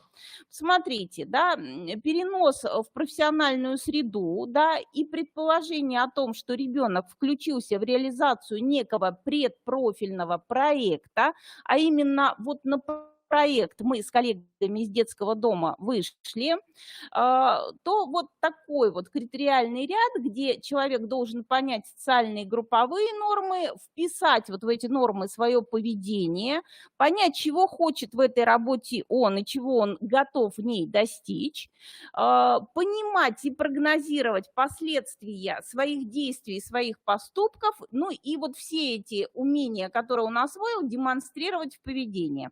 То есть мы должны будем их измерять. К какому проекту пришли мы? То есть мы действительно вот в ситуации тех же самых курсов повышения квалификации столкнулись с трудностью, да, что разработать, смоделировать все мы не сможем. Поэтому мы выбрали такого рода проект. Ребята, да, традиционно, живя в закрытом заведении, а так или иначе любой интернат достаточно закрытое заведение, дежурят по столовой. Каким образом, да, вписать их в профориентационную деятельность? Предлагается, да, вот рассмотреть проблему отсутствия согласованности действий работников столовых и дежурных воспитанников, и на основе вот исследования этой проблемы и поиска путей ее решения организовать изучение детьми, исследование, если хотите, функций работников столовых, как они взаимосвязаны, то, как они общаются, да, то, как они относятся к своей работе, какие у них ценности. И вот именно результаты такого проекта, да, дети могли бы защитить и продемонстрировать друг другу и всему коллективу детского дома. Посмотрите, да, как прекрасно вот такого рода проектирование, если в него еще включить другие, да, методы научного познания, тоже анкетирование, тот же опрос, как прекрасно работают на осуществление тех целей, да, или тех результатов возрастных задач развития.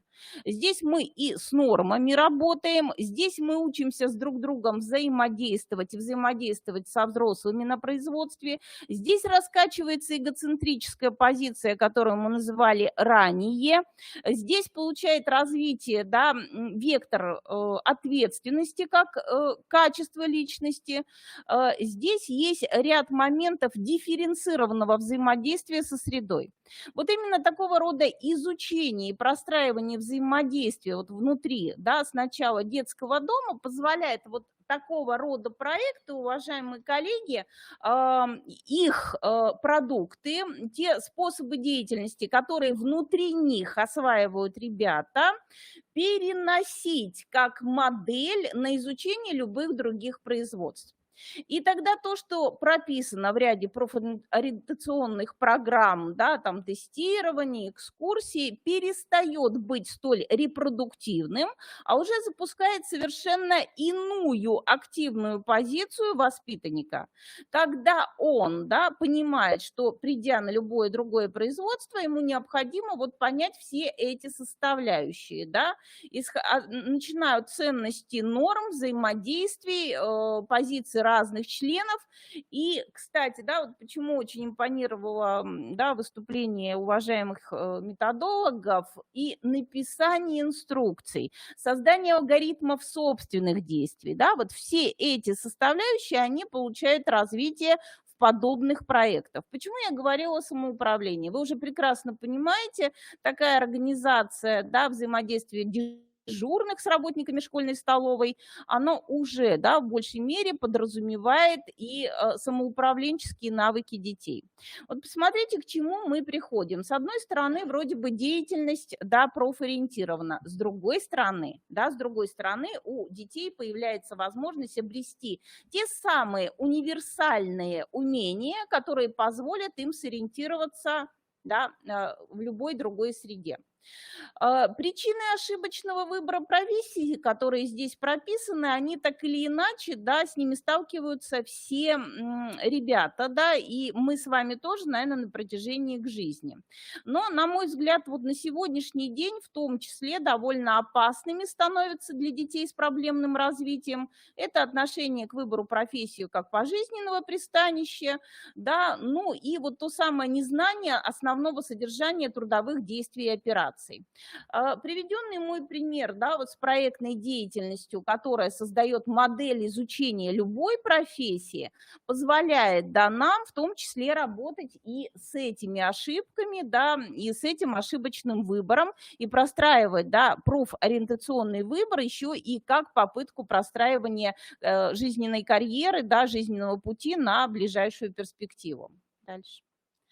Итак, да, уважаемые коллеги, вот сейчас будут буквально, да, два последних слайда, где я, да, интегрировала все те вот основные мысли, которые были озвучены в данном выступлении. Итак, когда мы говорим о формах работы и образовательных технологиях, связанных с профориентацией, да, современного ребенка, в том числе, да, воспитанника детского дома, мы еще раз присоединяемся к мнению, да, предыдущих ораторов. Проектная, исследовательская деятельность, коллективные творческие дела, пожалуйста, стажировки, учебно-производственные бригады, все мы можем это дополнять.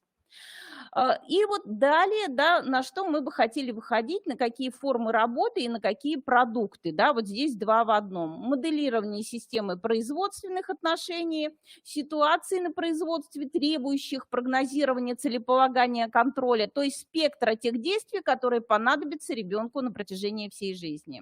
Моделирование и дифференциация общения на производстве, деление общения на то же самое деловое и светское. Наличие в деятельности как обязательная составляющая рефлексивного выхода на разных ее этапах, что будет укреплять, да, автономность нашего выпускника.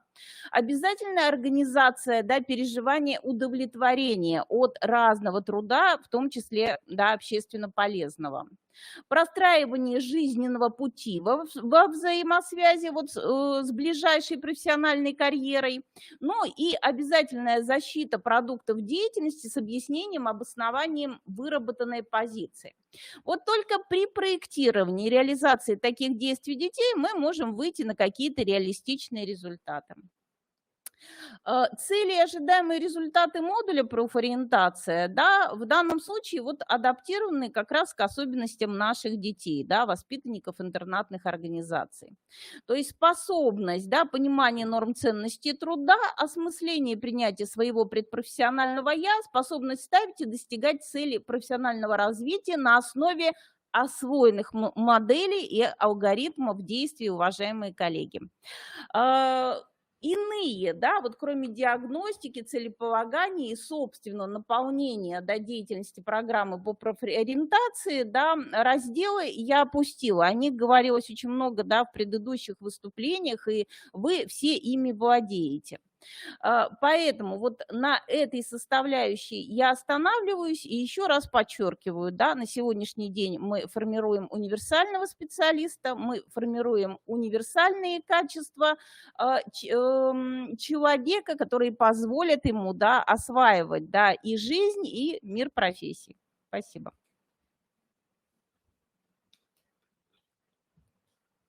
Спасибо большое, Светлана Анатольевна. Если мы с вами вспомним начало нашего форума, Николай Федорович сказал, да, в первую очередь мы должны обратить внимание при организации профориентационной работы на тех школьников, на тех детей, которые нуждаются в этом. И вот как раз дети, которые остаются без попечения родителей, дети-сироты, они как раз нуждаются в этом. И Светлана Анатольевна постаралась затронуть такую щекотливую тему, ведь мы с вами все понимаем, что подход к данным детям, он немножечко иной. Если мы будем это понимать, если мы будем правильно выстраивать нашу работу, то и эффект от этой работы и помощь данным детям, она будет очень нужной и важной. Спасибо большое, Светлана Анатольевна, за такую полезную информацию. Анжелика Федоровна, можно, да, вот Спасибо. большой момент. Я вот все-таки еще раз подчеркну, уважаемые коллеги, сложно говорить вот о том, что совсем уж иной, да, подход к воспитанникам детских домов. Вот те проблемы, да, которые, да, обозначены на сегодняшний день, да, все более ярко стали проявляться и у остальных, да, вот ребят, да, которые воспитываются в семьях. То есть определенные традиции, да, были утеряны, новые, да, подходы и методическое сопровождение не создается. Ну и, наверное, то, о чем вот мы сегодня говорим, оно, да, реализуется рядом образовательных организаций, рядом педагогов, но тем не менее, да, вот сегодня, еще раз подчеркну, да, эту ценность, мы получили подтверждение от методологов, да, что именно в этом направлении необходимо развивать профориентационную работу. Спасибо еще раз большое. Спасибо, Светлана Николаевна. Светлана Анатольевна, мы продолжаем, и сейчас мы ждем подключения. Перед вами выступит Белоголова Елена Николаевна, заместитель директора по учебно-воспитательной работе средней общеобразовательной школы номер 10 города Ухты.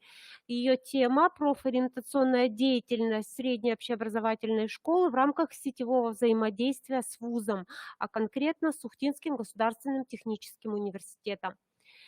Елена Николаевна, вы на связи.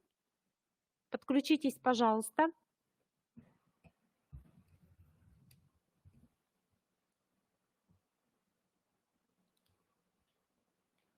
Угу. Елена Николаевна.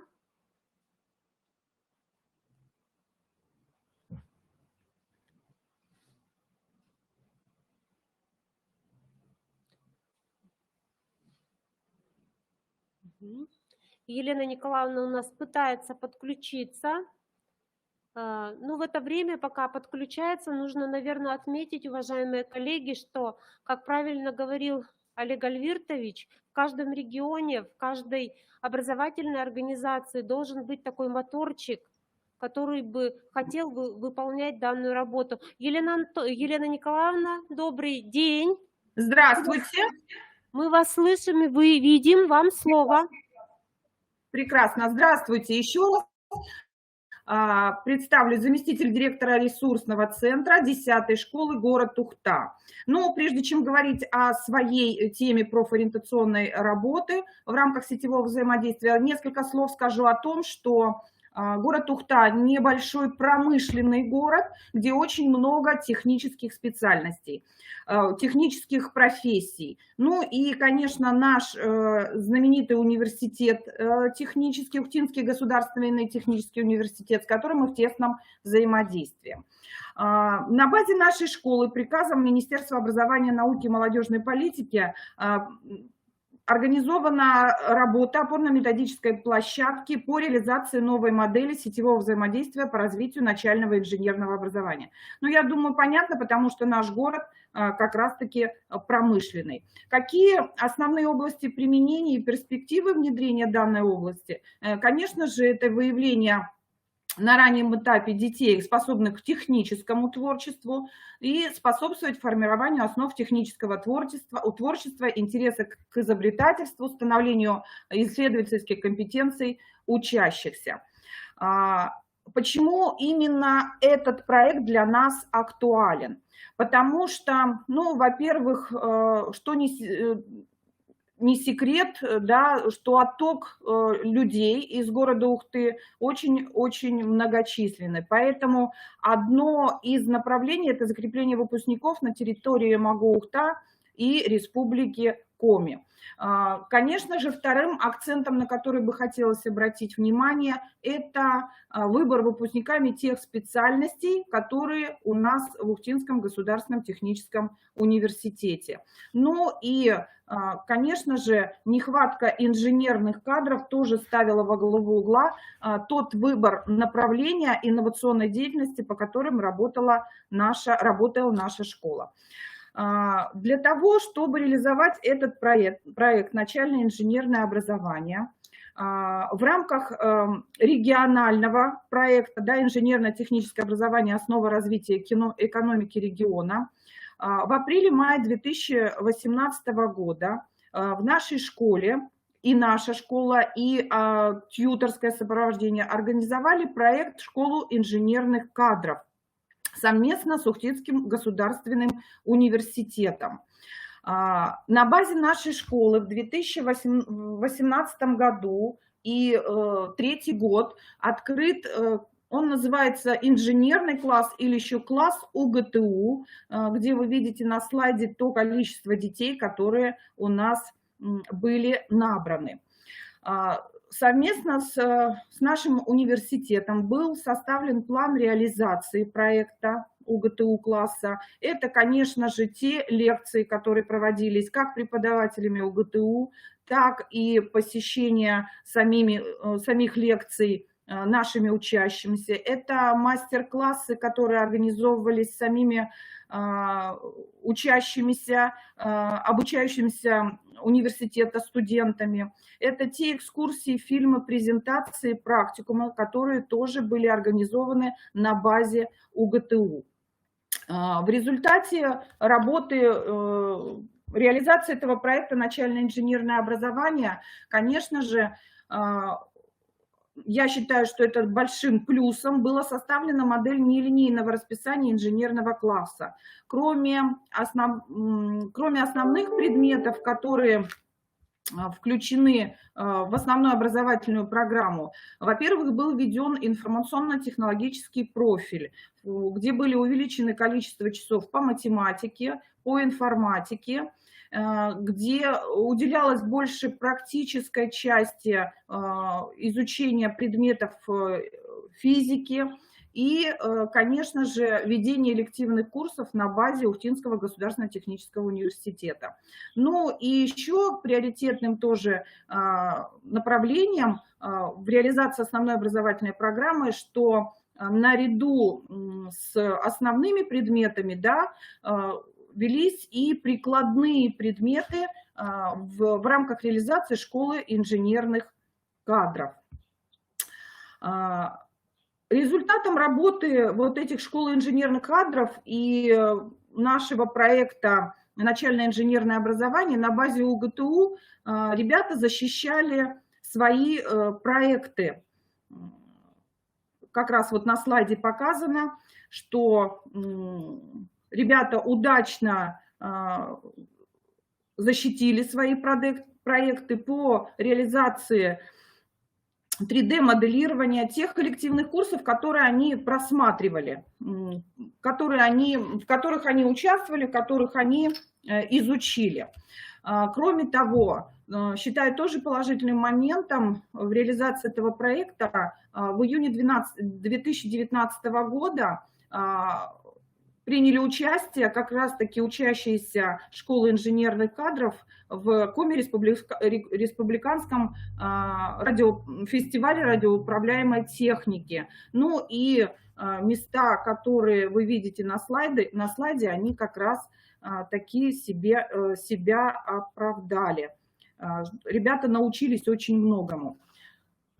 Если говорить о промежуточных результатах нашей профориентационной работы в рамках сетевого взаимодействия, они тоже на слайде обозначены, и мы планировали, что доля выпускников, которые, во-первых, естественно, самым большим, да, направлением в этой работе, что все-таки профориентация учащихся, профопределение, самоопределение учащихся будет на 100% уровне. Это как раз и дало свои результаты.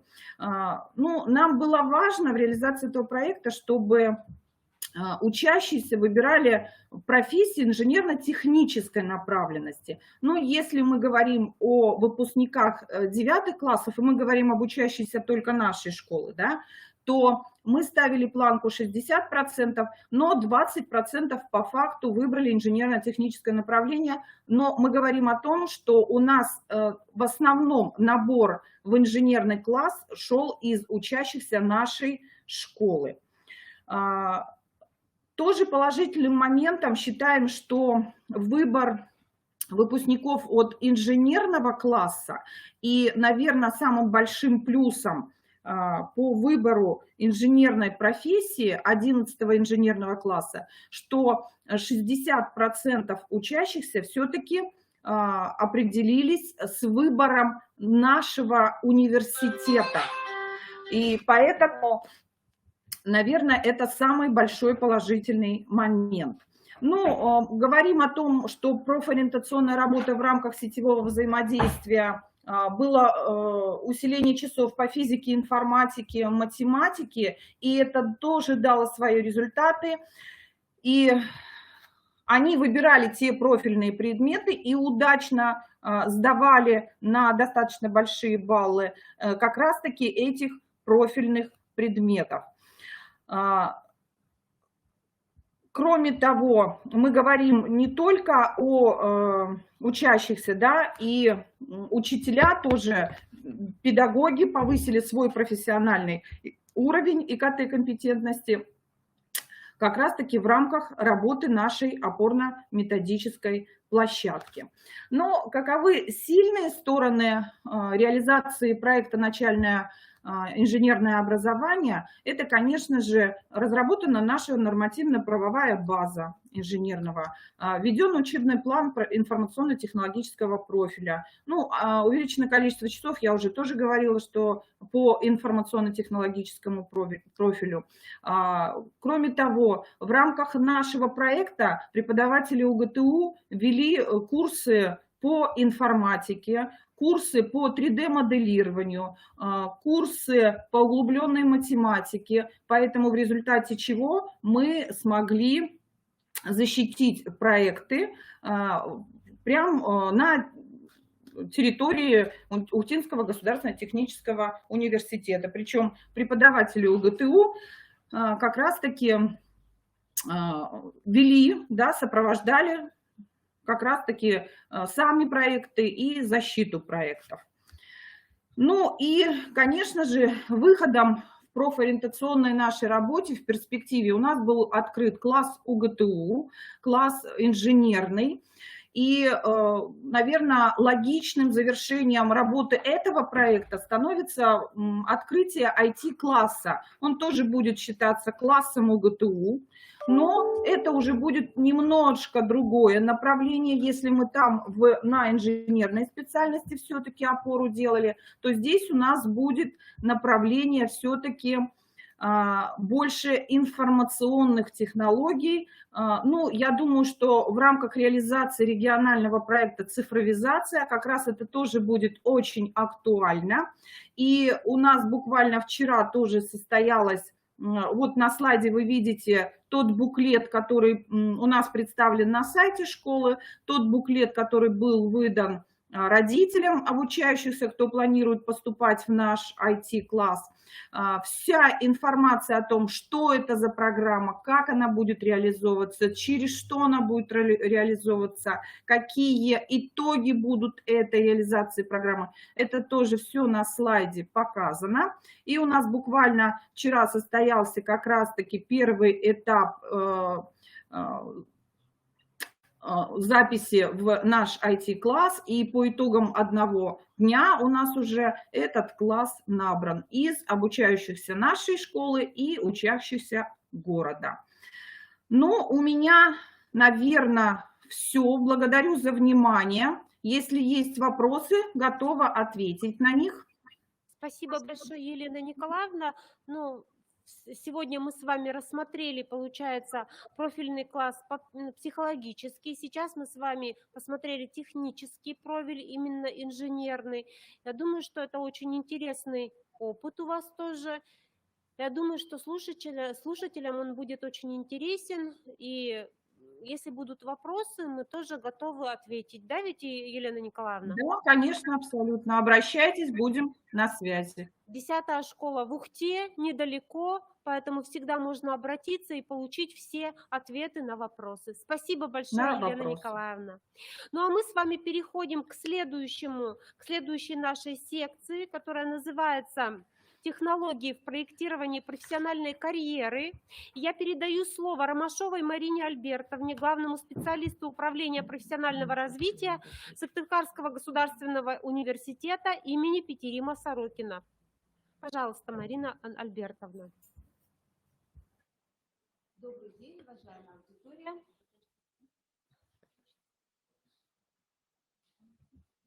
Я не удивилась. И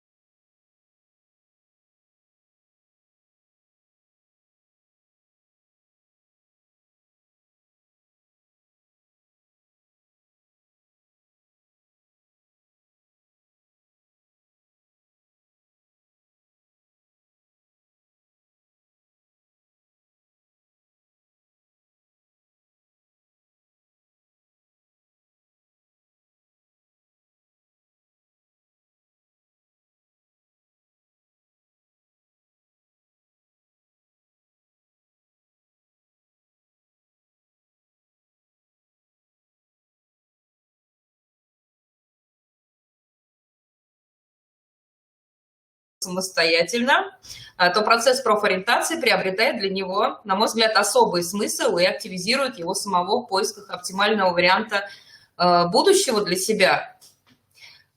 Да? Да. В нашей школе проектная деятельность активно развивается на всех ступенях обучения. В 10 классах даже есть такой официальный, и в 11 классах, извините, существует такой предмет, индивидуальный проект. Ежегодно... Ой, поторопилась. Сейчас вернусь назад. Так, значит, ежегодно создаваемые проекты наших ребят не исчезают бесследно, они постоянно генерируются, преображаются, расширяются, и порой вот сами тому свидетели, да, продолжаются другими поколениями. Некоторые из проектов становятся общешкольными, традиционными, как, например, в нашем случае это проект помощи бездомным животным, это школьная студия фоторетуши, это школьная служба примирения, был такой проект создания школьной телестудии «Компас», и этот проект теперь уже он живет, дышит, и вот сейчас медиа-классы начинают уже образовываться, поэтому история такова, да. Так вот, в этих проектах на данный момент принимают обучающиеся участие разных классов, и учителя, и родители, администрации, повторяюсь, а еще у нас есть партнеры, и уже даже, наверное, друзья наши вне школы, это различные специалисты, это, само собой, профессионалы своего дела, которые делятся с нами опытом. Проводят различные мероприятия, мастер-классы, обучающие курсы, дают ребятам возможность попробовать свои силы, доверяют им. какие-то ответственные задания, да, разработку проектов. Вот. И сейчас все это уже все наша жизнь. Это возможность для ребят свои навыки потренировать, развить ключевые компетенции, личные качества, и, естественно, найти свой путь. Вот. А для меня, как для наставника и школьного психолога, очень важно, ну и вообще как для человека, очень важно, чтобы то, чем занимаются ребята в ходе проектной деятельности, было им прежде всего интересно. Вам интересно? Да. Интересно. И чтобы они понимали, насколько важно для окружающих то, чем они занимаются, то, что они делают. И такую поддержку они получают, я надеюсь, от меня, и от наших учителей, от родителей, от партнеров, от всех-всех-всех, кто вокруг. И вот 4 года назад, вот мы так жили-жили, да, и 4 года назад мы открыли для себя вот такой замечательный конкурс, международный конкурс проектов прикладных исследований школьников и студентов, школа реальных дел. И как раз там реальные задачи работодателей, реальные люди, реальные организации, это возможность сетевого взаимодействия для школы с отраслевыми предприятиями. И именно вот про один, да, потому что вот хочется про все, но расскажем про один проект в рамках вот этого вот взаимодействия с гуманитарными технологиями, да, с Центром профориентации. Я и хочу вот рассказать вместе с моими коллегами, нашими выпускниками.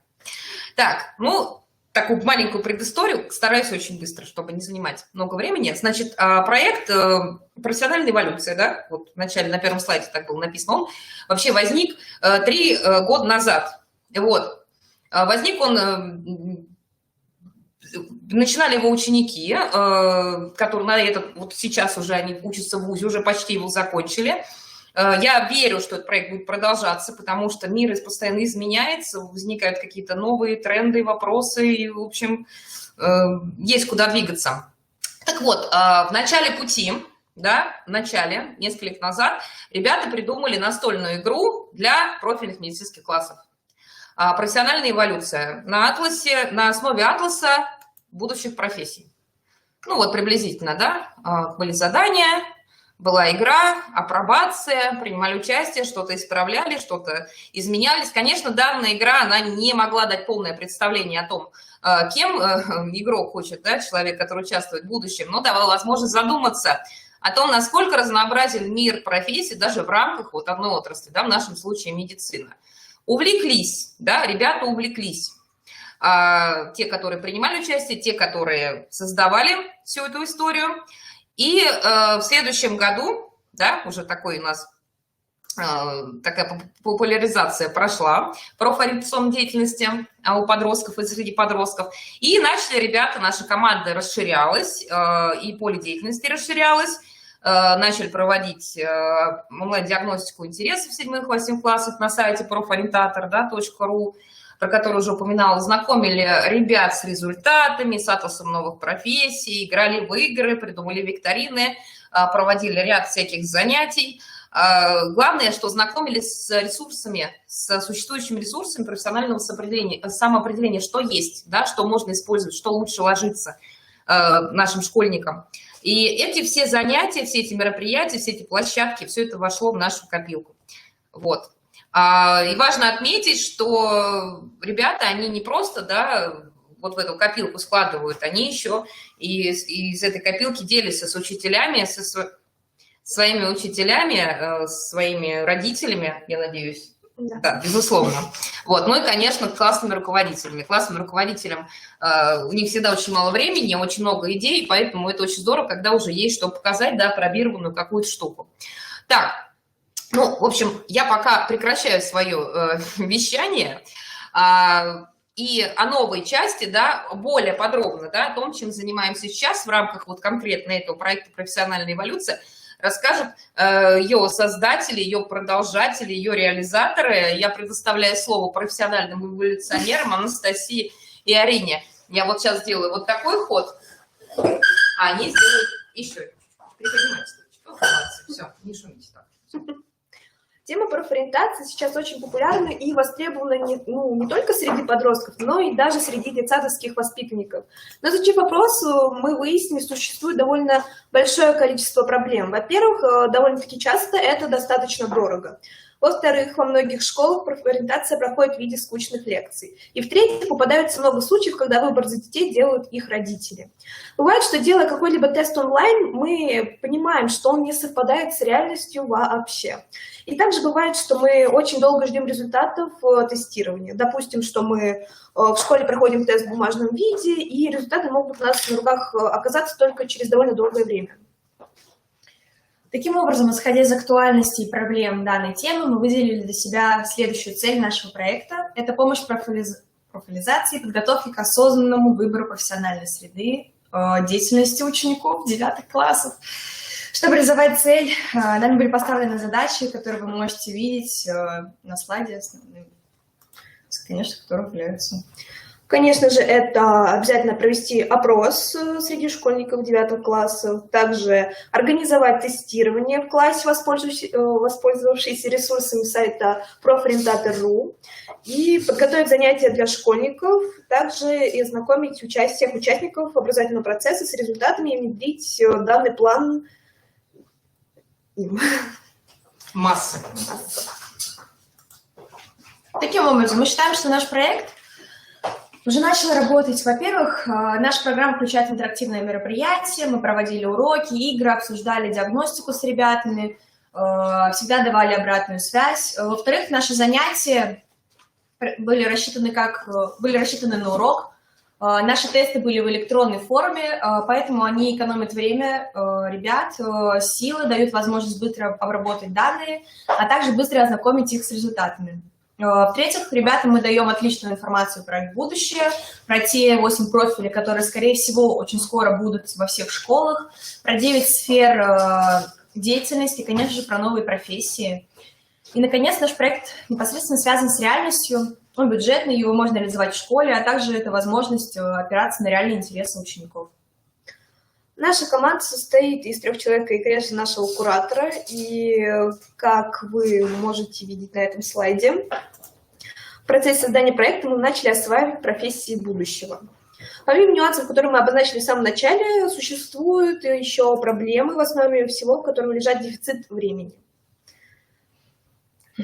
На этом слайде вы можете видеть дорожную карту. Мы смогли реализовать наш план даже во время дистанционного обучения, индивидуально познакомить ребят с результатами их теста. Причем в ходе консультации мы предложили несколько ресурсов, на которых ребята могли бы получить бесплатную помощь, а именно посетить вебинары, пройти тесты и в целом узнать о себе больше. Общую информацию по классам мы передали и классным руководителям. Итак, реализация нашего проекта началась, конечно же, с теоретической подготовки и сбора информации и материалов. Обратите внимание, тут представлены основные ресурсы, которыми мы пользовались в ходе нашего проекта. Это, конечно же, различные печатные издания, в том числе и те, которые нам посоветовал профориентатор.ру. Это атлас новых профессий, сайт Московского методического центра, а также программа профессионального обучения без границ, в ходе которой ребенок, уже обучаясь в школе, может получить профессию. Мы участвовали в этой программе, и поэтому делимся своим опытом с другими учениками. Также мы решили провести опрос, чтобы действительно узнать, актуальны ли те вопросы и нюансы, которые мы обозначили в начале. Мы сделали опрос из 8 вопросов, которые провели в Google формах. В нем участвовало более 100 человек. Таким образом, мы получили следующий результат. Вы можете с ними ознакомиться на слайде. Вот. И благодаря проведенному опросу мы смогли уточнить задачи нашего проекта, а именно наибольшее количество респондентов доверяет профориентации в школе. Также существует объективная необходимость в том, чтобы систематизировать и разнообразить профориентационные мероприятия в школе, познакомить ребят с площадками и проектами города, на которых они смогут получить помощь в выборе профессии. Следующий наш этап – это практическая реализация. Это 2 занятия, интерактивное занятие в 9 Б-классе и командная игра в 9 А-классе. На слайде вы можете видеть некоторые наши заметки. по различию проводимых мероприятий. Мы, конечно, столкнулись с проблемой, но интереснее будет их решение. Вы можете ознакомиться на слайде, но по личным ощущениям командная игра имела больше успех, чем занятия в классе. И, наконец, заключительный этап нашей работы – это этап исследования. Проведя все мероприятия, игры, лекции, мы провели исследование. Сначала мы опросили ребят про те профили, которые им самим интересны, а затем они прошли тестирование на сайте профориентатор.ру по методике профперспектива 4.0. Выбор данной методики обоснован большим количеством представленных сфер деятельности и, соответственно, наибольшим спектром возможностей для учеников. В исследовании приняли участие 23 ученика из А-класса и 22 ученика из 9 Б. Затем мы сравнили полученные результаты желаемого профиля и онлайн-тестирования, смогли сделать следующие выводы. У многих девятиклассников предпочитаемый профиль обучения не всегда совпадал с предпочитаемым, согласно тестированию, сферы деятельности. Наиболее предпочитаемый профиль – это социально-экономический, а сфера – это творческо-экономическая. Наименее предпочитаемый – социально-гуманитарный, а сфера – естественно-научная, инженерно-техническая и художественно-творческая. Наибольшей проблемой для обучающихся является несовпадение предпочитаемого профиля и сферы деятельности, которую они выбрали в ходе диагностики. После того, как мы узнали результаты тестирования 9 класса, мы успели выступить на педагогическом совете. Там мы рассказали о профессиях будущего, про 9 сфер, про 8 профилей. Учителя были заинтересованы, задавали нам вопросы.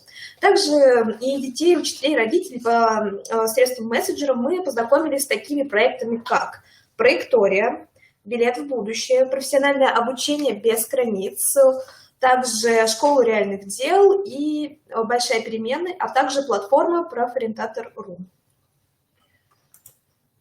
Таким образом, подводя итог нашей работы в этом году, мы можем сделать следующие выводы. Мы изучали основные проблемы при выборе профиля в нашей школе. Они созвучны в целом с проблемой выбора профессии у подростков. Выяснили, что многие определились с профилем, но не понимают, куда они пойдут дальше. В какой вуз пойдут. Проанализировали все профили с помощью сайта атласа новых профессий, подобрали каждому профилю соответствующей профессии и сферы деятельности, в том числе и профессии будущего. Мы провели Google опрос, провели онлайн-тестирование. Также мы познакомили учителей нашей школы с результатами опроса и тестирования. Все наши материалы помещены в облако школы. Мы провели индивидуальные онлайн и очные встречи с ребятами и их родителями. Познакомили их с результатами опроса и снова рассказываем о результатах нашего города для профориентации. Спасибо за внимание. Вот. Да, спасибо за внимание, но это просто вот кратко, чтобы было понятно, что происходит.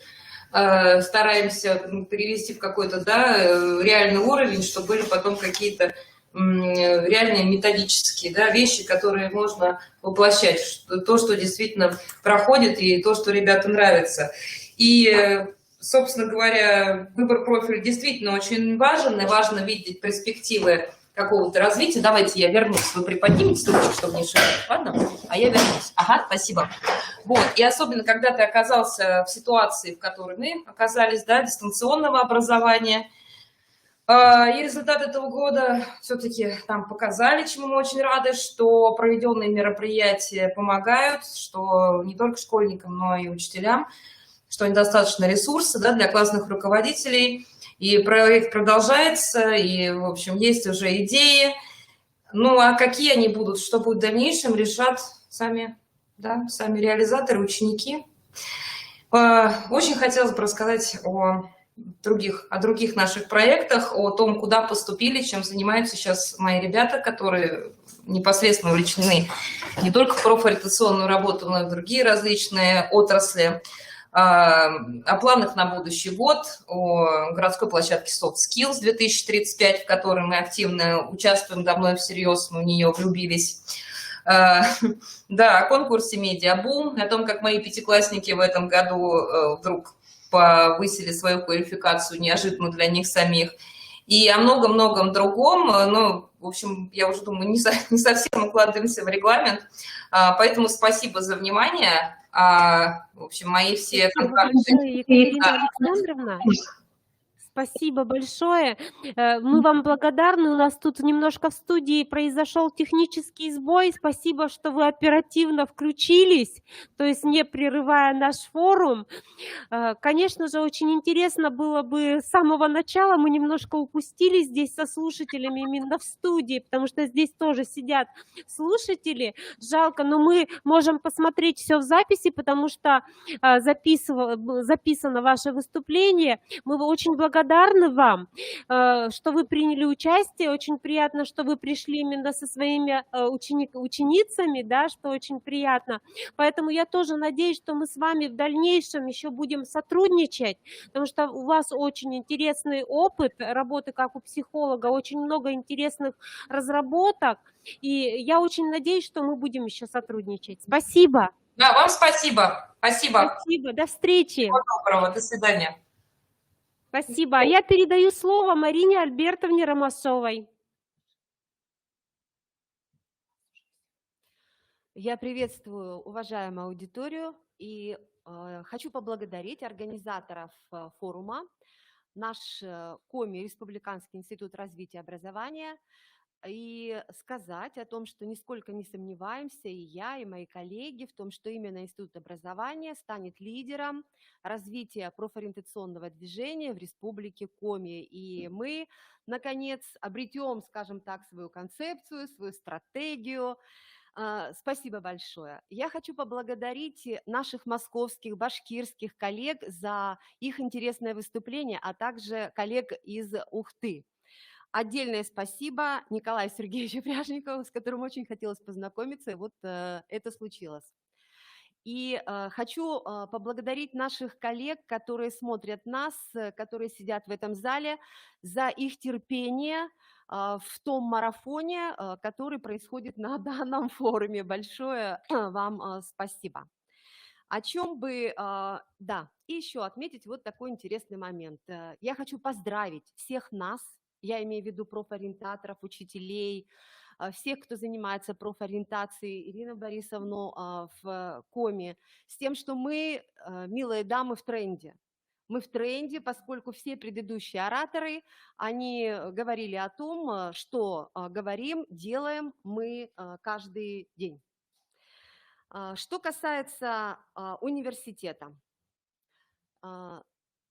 Управление профессионального развития университета уже более 6 лет ведет профориентационную работу со школьниками по созданию условий для профессионального выбора обучающихся, решая задачи совершенствования формы методов профориентационной работы, взаимодействия с сообществом работодателей, нашими партнерами, содействие занятости и трудоустройству обучающихся и выпускников.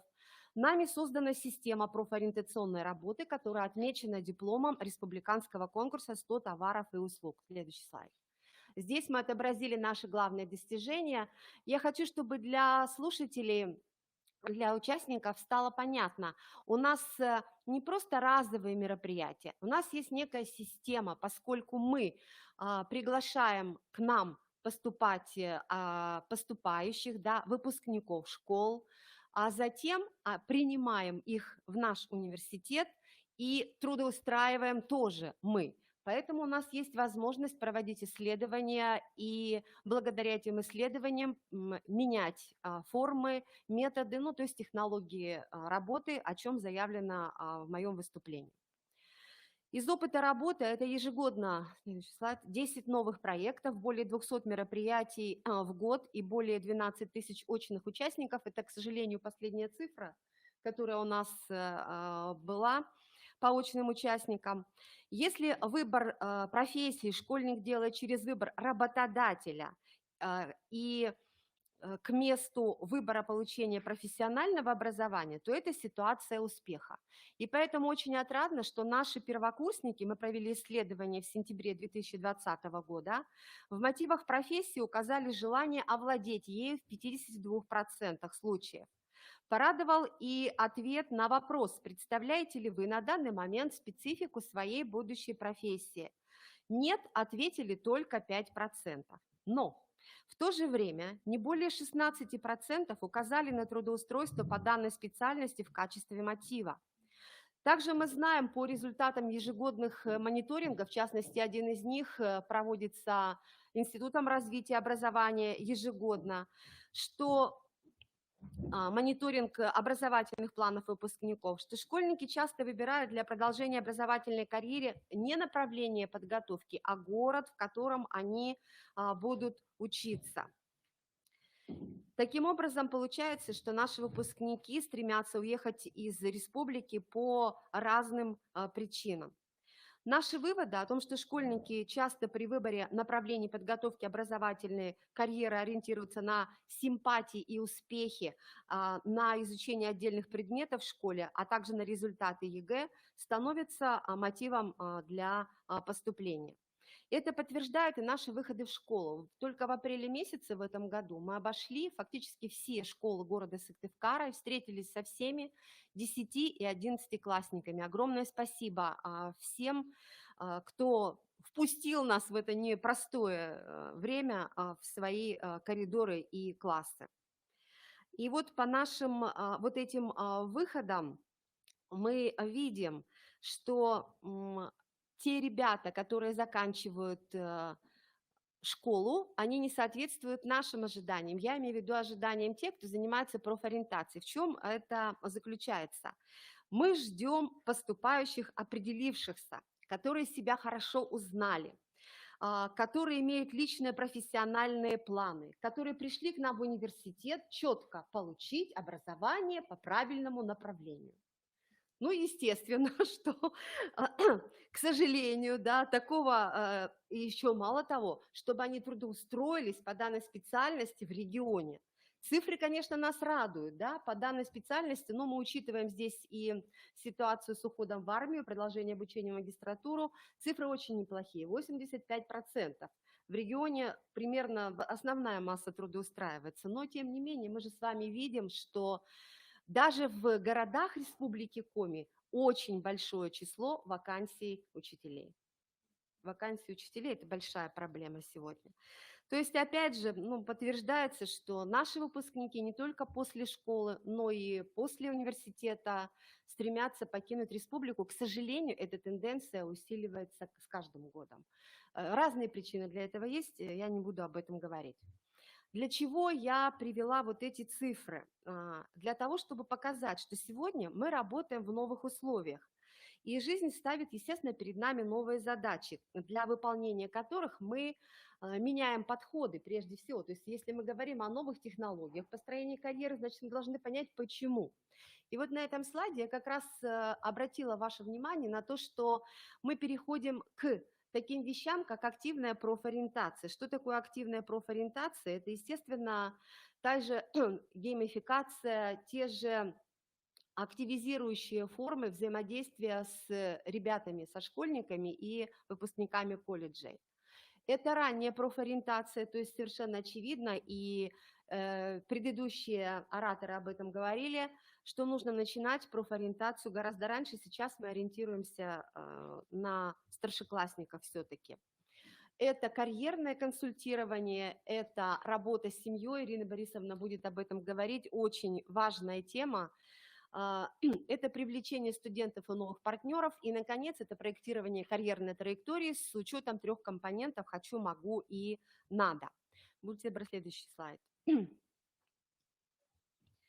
Значит, вот на этом слайде я представлю те традиционные мероприятия. Я не говорю, что они как бы ушли, да, в прошлое, ни в коем случае. Наоборот, они приобретают новый вид. Вот если вы увидите, например, вместо Дня открытых дверей мы сегодня делаем Дни открытых страниц. Студенты снимают ролики о своих институтах и сами приглашают обучающихся поступать к нам в университет. То есть даже традиционные мероприятия, они независимо от ситуации приобретают новые формы. Будьте добры, следующий слайд. На следующем слайде мы показываем вам инновационные мероприятия, те, которые сегодня уже неоднократно приводились в качестве примеров, в том числе и нашими коллегами из Ухты. Значит, здесь я бы отметила такие вещи, как школа карьерных практик, но дальше в своем выступлении я об этом несколько слов скажу. Пожалуйста, следующий слайд. Для простоты восприятия информации я предлагаю вам схему неких условий, да, в которых мы сегодня работаем, и перспектив в области профессиональной деятельности и профориентационной нашего университета. Обратите, пожалуйста, внимание на то, что такое новые условия. Это внешние обстоятельства, такие как пандемия та же, такие как глобализация, миграция, цифровизация, развитие IT-технологий. Я добавлю сюда социально-экономическое развитие как региона, так и страны. И по нашим наблюдениям, значит, что мы видим сегодня в школах, что мы видим у своих студентов? Выпускники часто проявляют неудовлетворенность своей профессией, выбранной ими. Часто не сформирована мотивация к труду. А если она сформирована, то она сформирована очень своеобразно.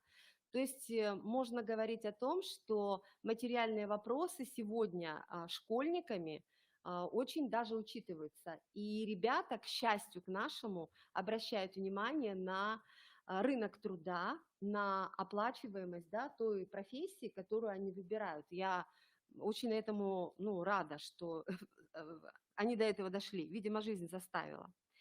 Непрозрачность карьерной траектории, незнание состояния труда, рынка труда и так далее. Я здесь еще добавлю, и опять же ораторы говорили передо мной, что очевидно, мы взаимодействуем с педагогами, мы взаимодействуем с родителями. Эти аудитории, они испытывают сложности в работе с IT-технологиями. Почему испытывают сложности? По нашему мнению, во-первых, у них нет мотивации, как у родителей, так и у некоторых педагогов. Я обо всех ни в коем случае не говорю, да. И второе, непонимание процедур и возможностей. Вот как раз Пряжников говорил о том, что да, процедуры, они должны быть все-таки прописаны, да, некий алгоритм действий должен существовать, тогда людям, естественно, будет гораздо проще, и они преодолеют неуверенность, и тогда уже будут более активны. Что работает сегодня, то есть чем занимаемся сегодня мы в университете? Мы проводим исследования, как вы уже слышали, и среди выпускников школ, и среди студентов. Мы используем результаты мониторингов всех, которые проводятся, и опять же, прежде всего, это мониторинг Института развития образования. Мы приглашаем работодателей в качестве модераторов на мероприятия. У нас есть проект с Центром занятости Сыктывдина. Этот проект «Старт успешной карьеры», когда руководители службы занятости, сотрудники, они выходят к нам в аудиторию, обращаются не только к нашим студентам, но и к школьникам, то есть к вашим обучающимся, если учителя сейчас, педагоги нас слышат. Значит, кроме того, я сказала о деньгах, достаточно гибкая система скидок существует в университете, и мы постоянно увеличиваем размер стипендиальных выплат. Вот на сегодняшний день для 100-бальников уже утверждена стипендия 50 тысяч рублей. И я вижу, да, приятное удивление на лицах моих коллег. Да. И сейчас я очень много общалась с управлениями образованием, и они все отметили, что мы получили от вас информацию, и как бы вот эта денежка, она нас радует. А что еще, да, может удержать ребят сегодня здесь? Значит, что планируется, вот этот желтый прямоугольник, мы бы предложили формирование материалов по изменениям на рынке труда, по перспективам появления новых профессий и образовательных программ, как для школьников, так и для работодателей с участием наших профильных министерств. То есть достаточно непросто, да, по времени затянуто, когда нам нужна очень срочная информация, вы понимаете, что это процесс, да, не на раз-два, и если бы вот регулярно некий, я не знаю, как это даже назвать, да, информационный какой-то блок выходил, где вот эта информация была сосредоточена в одном месте, мы были бы очень все благодарны, готовы поучаствовать, собственно, в этой создании его. Мы на сегодняшний день уже работаем над созданием, внедрением новых образовательных программ, не буду утомлять, и у нас их очень много в этом году. И, наконец, еще такая вещь здесь, в желтом этом квадрате, это профсоветы родителям и педагогам.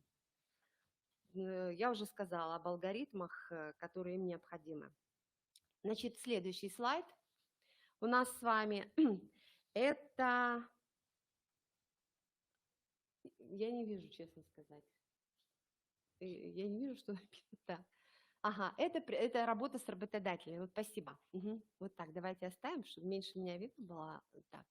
Значит, до меня ораторы все, естественно, говорили о том, что да, давайте работать с работодателями. Это тоже новые условия. Работодатели очень изменились. В частности, у нас была идея, например, проекта виртуальных экскурсий по тем организациям, которые существуют хотя бы в городе Сыктывкаре. Что мы в итоге получили? Здесь филиалы самых различных организаций, куда устраиваются наши выпускники, а филиалы не получают разрешения от головных организаций, чтобы вот эти экскурсии были сняты, а тем более показаны кому-либо. И вот это я даже не знаю, как это назвать, этот барьер такой административный, он получается, он не дает, к сожалению, вот в полной мере с работодателями отработать. Значит, что еще вот здесь? Тем не менее, мы работаем, мы стараемся. Я вам только что рассказала про вот этот проект с тем же Сыктывдинским центром занятости. Что еще интересно сейчас? Профилизация в школах. С одной стороны, это здорово, это классно. С другой стороны, оказывается, опять же, из общения с педагогами возникает целый ряд проблем. Например, ребята к концу 11 класса выгорают на этих самых профилях, они им надоедают. Это не пустое, так сказать, это подтверждено опросами педагогов. То есть, что делать тогда, когда в 11 классе, перед тем, как выбирать предметы ЕГЭ, ребенок уже не хочет выбирать те, которые по профилям. Ребята в итоге разочарованы, ребята недовольны своим выбором, и ребята хотят иного. Что работает сегодня здесь?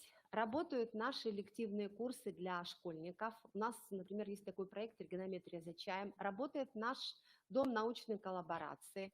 Работает наша школа карьерных практик, где мы набираем очень много материала, кейсов, практических заданий для школьников, которые к нам приходят. И ребята даже в дистанте работают по этим кейсам и заданиям. Значит, что планируется на сегодня в этом плане? Поскольку все-таки основной наш выпуск – это медики и педагоги, которые нужны республике, региону однозначно, мы планируем внедрение таких вещей, как виртуальный педагогический класс. Это я только о планах. Да? Пока это олимпиада по педагогике и психологии, она, чтобы была республиканской, пока она проходит только на уровне университета, мы предлагаем сделать ее несколько иной. Это профориентация с обучающимися как минимум с 8 класса, чтобы к 9 они были готовы, да, к сдаче аттестационных своих работ. И, наверное, все. Следующий пункт, будьте добры. Я обозначу очень интересную, я бы не сказала, что это проблема, но это некое новое условие. На рынке появляются новые игроки. Сегодня о них уже говорили. Это не всегда компетентные, да, профессиональные, квалифицированные люди. Я ни в коем случае не говорю о тех, кого привела в качестве примера, потому что как раз вот здесь есть определенные результаты, они видны, люди делятся ими. Это, например, франшизы, которые сегодня вот работают в Сыктывкаре. Это город профессий, это Skillfolio. Это франшиза, да, связывались мы с ними, тоже смотрели, как и что достаточно профессионально сделали платформы. То есть, коллеги, получается, я имею в виду вот те, кто занимается профориентацией, получается, что нам с вами нужно в этих новых условиях работать с нашими конкурентами, бы я сказала, да, государственным организациям, выстраивать отношения, поскольку у них нет жесткого графика там выходных, например, да, они не ограничены по времени, в любое удобное время они могут встречаться с родителями и детьми. Но не забывайте, что они платят за это деньги, а, соответственно, они приходят на тренинги, которые проплатили. Вот какая система, вот какая схема. Что у нас работает? Да, еще здесь, ну, вот этот проект, о котором я уже говорила. Значит, что мы собираемся делать? Это создание, возможно, малого инновационного предприятия с участием студентов профгид, для того, чтобы ребята занимались и профдиагностикой, и следующими этапами профориентационной работы для построения карьеры. Это привлечение новых партнеров, я вам уже сказала, каких. Это новые формы взаимодействия с нашими долгосрочными партнерами. Я не могу не сказать о нашем центре любимом, Ирина Борисовна, с которым мы 3 проекта в этом году новых дистанционно провели. Это вообще здорово, мы вам очень благодарны и всем, кто в этом проекте поучаствовал. Спасибо большое. Значит, следующий слайд. Спасибо. Это анализ итогов профориентационной работы с образовательными организациями. Что мы видим вот на сегодняшний день? 2 года, 1,5 в условиях дистанционного и сейчас, да, в республике. В основном школы по целому ряду причин, это объективные причины, не субъективные. 1000 человек в школе, 1 психолог, это нереально, да, чтобы он построил карьеру человеку. Или классный руководитель, у которого, я не буду даже, я боюсь перечислить задачи, которые перед ним стоят, эту работу, которую он делает. И поэтому в основном, к сожалению, да, мы ограничены диагностическим этапом профориентационной работы со старшими школьниками. И слава богу, если такая работа в школе проводится. Профориентация в основном, в том числе и мы, занимаемся этим в построении карьеры для обучающихся 10-11 классов. И вот еще одно больное место – это слабая связь со школьными кураторами профориентационной работы. Ну, просто поражает. Город Сыктывкар, да, мы направляем некую информацию, такую супер, мы ее готовим, вот давайте. Прихожу к ребятам в школу, там 10 классы, в 11 говорю, ребята, вот у нас вы записались, они говорят, куда? Мы вообще не в курсе. То есть вот представляете, ну, в одном городе живем, я уже молчу, про республику, к сожалению, не говорю. Для нас это очень большая проблема. Мы этим хотим заниматься. Во всяком случае, вот в желтом квадрате вы видите, мы хотим, думаем, да, в перспективе разработать положение о конкурсе на лучшего школьного профориентатора. Оксана Валерьевна будет одним из претендентов на это звание. И кураторов в профориентационной работе. Естественно, хотелось бы вот эту проблему озвучить и каким-то образом, может быть, Анжелика Васильевна поставить перед Институтом образования вопрос, вот как можно наладить связь между нашим, вот, например, университетом и школами не только города, но и республики. Это очень больное место. То есть и та, и другая сторона готовы и делают это, но тем не менее вот, не получается. Значит, что здесь у нас с вами? Это развитие профориентационной работы для обучающихся 10 классов. В этом году мы это сделали. Мы провели тренинги, которые назвали «Профперспектива». Довольны все, и ребята, и педагоги.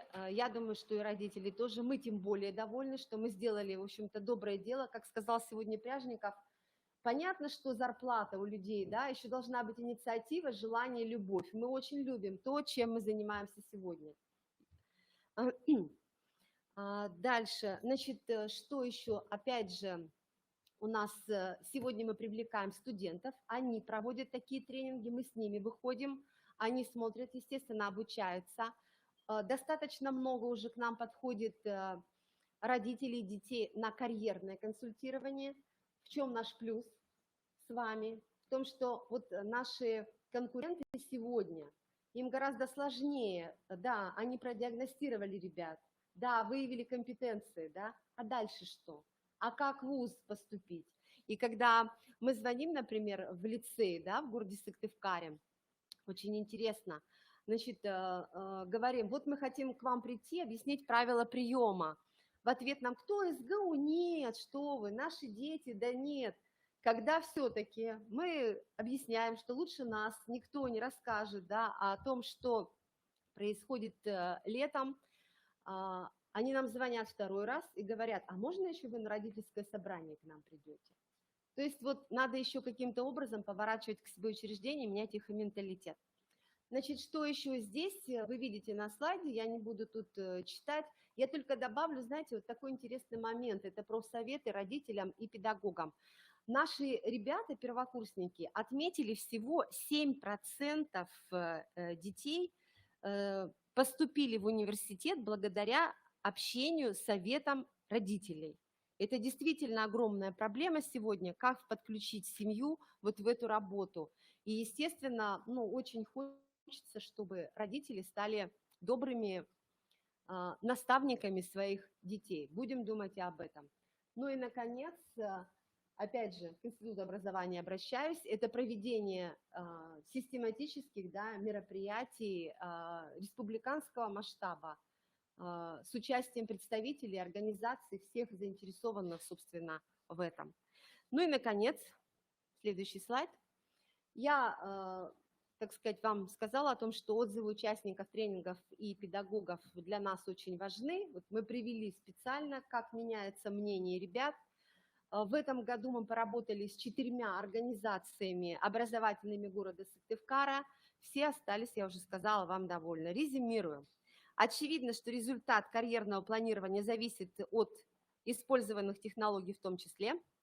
Уверена, что проектирование карьеры уже в школе позволяет не только выбрать курсы и предметы для более эффективного использования своих ресурсов и возможностей, но и определиться с направлением подготовки в вузе или колледже. Для этого нам с вами важно сотрудничать, нам важно знать о планах друг друга и совместно использовать имеющиеся у каждого ресурсы. Еще раз всем здоровья и успехов. Следующий слайд.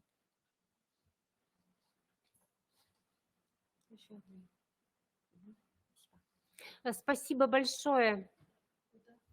Спасибо большое, Марина Альбертовна. У нас подошла к концу секция номер 2, где мы с вами поговорили о технологиях проектирования профессиональной карьеры. И мы переходим к третьей секции.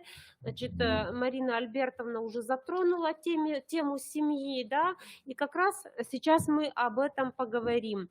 И первое я даю слово Коишевой Ирине Борисовне, заведующей отделом профориентации и методической работы Центра психолого-педагогической, медицинской и социальной помощи. Тема доклада «Родитель как наставник в самоопределении школьника» и как помочь семье выстроить грамотную профориентацию. Пожалуйста, Ирина Борисовна, вам слово. Так, сейчас. Так. Ага. Секундочку.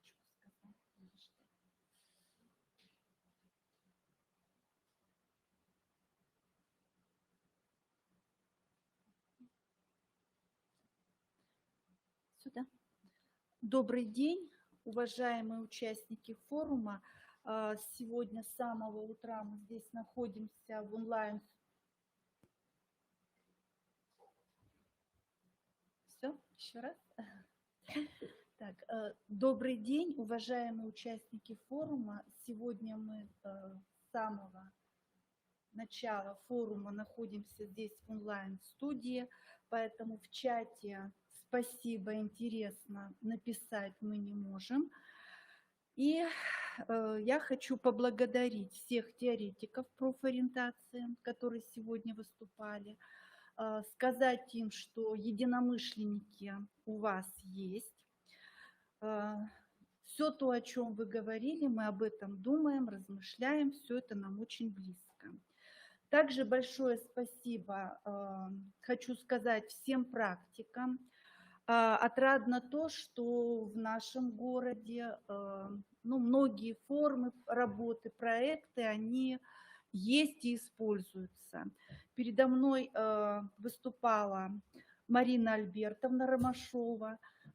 Хотелось бы, чтобы кто-то выступил, но они не заявлены в программе. Это наши коллеги и партнеры с образовательных организаций среднего профессионального образования, потому что очень много делается для школьников в нашем городе. В начале своего выступления я хочу несколько слов сказать об организации, опыт которой мы сегодня представляем на форуме. муниципальное учреждение, Центр психолого-педагогической, медицинской, социальной помощи, базовая организация по профессиональной ориентации учащихся, Управление образования города Сыктывкара. Дальше. Работа по ранней профессиональной ориентации со всеми участниками образовательных отношений на территории нашего города строится по плану мероприятий дорожной карты по профессиональной ориентации школьников. Мероприятия и проекты дорожной карты актуальны для всех категорий учащихся, их родителей и педагогов-наставников. Координатором реализации плана мероприятий является наш центр, а координаторы в школах – это ответственные за профориентационную работу, команда педагогов-наставников, объединенных в городское методическое объединение, ответственных за профориентационную работу. Вот предыдущий выступающий, Марина Альбертовна, ну, как сказать, планирует университет на следующий год организовать конкурс на лучшего профориентатора. Но я хочу здесь сказать, что мы находимся в столице. У нас несколько образовательных организаций высшего профессионального образования. Вот коллега из Башкирии выступал в городе, где 10 образовательных организаций профессионального образования. У нас среднеспециальных 15.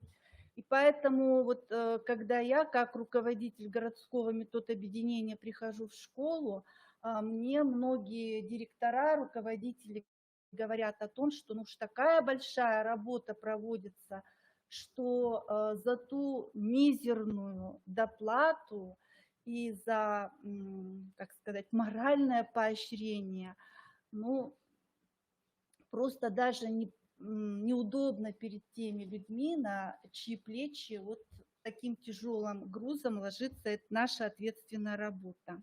Дальше, пожалуйста. На слайде представлены направления деятельности центра. Третий модуль – работа с родителями в разных формах по направлению уставной деятельности, в том числе работа с родителями в направлении профессиональная ориентация. Дальше. Вот опять обращаюсь к Марине Альбертовне, к выступающему, которая выступала передо мной. Она уже озвучила значимость привлечения родителей к профессиональному самоопределению. И вот, значит, студенты первого курса отметили, что 7% родителей посоветовали поступать именно в университет. На слайде вы видите немножко другие цифровые показатели из анализа профессиональных намерений и планов выпускников 9-11 классов общеобразовательных организаций Республики Коми, проведенного Коми Республиканским институтом развития образования. То есть мы видим здесь 12,5 и 10,4% родителей. Семья, близкие родственники относятся к референтной группе факторов, оказывающих влияние на выбор учащимися профессии и образовательного профессионального маршрута. Семья, с одной стороны, является той системой, которая оказывает в среднем сильное влияние на профессиональное самоопределение учащихся, и не только в форме прямых воздействий, но и как реальный фактор косвенно, но закономерно определяющий идеалы, устремления, ценностные ориентации детей, то есть формирование полноценного гражданина, о важности воспитательного компонента говорили сегодня предыдущие выступающие. Дальше. Обязательного предмета профессиональная ориентация в школах города Сыктывкара нет. То есть, как уже говорили, это работают, ну, в основном энтузиасты, потому что мой опыт говорит о том, что те, кто прикоснулись к профориентации, они в этой деятельности, ну, в том или ином статусе очень долго остаются, а может быть и на всю жизнь. На слайде проранжированы ошибки родителей при оказании помощи детям при выборе профессии, с которыми профконсультанты центра сталкиваются при проведении профориентационной работы с учащимися. Хотелось бы обратить внимание на последний пункт перечня.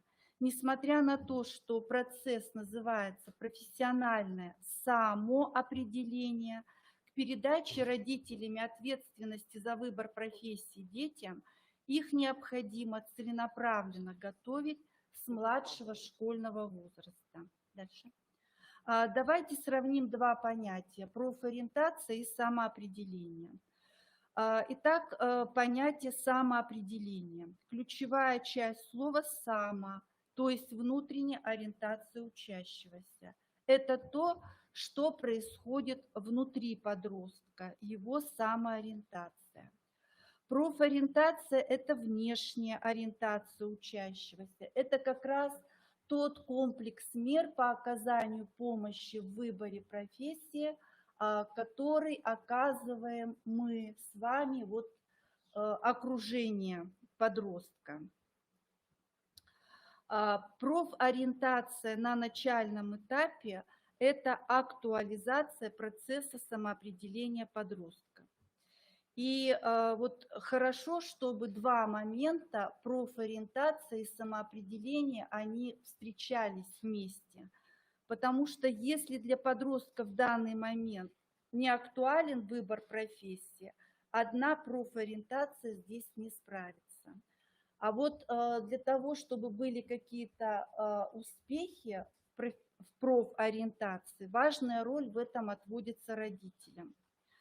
Центр видит свою задачу, во-первых, это в создании условий для профориентации учащихся, что мы делаем, о чем я расскажу и о чем говорил наш партнер, коллега, о тех проектах, которые проходят в городе для учащихся.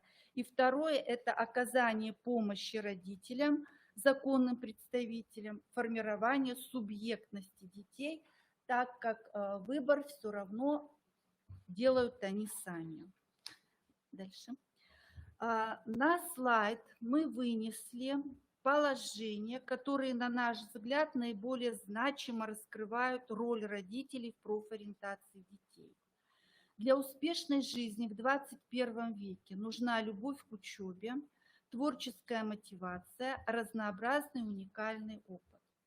Главная задача родителей – привить детям любовь к учебе, предоставить с младшего школьного возраста возможность заниматься в дополнительном образовании с целью развития интересов, склонностей, способностей.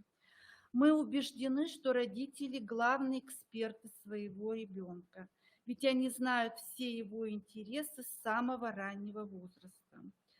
Родителю важно не пресекать интересы, давать возможность детям получить опыт, а если нет каких-то уникальных способностей, потому что в одном выступлении говорили о том, по-моему, Николай Сергеевич Пряжников, что с успешными детьми работать легко, то, значит, нужно в этом случае не забывать про навыки, которые необходимо развивать. Сейчас я говорю про образовательные курсы, которые проходят на базе профессиональных образовательных организаций высшего и среднего образования, про дополнительное образование, которое мы здесь прививаем, которые мы здесь представляем. Родителям важно услышать ребенка и найти тот ресурс, где ребенок сможет развивать навыки. Будущее можно и нужно планировать. Это значит, что ребенок должен научиться ставить цели и задачи, заниматься самомотивацией, тайм-менеджментом. Родитель сам может изучить современные профессии, а затем рассказать о том, какие профессии нужны, дать максимум информации о разных профессиях, объединиться с другими родителями и дать возможность детям прикоснуться к профессиям, ходить вместе с детьми на лекции, на дни открытых дверей, не заставлять учиться ради диплома, дать ребенку личное пространство и сделать выбор самому. Вот все то, о чем мы сейчас с вами проговорили, это и есть помощь родителей в выборе их детьми профессии. Мы хотим поделиться с участниками форума с несколькими направлениями работы центра для родителей, которые направлены на их обучение выстраиванию грамотной профориентации. Дальше. Компетенцию родителей как наставников в профессиональном самоопределении детей педагоги центра системно и целенаправленно формируют через модуль профориентация программы психолого-педагогического просвещения «Успешные родители». В допандемийный период за 2 последних учебных года мероприятиями программы было охвачено около 10 тысяч родителей, учащихся 1-11 классов. Дальше. Результативность встреч с родителями определяется нами, в том числе и по их обращениям для записи детей на индивидуальные профессиональные консультации. Индивидуальные консультации учащихся и их родителей по совместному проектированию профессионального образовательного маршрута – это следующая востребованная форма работы. Вот когда нужно начинать заниматься профориентацией, мы сказали, что с 1 класса. А вот когда нужно непосредственно заниматься формированием личного профессионального плана. На первое место выходит критерий вовремя. Часто обращаются родители учащихся 5-7 классов, чтобы записать ребенка на индивидуальную профконсультацию по формированию личного профплана. Как раз у меня в понедельник будет такая консультация, потому что маму не смогла переубедить. Ребенок, конечно, придет на консультацию, раз его записали, но построение личного профессионального плана в этом возрасте пока для него не актуален. Индивидуальные профконсультации такие педагоги центра ведут, начиная с 8 класса, и только с теми учащимися, для которых это важно и значимо. Поэтому большая часть консультируемых это 9-классники и их родители. Второй критерий – это интересно. Вот здесь хочется сказать о консультации. Много было выступлений сегодня, когда говорили про диагностику. Понятно, что по понятным причинам от диагностики отказаться невозможно, но родители сразу, когда дают запрос, они хотят, чтобы провели какую-то методику, и чтобы по данной методике четко сказали, что такое-то профессия, такое-то направление подготовки, такое-то учебное заведение. Поэтому, конечно, диагностику мы применяем также игровые упражнения, дискуссионные формы работы, о чем сказал Пряжников, то есть на консультации много говорим с ребятами и родителями. Ну и главное на консультации – это замотивировать оптанта и его родителя. Третье – адекватном времени. Мир профессии очень динамичный. За последние несколько лет тема профориентации поднялась на государственный уровень. Профориентационные проекты стали федеральными и надшкольными. И к таким проектам может присоединиться любой учащийся и его родители. Консультация, обычно профконсультация завершается справочной информационной беседой как раз вот о данных проектах.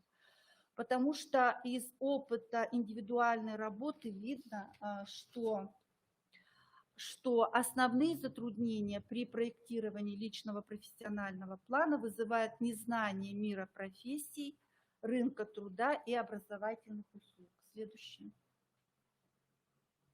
Угу. Так, ну здесь вот вы просто можно посмотреть, что действительно больше всего индивидуальных консультаций проходит среди учащихся 9 классов. Дальше. Я хочу рассказать о муниципальном проекте «Профессиональная среда». Он задуман был для участников всех образовательных отношений. Миссия проекта – эффективное профессиональное самоопределение учащихся, помощь родителям и педагогам в профориентации подростков. А вот в условиях сложной эпидемиологической обстановки у нас в городе до сих пор существует запрет на проведение городских профориентационных мероприятий для учащихся разных школ на одной площадке. Поэтому мероприятие проекта «Профсреда» в этом году проходил в группе ВКонтакте 1 раз в месяц в течение 1 недели. Дальше. Каждая профсреда была посвящена одному из профессиональных кластеров. И вы видите, значит, на слайде название профсреды, количество опубликованных постов и наибольшее количество пространства. Вот опосредованное дальше профессиональное информирование, оно не ограничивалось вот только просмотрами постов в группе ВКонтакте нашего центра. Вы видите, что, значит, мы работаем совместно со всеми школами. Вот здесь написано, участники проекта присоединяются, то есть к каждому проекту присоединялись наши школы, и вся информация скачивалась в школьные группы ВКонтакте, и поэтому понятно, что количество просмотров, оно очень большое было. Я просто как бы одну такую картинку, что ли. Значит, Сыктывкарский автомеханический техникум, дети с ограниченными возможностями, уже сказали, группу укомплектовали. Сыктывкарский колледж сервиса и связи рассказывали, как они формируют группу для детей с инвалидностью и ВЗ, раздают листовки на улицах. Вот в этом году набирают группу они «Документационное обеспечение управления архивоведения» для выпускников 9 классов, 15 человек. Вот у этого поста было 2500 просмотров, и понятно, что еще просмотры в школе. Так, следующее. Мы обращаемся ко всем участникам образовательных отношений. Да-да-да. Вот здесь видно, что абитуриенты, педагоги и родители. Дальше. Онлайн-формат опосредованного профинформирования зарекомендовал себя положительно, активно используется на групповых консультациях, на классных часах могут скачивать материал. Весь материал по профсредам собран в разделе «Профориентация». Вот вы видите на слайде восклицательный вопросительный знак. Участники группы и другие пользователи, нажав на ссылку, могут перейти к нужному посту, и, двигаясь по стрелочке влево, можно посмотреть полностью весь материал по каждому проекту. Спасибо за внимание. Надеемся, что наш опыт был полезен для вас. присоединяйтесь к нам в группе ВКонтакте. Будем дружить. Спасибо большое, Ирина Борисовна. В целом говорю большое спасибо и Сыктывкарскому государственному университету, и Центру психолого-педагогической, медицинской, социальной помощи за ту большую работу, профориентационную, которую вы проводите с нашими ребятами, с нашими школьниками, дошкольниками, студентами. Спасибо большое. И следующими я также даю слово нашим профессиональным партнерам. Это Центр занятости города Сыктывкара. И первой я даю слово Кондратьевой Виолетте Николаевне, начальнику отдела профессионального обучения и дополнительного профессионального образования, профессиональной ориентации, психологической поддержки и социальной адаптации безработных граждан на рынке труда. Пожалуйста.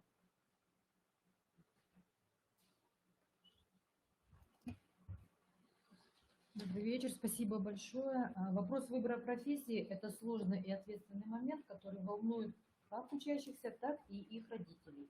Решение, принятое в это время, будет влиять на дальнейшую жизнь и судьбу выпускника. И служба занятости, как никто другой, сталкивается с проблемами людей, которые совершили ошибки в выборе будущей профессии. Социально-экономическая ситуация в нашей стране диктует конкуренцию как на рынке труда среди потенциальных соискателей, так и среди абитуриентов при поступлении в учебные заведения. Повысились требования работодателей к потенциальным работникам и к абитуриентам изначально. Поэтому осознанный выбор будущей профессии является актуальной и острой проблемой. Большинство родителей, конечно же, уверены в том, что желание ребенка при выборе профессии нужно учитывать. Но лишь незначительная часть из них готова согласиться, чтобы ребенок самостоятельно выбрал будущую профессию. Поэтому оснований для диалога карьерного консультанта, психолога, службы занятости и родителей выпускников предостаточно в последнее время. Надо сказать, что работа с родителями службы занятости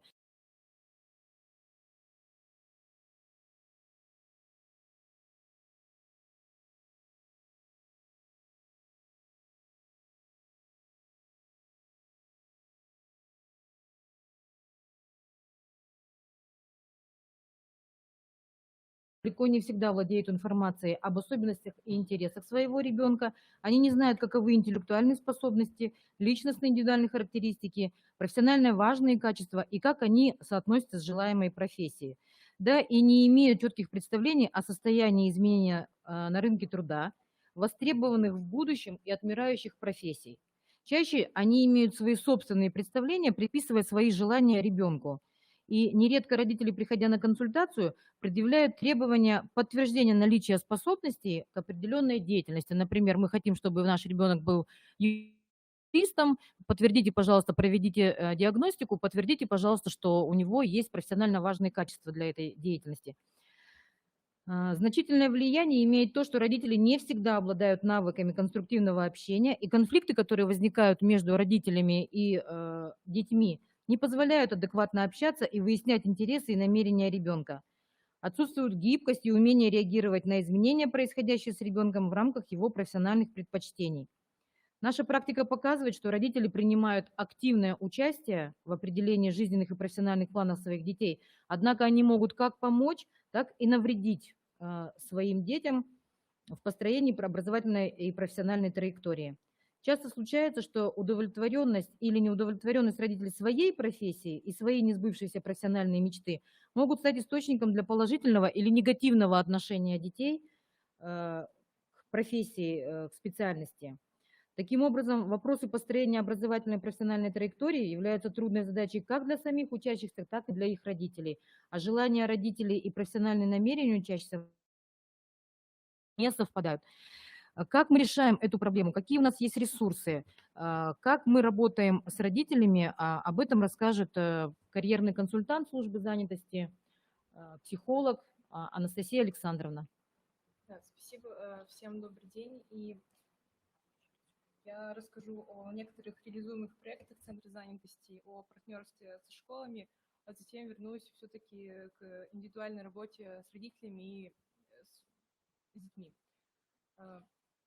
Вообще социальное партнерство службы занятости с общеобразовательными учреждениями, зарекомендовавшая себя практика, так в феврале-марте прошлого года при сотрудничестве Центра занятости состоялся всероссийский профориентационный урок «Начни трудовую биографию с Арктики и Дальнего Востока». Учащимся 8-10 классов была оказана помощь в знакомстве с востребованными в нашем регионе профессиями, их программами, образовательными возможностями и вариантами трудоустройства. Центр занятости реализует проект «Погружение в профессию», в рамках которого учащиеся в буквальном смысле погружаются в рабочую атмосферу профессии. Проект реализуется в формате экскурсии и живого диалога с профессионалами.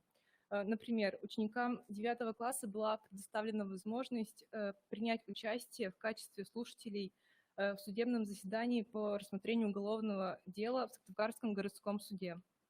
Во время экскурсии ребята погрузились в мир юриспруденции, познали в полном объеме специфику профессии юрист, полномочия судьи и требования, предъявляемые кандидатам на эту серьезную должность. Девятиклассники имели возможность задать вопросы сложности и уровня ответственности в данной профессии, путях получения должности судьи, профессионально важных качествах, конечно, необходимых для освоения данной профессии. Мы получили обратную связь, и, по мнению ребят, встреча получилась очень насыщенной, полезной, интересной.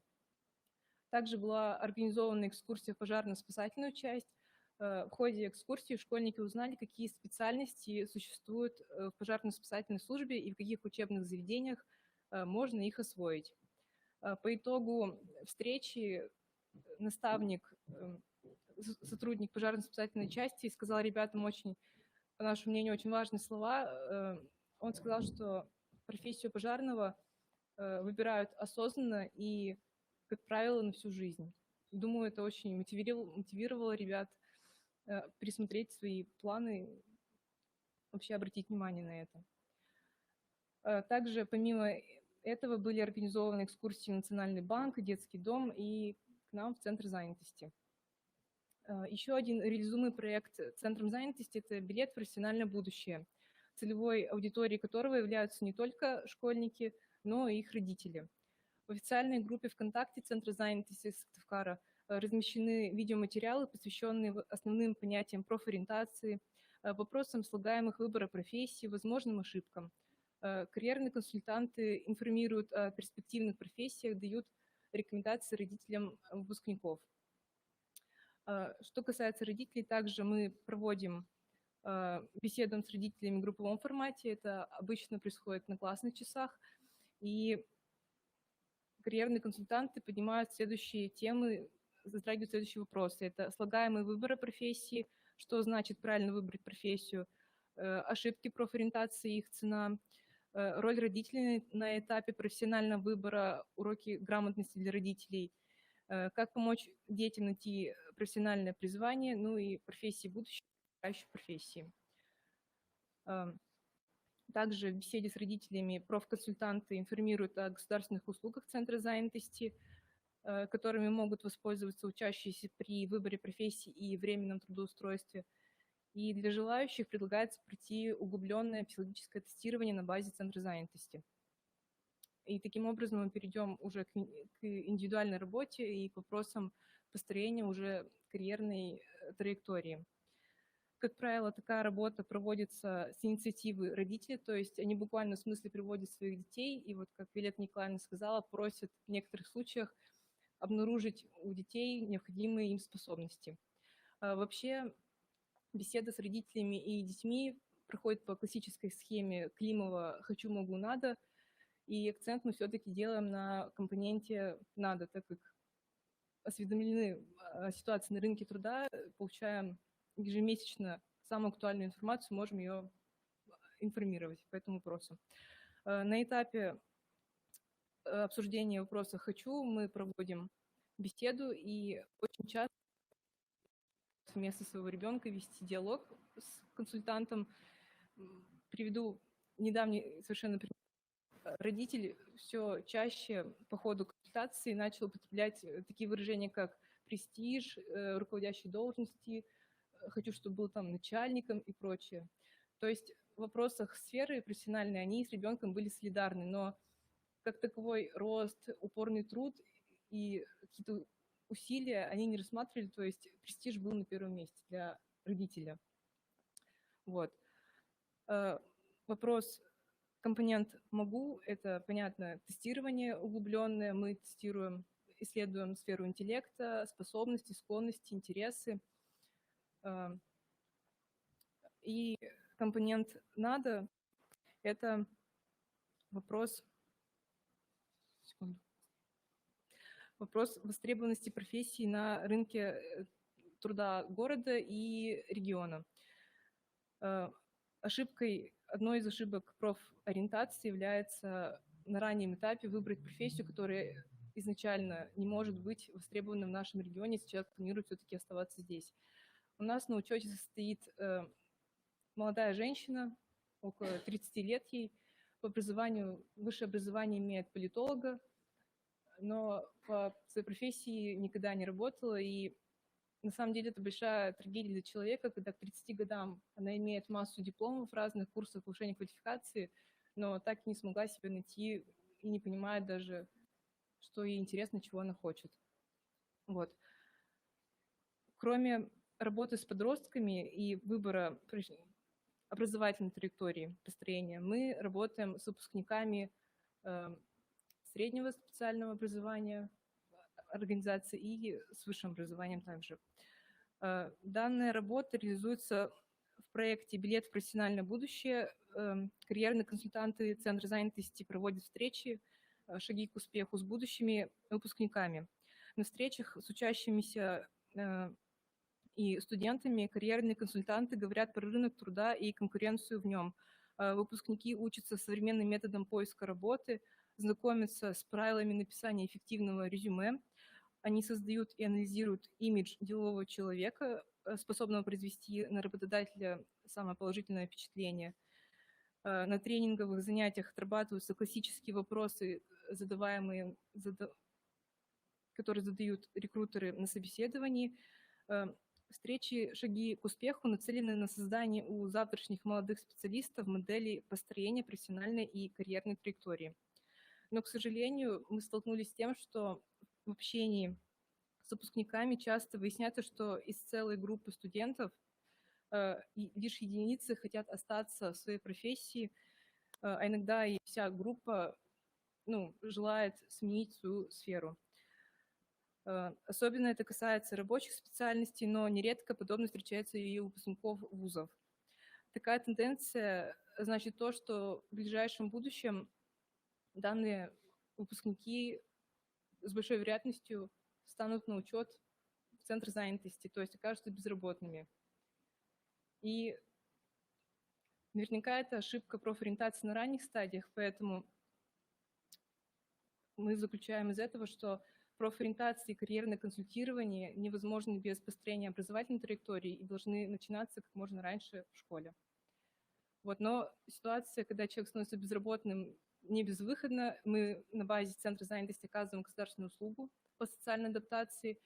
Там работа тоже ведется по карьерной траектории, построению карьерной траектории. Мы в интенсивном режиме работы, в тренингах физиологических работаем с безработными и получаем достаточно хорошие отзывы. Случалось так, что уже, мы работаем 4 дня в основном.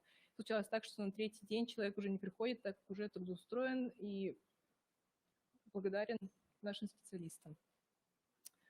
Таким образом, резюмируя вышесказанное, хочу сказать, что,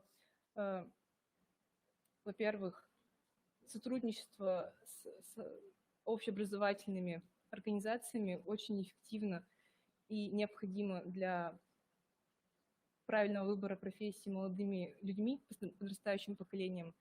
И, во-вторых, одной профориентации, даже на ранних этапах, все-таки недостаточно.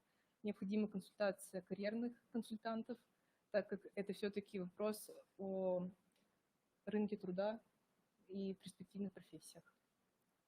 Спасибо. Спасибо большое, уважаемые коллеги. Действительно, очень важные проблемы вы здесь подняли.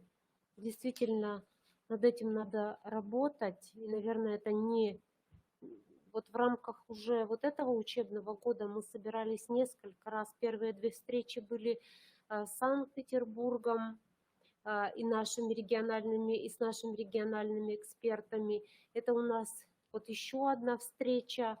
Я думаю, что в дальнейшем мы с вами тоже будем, может быть, на отдельных еще каких-то площадках встречаться и обсуждать отдельно какие-то вопросы. Жалко, что не можем встретиться очно, да, потому что все-таки, когда можно собрать большое количество людей, поработать отдельно и практически на площадках, и обсудить какие-то проблемы, услышать обратную связь от слушателя, это очень ценно. Однако, пока вот в сложившейся ситуации мы можем только подключаться дистанционно, и хотя бы на этом спасибо. Поэтому большое вам спасибо. Будем дальше работать, дальше сотрудничать. А следующий я даю слово Савенко Наталье Александровне, заведующей Центром сопровождения специального инклюзивного образования Коми Республиканского института развития образования, которая расскажет о проекте «Растим детей». Тоже это семейная профориентация. Пожалуйста, следующий слайд, пожалуйста. Добрый день всем. Очень приятно, что подняли сегодня такую достаточно сложную, наверное, и необходимую тему, как профориентация. Действительно, профориентацией необходимо заниматься не уже когда дети заканчивают школу, а, наверное, даже еще в дошкольном возрасте, о чем сейчас поднимается вот этот вопрос неоднократно. Сегодня мы с вами поговорим о профориентации как о важном и ответственном процессе в жизни каждого. Понятно, что от выбора профессии зависит очень многое, в том числе, безусловно, это психологическое благополучие и удовлетворенность всей жизни в целом. Как помочь своим подрастающим детям и помочь все-таки профессию выбрать по душе? Безусловно, самое крылатое выражение, которое существует, наверное, никто с этим спорить не будет, это «найди работу по душе, и тебе не придется работать ни одного дня в этой жизни». Хотелось бы, конечно, чтобы наши дети, которые выходят в большую жизнь, выходили именно с этим и выбирали себе профессию по душе. Профессию такую, в которой они себя будут чувствовать комфортно, будут себя реализовывать, расти в этой специальности.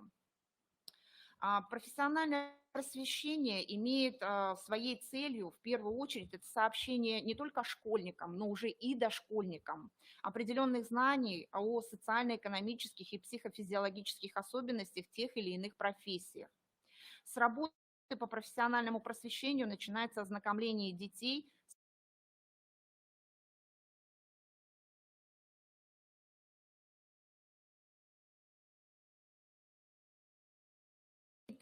классные руководители и родители могут активно влиять на правильный выбор профессий и на формирование профессиональных мотивов.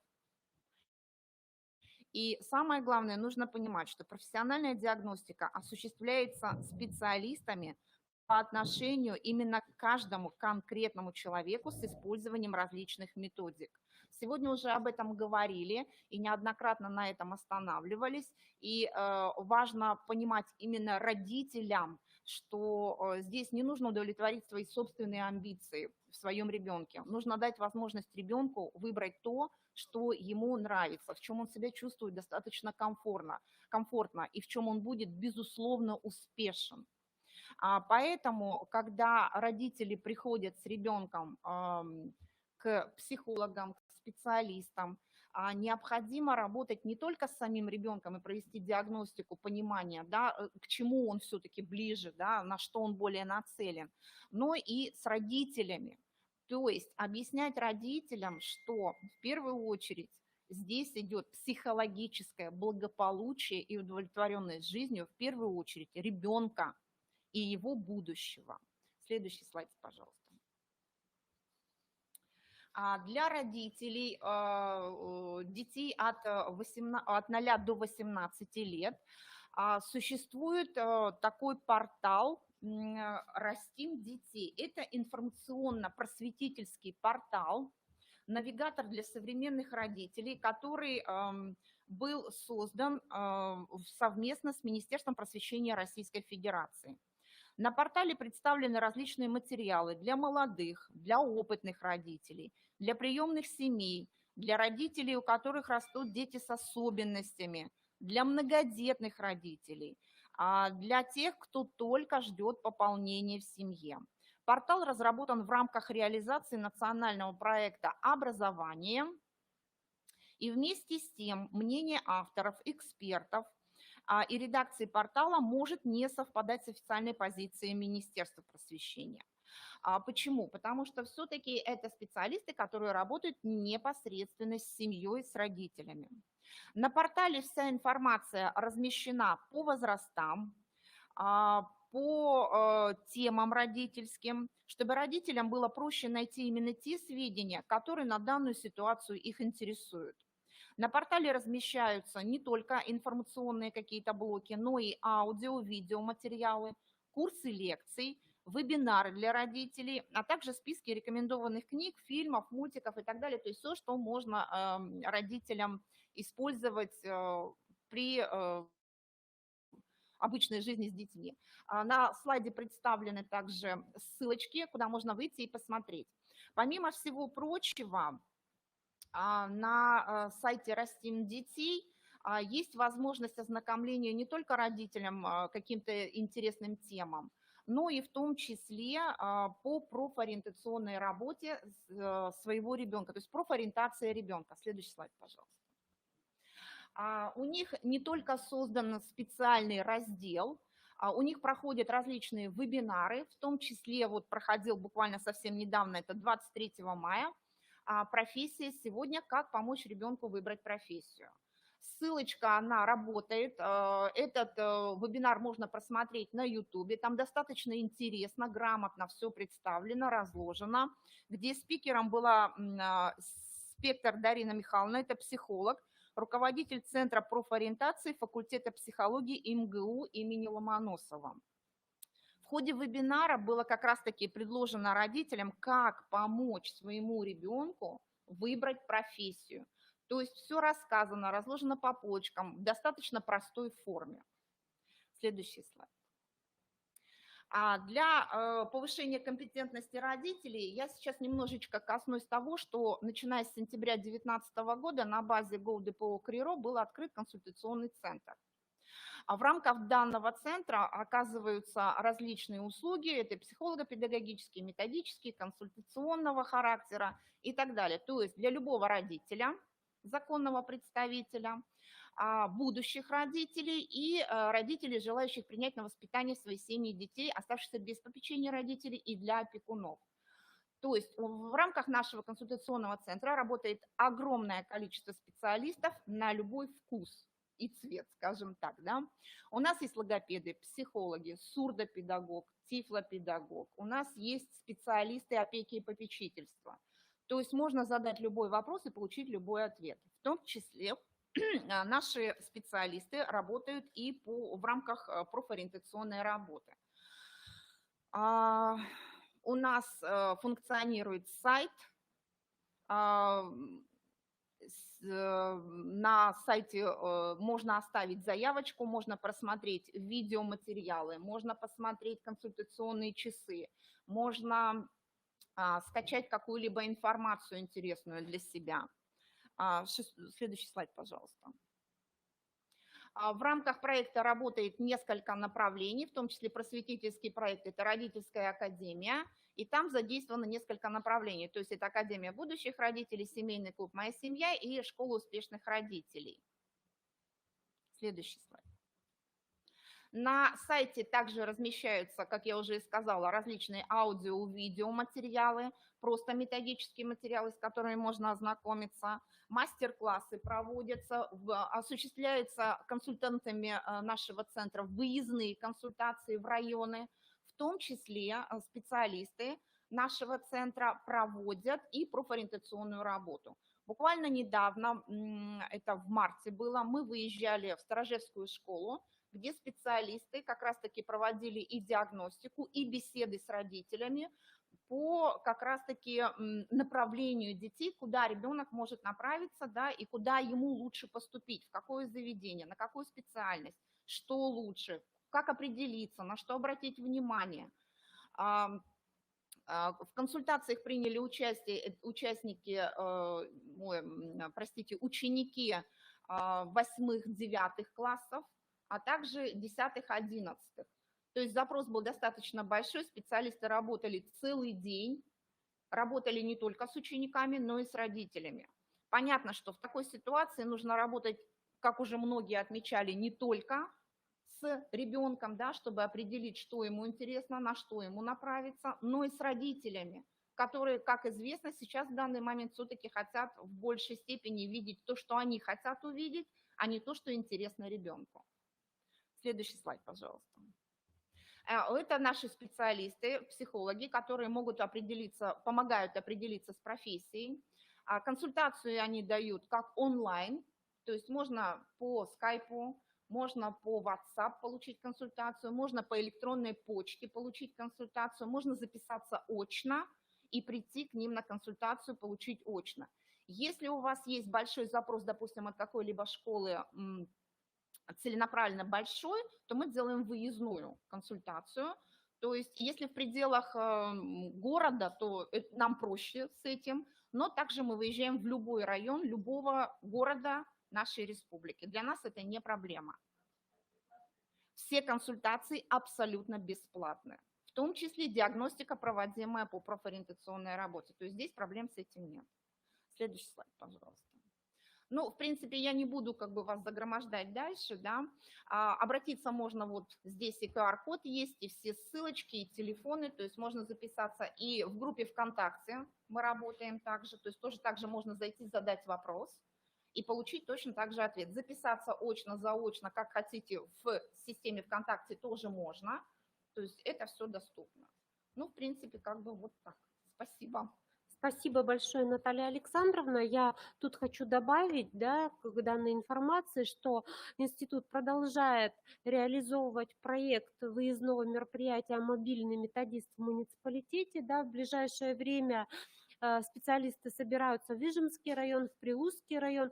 И хочу сказать, что в рамках данного проекта осуществляет выезд и республиканский наш консультационный центр. То есть и по требованию муниципалитета приезжают как логопеды, так дефектологи, психологи и так далее. Поэтому, как только вы получаете информацию, постарайтесь провести работу, чтобы заинтересовать родителей и чтобы они пришли на консультацию. На самом деле желающих достаточно много. Вот на сегодняшний день от Ижемского района уже 30 человек записалось.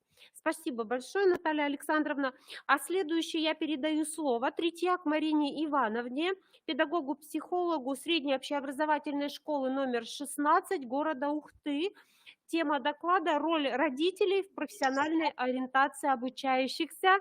Добрый день, Марина Ивановна, мы вас видим. Очень рады. Вам слово. Взаимно. Меня хорошо слышно? Абсолютно хорошо. Пожалуйста. Спасибо большое за предоставленное слово. Я присоединяюсь к хвалебным отзывам своих коллег. Вот я сейчас посмотрела все отзывы. Очень интересный действительно форум сегодня у нас выдался. И, наверное, для меня это честь тоже сегодня присоединиться ко всем выступающим.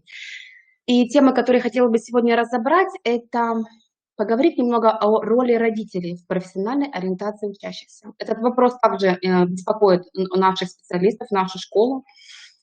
Казалось бы, он раскрыт со многих сторон, но мне показалось, что все-таки проблема именно влияния родителей на будущий выбор профессии своих детей рассмотрена недостаточно плотно в нашей среде. И сегодня мы уделим этому время.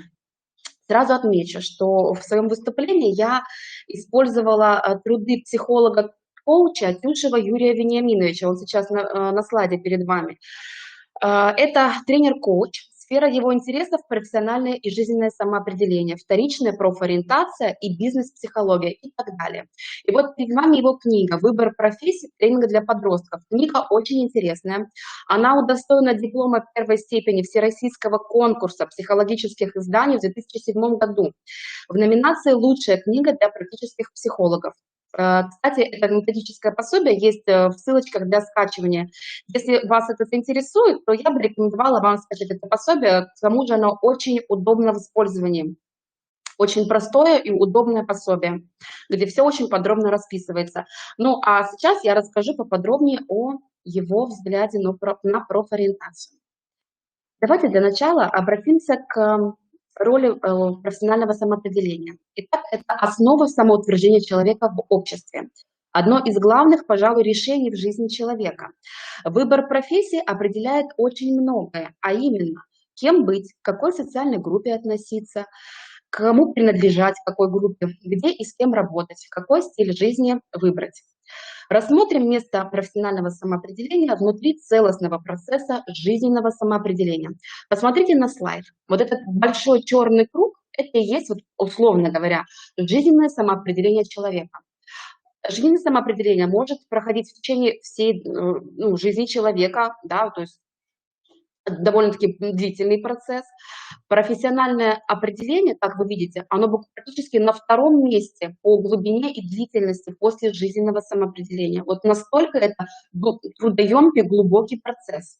У некоторых людей он занимает большую часть жизни, у кого-то на это уйдет всю жизнь. Да? Кто-то, есть и люди, которые, как мы понимаем, не раскрываются в своей профессии. На третьей ступени идет социальное определение и личностное. И, как правило, по статистике, вот как нам Маркова, педагог, представляет вот такие данные, на третьем месте, на четвертой ступени идет семейное определение. Первое и существенное, что нужно для себя зафиксировать, это мысль о том, что профессиональное самоопределение – это часть большого общего процесса жизненного самоопределения. Это не одномоментный акт, типа «я знаю, кем мне быть». Нет, выбор профессии – это всегда сложный и длительный процесс. Что касается семьи, что касается роли семьи в профессиональном определении, то она, с одной стороны, является той системой, которая оказывает в среднем очень сильное влияние на профессиональное самоопределение молодежи. И не только в форме прямых воздействий требований родителей, но и как реальный фактор, определяющий идеалы, устремления и ценностные ориентации детей. С другой стороны, семья является автономным социальным институтом, трудноуправляемым с позиции школы и педагогики. Мир семьи бесконечно разнолик. И этот признак еще более усилился в последние годы в связи с экономическим расслоением нашего общества, отходом многих людей от традиционных ценностей. Таким образом, в ситуации профессионального выбора ребенка в системе семейных отношений проявляются различные варианты поведенческих реакций со стороны родителей. Я думаю, что все педагоги знают вот такие типы семей, о которых я сейчас скажу, но будет не лишним, если мы сейчас об этом вспомним еще раз. Итак, первый тип семьи, внимание на слайд. Родители не прислушиваются к мнению ребенка и настаивают на поступлении в то учебное заведение, которое считают подходящим. Но по моим наблюдениям, это один из самых распространенных типов на сегодняшний день, по крайней мере, в моем учебном заведении. Многие родители считают, что обладают значительно большим опытом, чем их дети, и способны уберечь их от лишних проблем в будущем, так как старшеклассники очень часто имеют далекое от реальности представление о самом себе, неадекватную самооценку. Однако нередко, к сожалению, и родители располагают малоадекватным представлением о своем ребенке. Так, со временем подросток перестает делиться с ними информацией о себе, о своих переживаниях, о том, с кем он общается. Второй тип семьи. Родители не вмешиваются в процесс профессионального самоопределения ребенка. Учащемуся предоставляется здесь свобода выбора. Как правило, такие родители говорят так: пусть будет кем хочет, лишь бы был хорошим человеком, или они вспоминают свой путь, что нам никто не помогал выбирать свою профессию, сами встали на ноги и ничего, и вышли людьми, и также через все это прошли. Взрослые здесь, по существу, уходят от ответственности, прервав традицию передачи жизненного и профессионального опыта. Они таким образом оставляют детей в создавшейся для них трудной жизненной ситуации, без поддержки, так сказать, на волю случая. Реже встречается этот тип, но он по-прежнему существует, также сохранился в школах. И третий тип семьи. Родители создают условия для самостоятельного и активного поиска детьми правильных, нравственно обоснованных ответов на вопросы. С кем мне быть? С какой общностью людей имеется в виду? Каким мне быть? где мне дальше учиться, где я буду больше всего полезен людям, что я смогу дать обществу.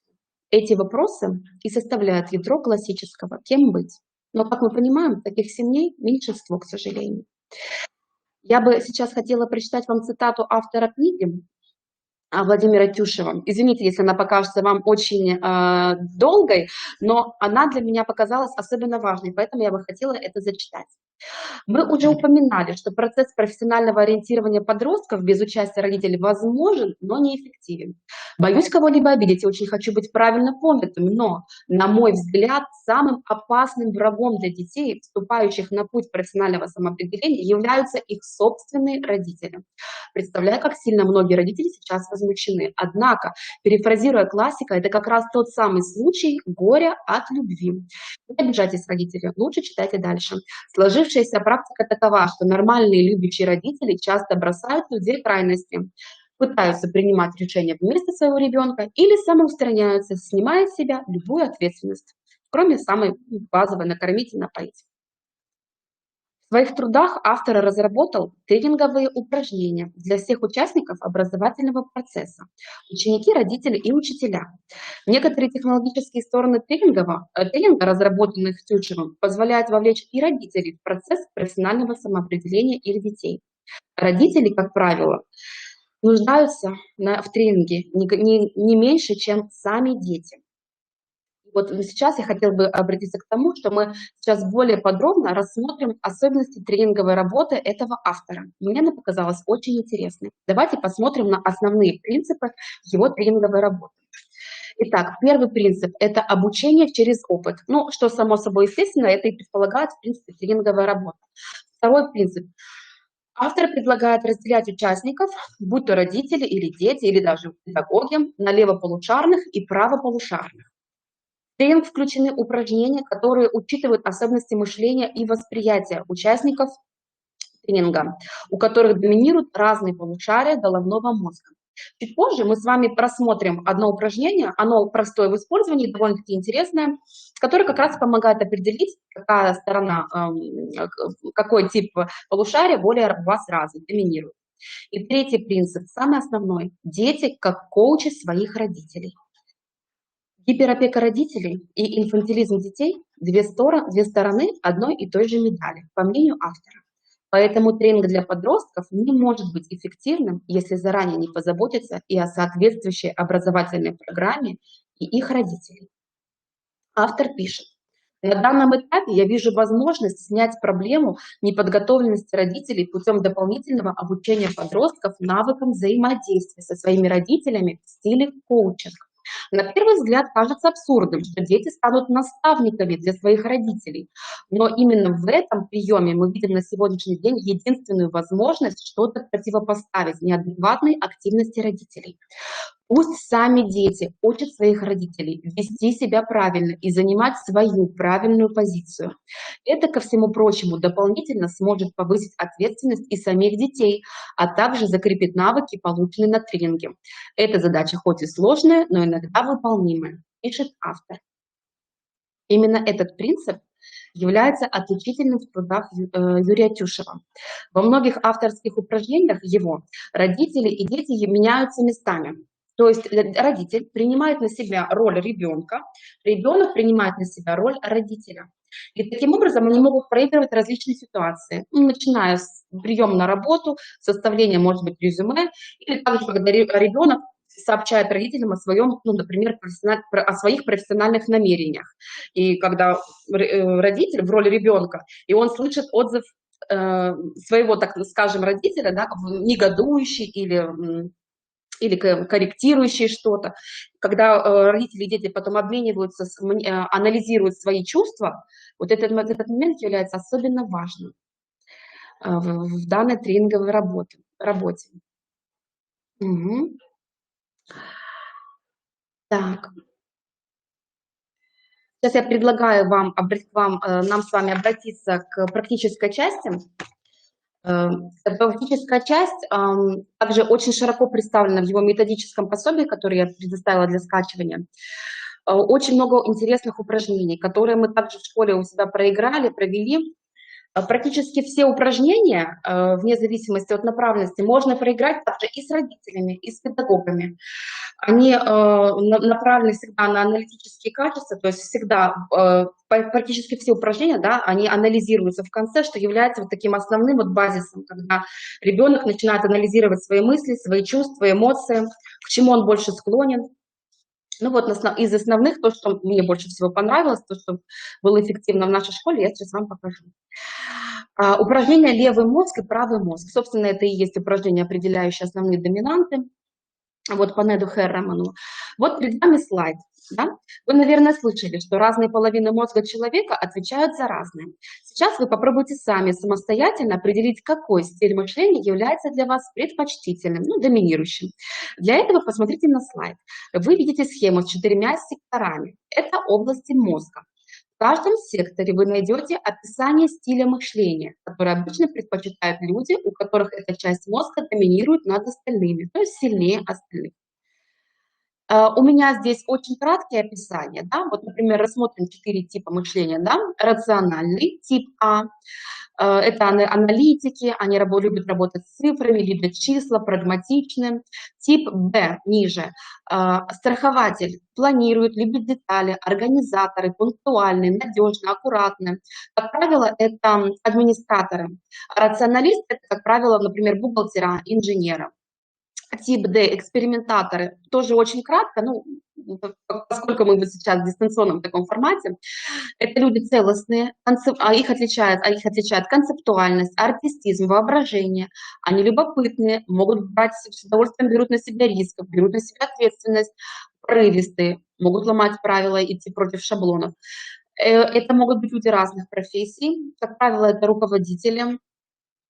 И тип эмоциональный С обладают внутренним мышлением, отзывчивые, чувствительные, переживательные, любят учить, давать советы, рекомендации, готовы поддерживать, любят говорить, любят телесные соприкосновения, близкие отношения человеческие. Эмоциональный тип, как правило, это педагоги, воспитатели, может быть, волонтеры.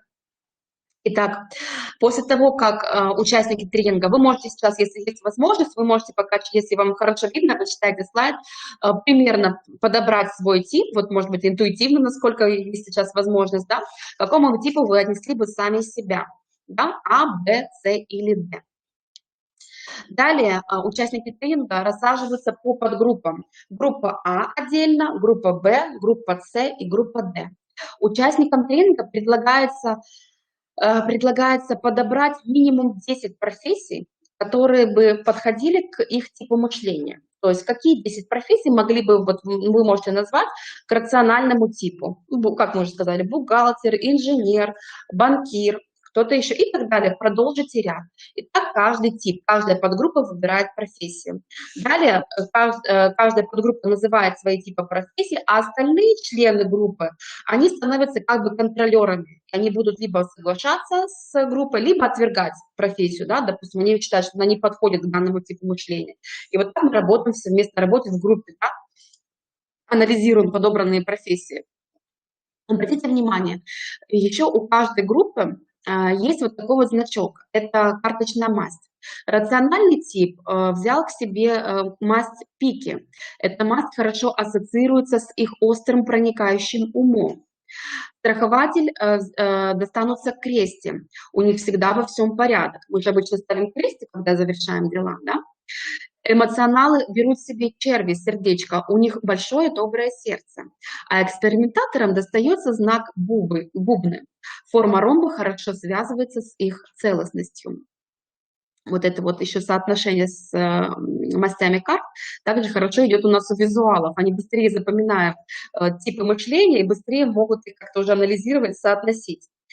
Далее можно предложить, сейчас я с собой не подготовила, но предлагается такой набор карт, обычных карт с мастями для каждой команды, с шестерки до туза. И вот предлагается проранжировать профессии. Например, туз будет у той профессии, которая на 100% подходит, например, к рациональному типу. Ну вот, например, у нас 10 есть профессий. Вот какая из наших предложенных 10 профессий, которые сами ребята назвали, будет являться тузом? То есть на 100% эта профессия подходит рациональному типу мышления. Например, это может быть бухгалтер. король – это будет инженер, там, дама – это будет, например, там, программист, ну и так далее по степени убывания. И так каждую профессию. Упражнение само по себе легко проводится.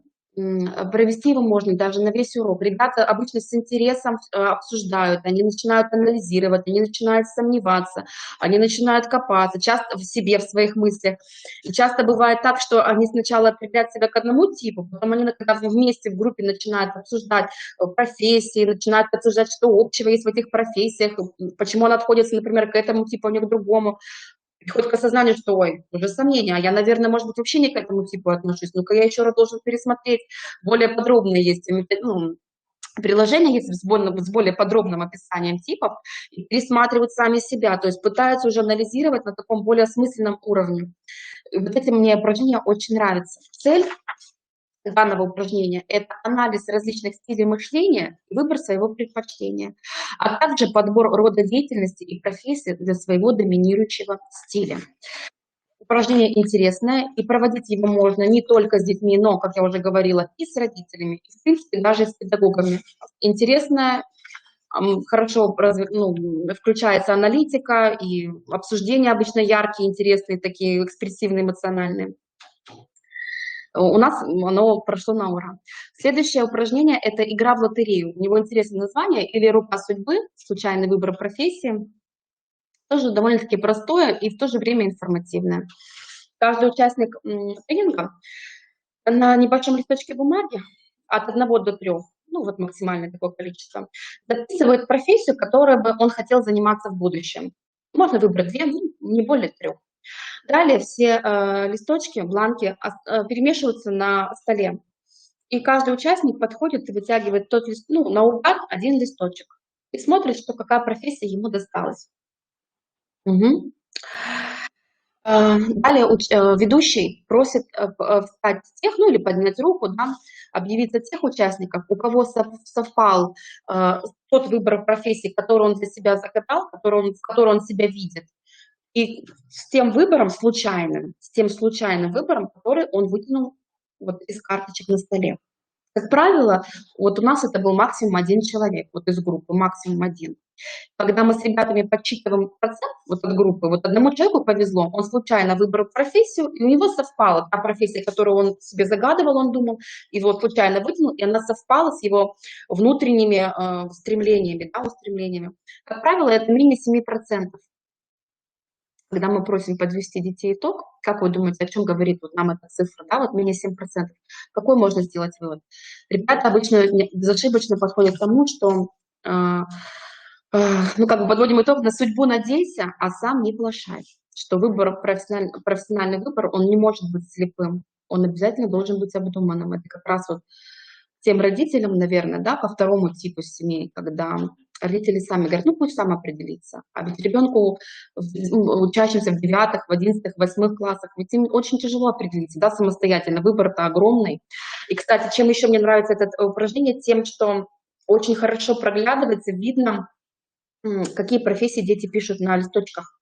Как правило, профессии у них, как сказать, выбор-то у них очень однообразный. Экономист, юрист, дизайнер, вот как бухгалтер, то есть нету, то есть опять же можно продиагностировать группу, с которой работаешь, и поэтому это упражнение лучше всего проводить в начале, потому что сразу видно, насколько глубоко группа уже раскрыла для себя вот основные какие-то, может быть, стороны того, чем ты хочешь заниматься в будущем, да. Как правило, ребята все-таки, конечно, узко еще видят у нас свои будущие профессии, да, нет таких широких представлений о том, куда я могу пойти в будущем, если у меня есть склонности к этому, определенные склонности. Кстати, тоже очень интересно. Так, и следующее упражнение я бы хотела, чтобы вы,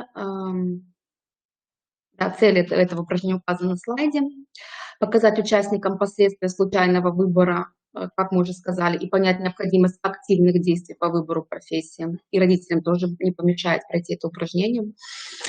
И следующее упражнение. Если у вас есть сейчас листочек и ручка, давайте сделаем его сейчас вместе с вами. Оно называется «Снятие внутренних ограничений». Я уверена, что многие педагоги знают его, Но я бы хотела, чтобы мы сделали его сегодня с вами вместе. Цель этого упражнения – осознание своих внутренних ограничителей, овладение инструментом пошагового снятия внутренних ограничений. На пути достижения наших целей нам встречаются различные препятствия. Их можно условно разделить на внешние и внутренние. Многие считают, что с внутренними препятствиями, ограничителями справиться бывает порой сложнее, чем с внешними. Как мы говорим о наших внутренних ограничителях? Обычно мы начинаем со слов «я не могу».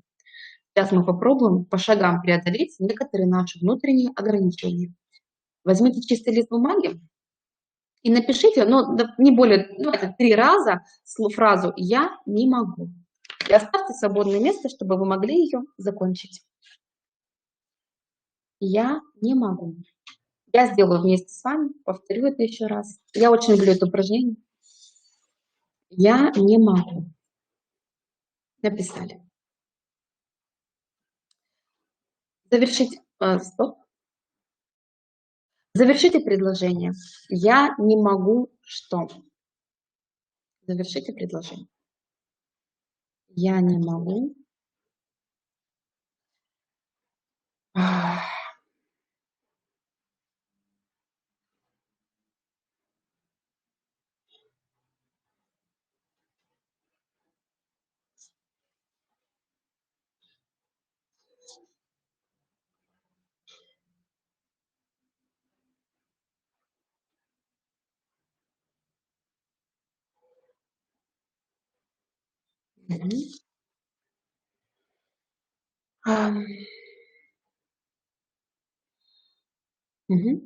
Теперь во всех фразах зачеркните слово «могу». Вместо этого напишите сверху слово «хочу» и прочтите про себя, что у вас получилось.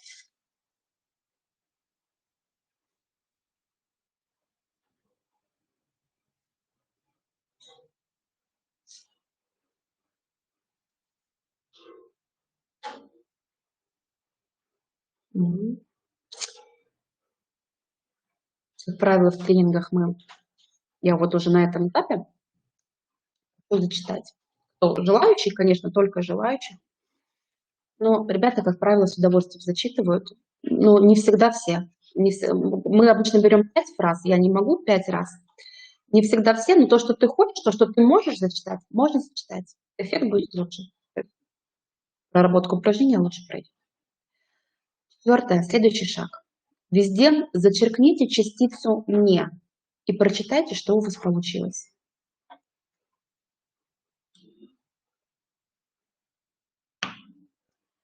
Про себя. Так. Сейчас вы должны задать себе важный вопрос. Вы действительно этого хотите? Прочтите еще раз свои фразы про себя и сделайте ударение на слове «хочу». И, наконец, завершающий шаг. Допишите после слова «хочу» словосочетание «и легко это сделаю». И у вас получится «я хочу» и «легко могу» или «легко сделаю». Обычно последнюю фразу участники тренинга зачитывают с удовольствием. Уже меняется внутренний настрой, внутренний смысл меняется. Главное в этом упражнении – последовательность, неспешность и деликатность. И, конечно же, это, опять же, одно из тех упражнений, которое отлично проиграется с родителями, которое отлично проигрывается и с педагогами. Все упражнения, представленные в пособии Юрия Вениаминовича Тютшева, можно, и я считаю, необходимо проигрывать вместе с родителями, так как семья, как никто, как мы уже говорили, имеет, как никакая другая, наверное, сфера, и оказывает влияние очень важное, очень весомое на выбор наших будущих абитуриентов. Вот, поэтому это пособие показалось мне очень интересным. Очень многие упражнения я для себя до сих пор использую, практикуем. И мне оно показалось очень эффективным. Буду рада, если оно будет также большим помощником и для вас. Надеюсь, что вам было интересно узнать для себя нового автора. Благодарю вас за внимание. Марина Ивановна, огромное спасибо на такой вот позитивной ноте, на такой рефлексивной, даже так скажем, ноте вы завершаете Спасибо. наш форум. Огромное вам спасибо, действительно интересный опыт. Я думаю, что наши коллеги из школ с удовольствием будут использовать его в работе с обучающимися. Спасибо вам большое. Спасибо. Спасибо. Ну что, уважаемые коллеги, наш форум подходит к концу. Я благодарю всех участников, всех экспертов. К сожалению, Совет отцов Республики Коми сегодня Алексей Анатольевич не смог подойти. Я надеюсь, что в ближайшее время следующая встреча, в рамках которой мы с вами рассмотрим, опять же, тему профориентации, это День сельской школы, который пройдет 28 августа. Ну и следующая встреча, это в октябре на нашем традиционном форуме образовательных организаций. Я хочу сказать большое спасибо Николаю Федоровичу, Николаю Степановичу, Николаю Сергеевичу, которые практически до конца, до завершения нашего форума были с нами. Мы прочитали все ваши комментарии. Спасибо вам за ту оценку, которую вы дали нашему форуму. Мы постарались сформировать повестку нашего форума так, чтобы быть полезными как для школ, так и для управления образованием, для средних профессиональных учреждений, для высших учебных заведений, для центров занятости. Также хочется сказать, вот посмотрите, сколько я перечислила учреждений, которые занимаются профориентационной работой. Здесь же рядышком со мной и Центр психолого-педагогической, медицинской и социальной помощи. Ведь в каждом из этих учреждений работают профессионалы, которые заинтересованы в том, чтобы организовать профессиональную работу по профориентации на высоком уровне. Единственное, наверное, хочется побольше интереса от образовательных организаций, потому что люди готовы. Да, Николай Сергеевич правильно сказал, что необходим федеральный центр, который будет курировать вопросы профориентационной работы. Когда мы четко будем получать какие-то алгоритмы, какой-то порядок нашей работы, но в то же время в каждом регионе об этом и рассказал Олег Альвиртович, Башкортостан, мы увидели опыт моторчика, как он сам сказал. Это человек, который заинтересован в том, чтобы привлечь, чтобы заниматься профориентацией школьников. Очень я рада, что сегодня, наверное, на нашем форуме была возможность нашим экспертам, особенно, да и федеральным, да и региональным, высказаться. Вот это очень радует. Жаль, что мы не можем услышать, опять же, повторюсь, наших слушателей, которые рядом с нами, но мы очень надеемся, что вся ситуация выправится, и мы будем встречаться с вами очно, общаться побольше, потому что мы хотим вас слышать, мы хотим работать во благо вас, школьников и родителей. Сегодня мы постарались показать работу и с одаренными детьми, и с детьми, которые очень нуждаются в помощи.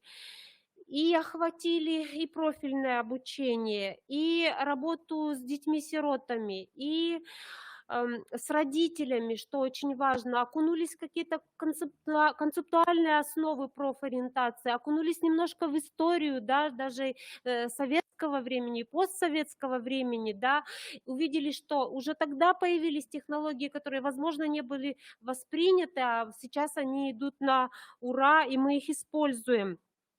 Поэтому, наверное, хочется пожелать всем нам удачи. Хочется, чтобы все наши обучающиеся в конце своего обучения осознанно выбирали в первую очередь экзамены, потому что экзамен – это первая точка к своей профессии. Какой экзамен ты выбираешь, значит, такое направление ты и собираешься выбирать. Я желаю родителям, чтобы они все-таки слышали своих детей, чтобы понимали, чего хочет сам ребенок. Ну, а в конце мы должны получить человека, который с удовольствием идет на работу и с удовольствием идет к себе домой. Удачи всем, спасибо большое, до скорых встреч!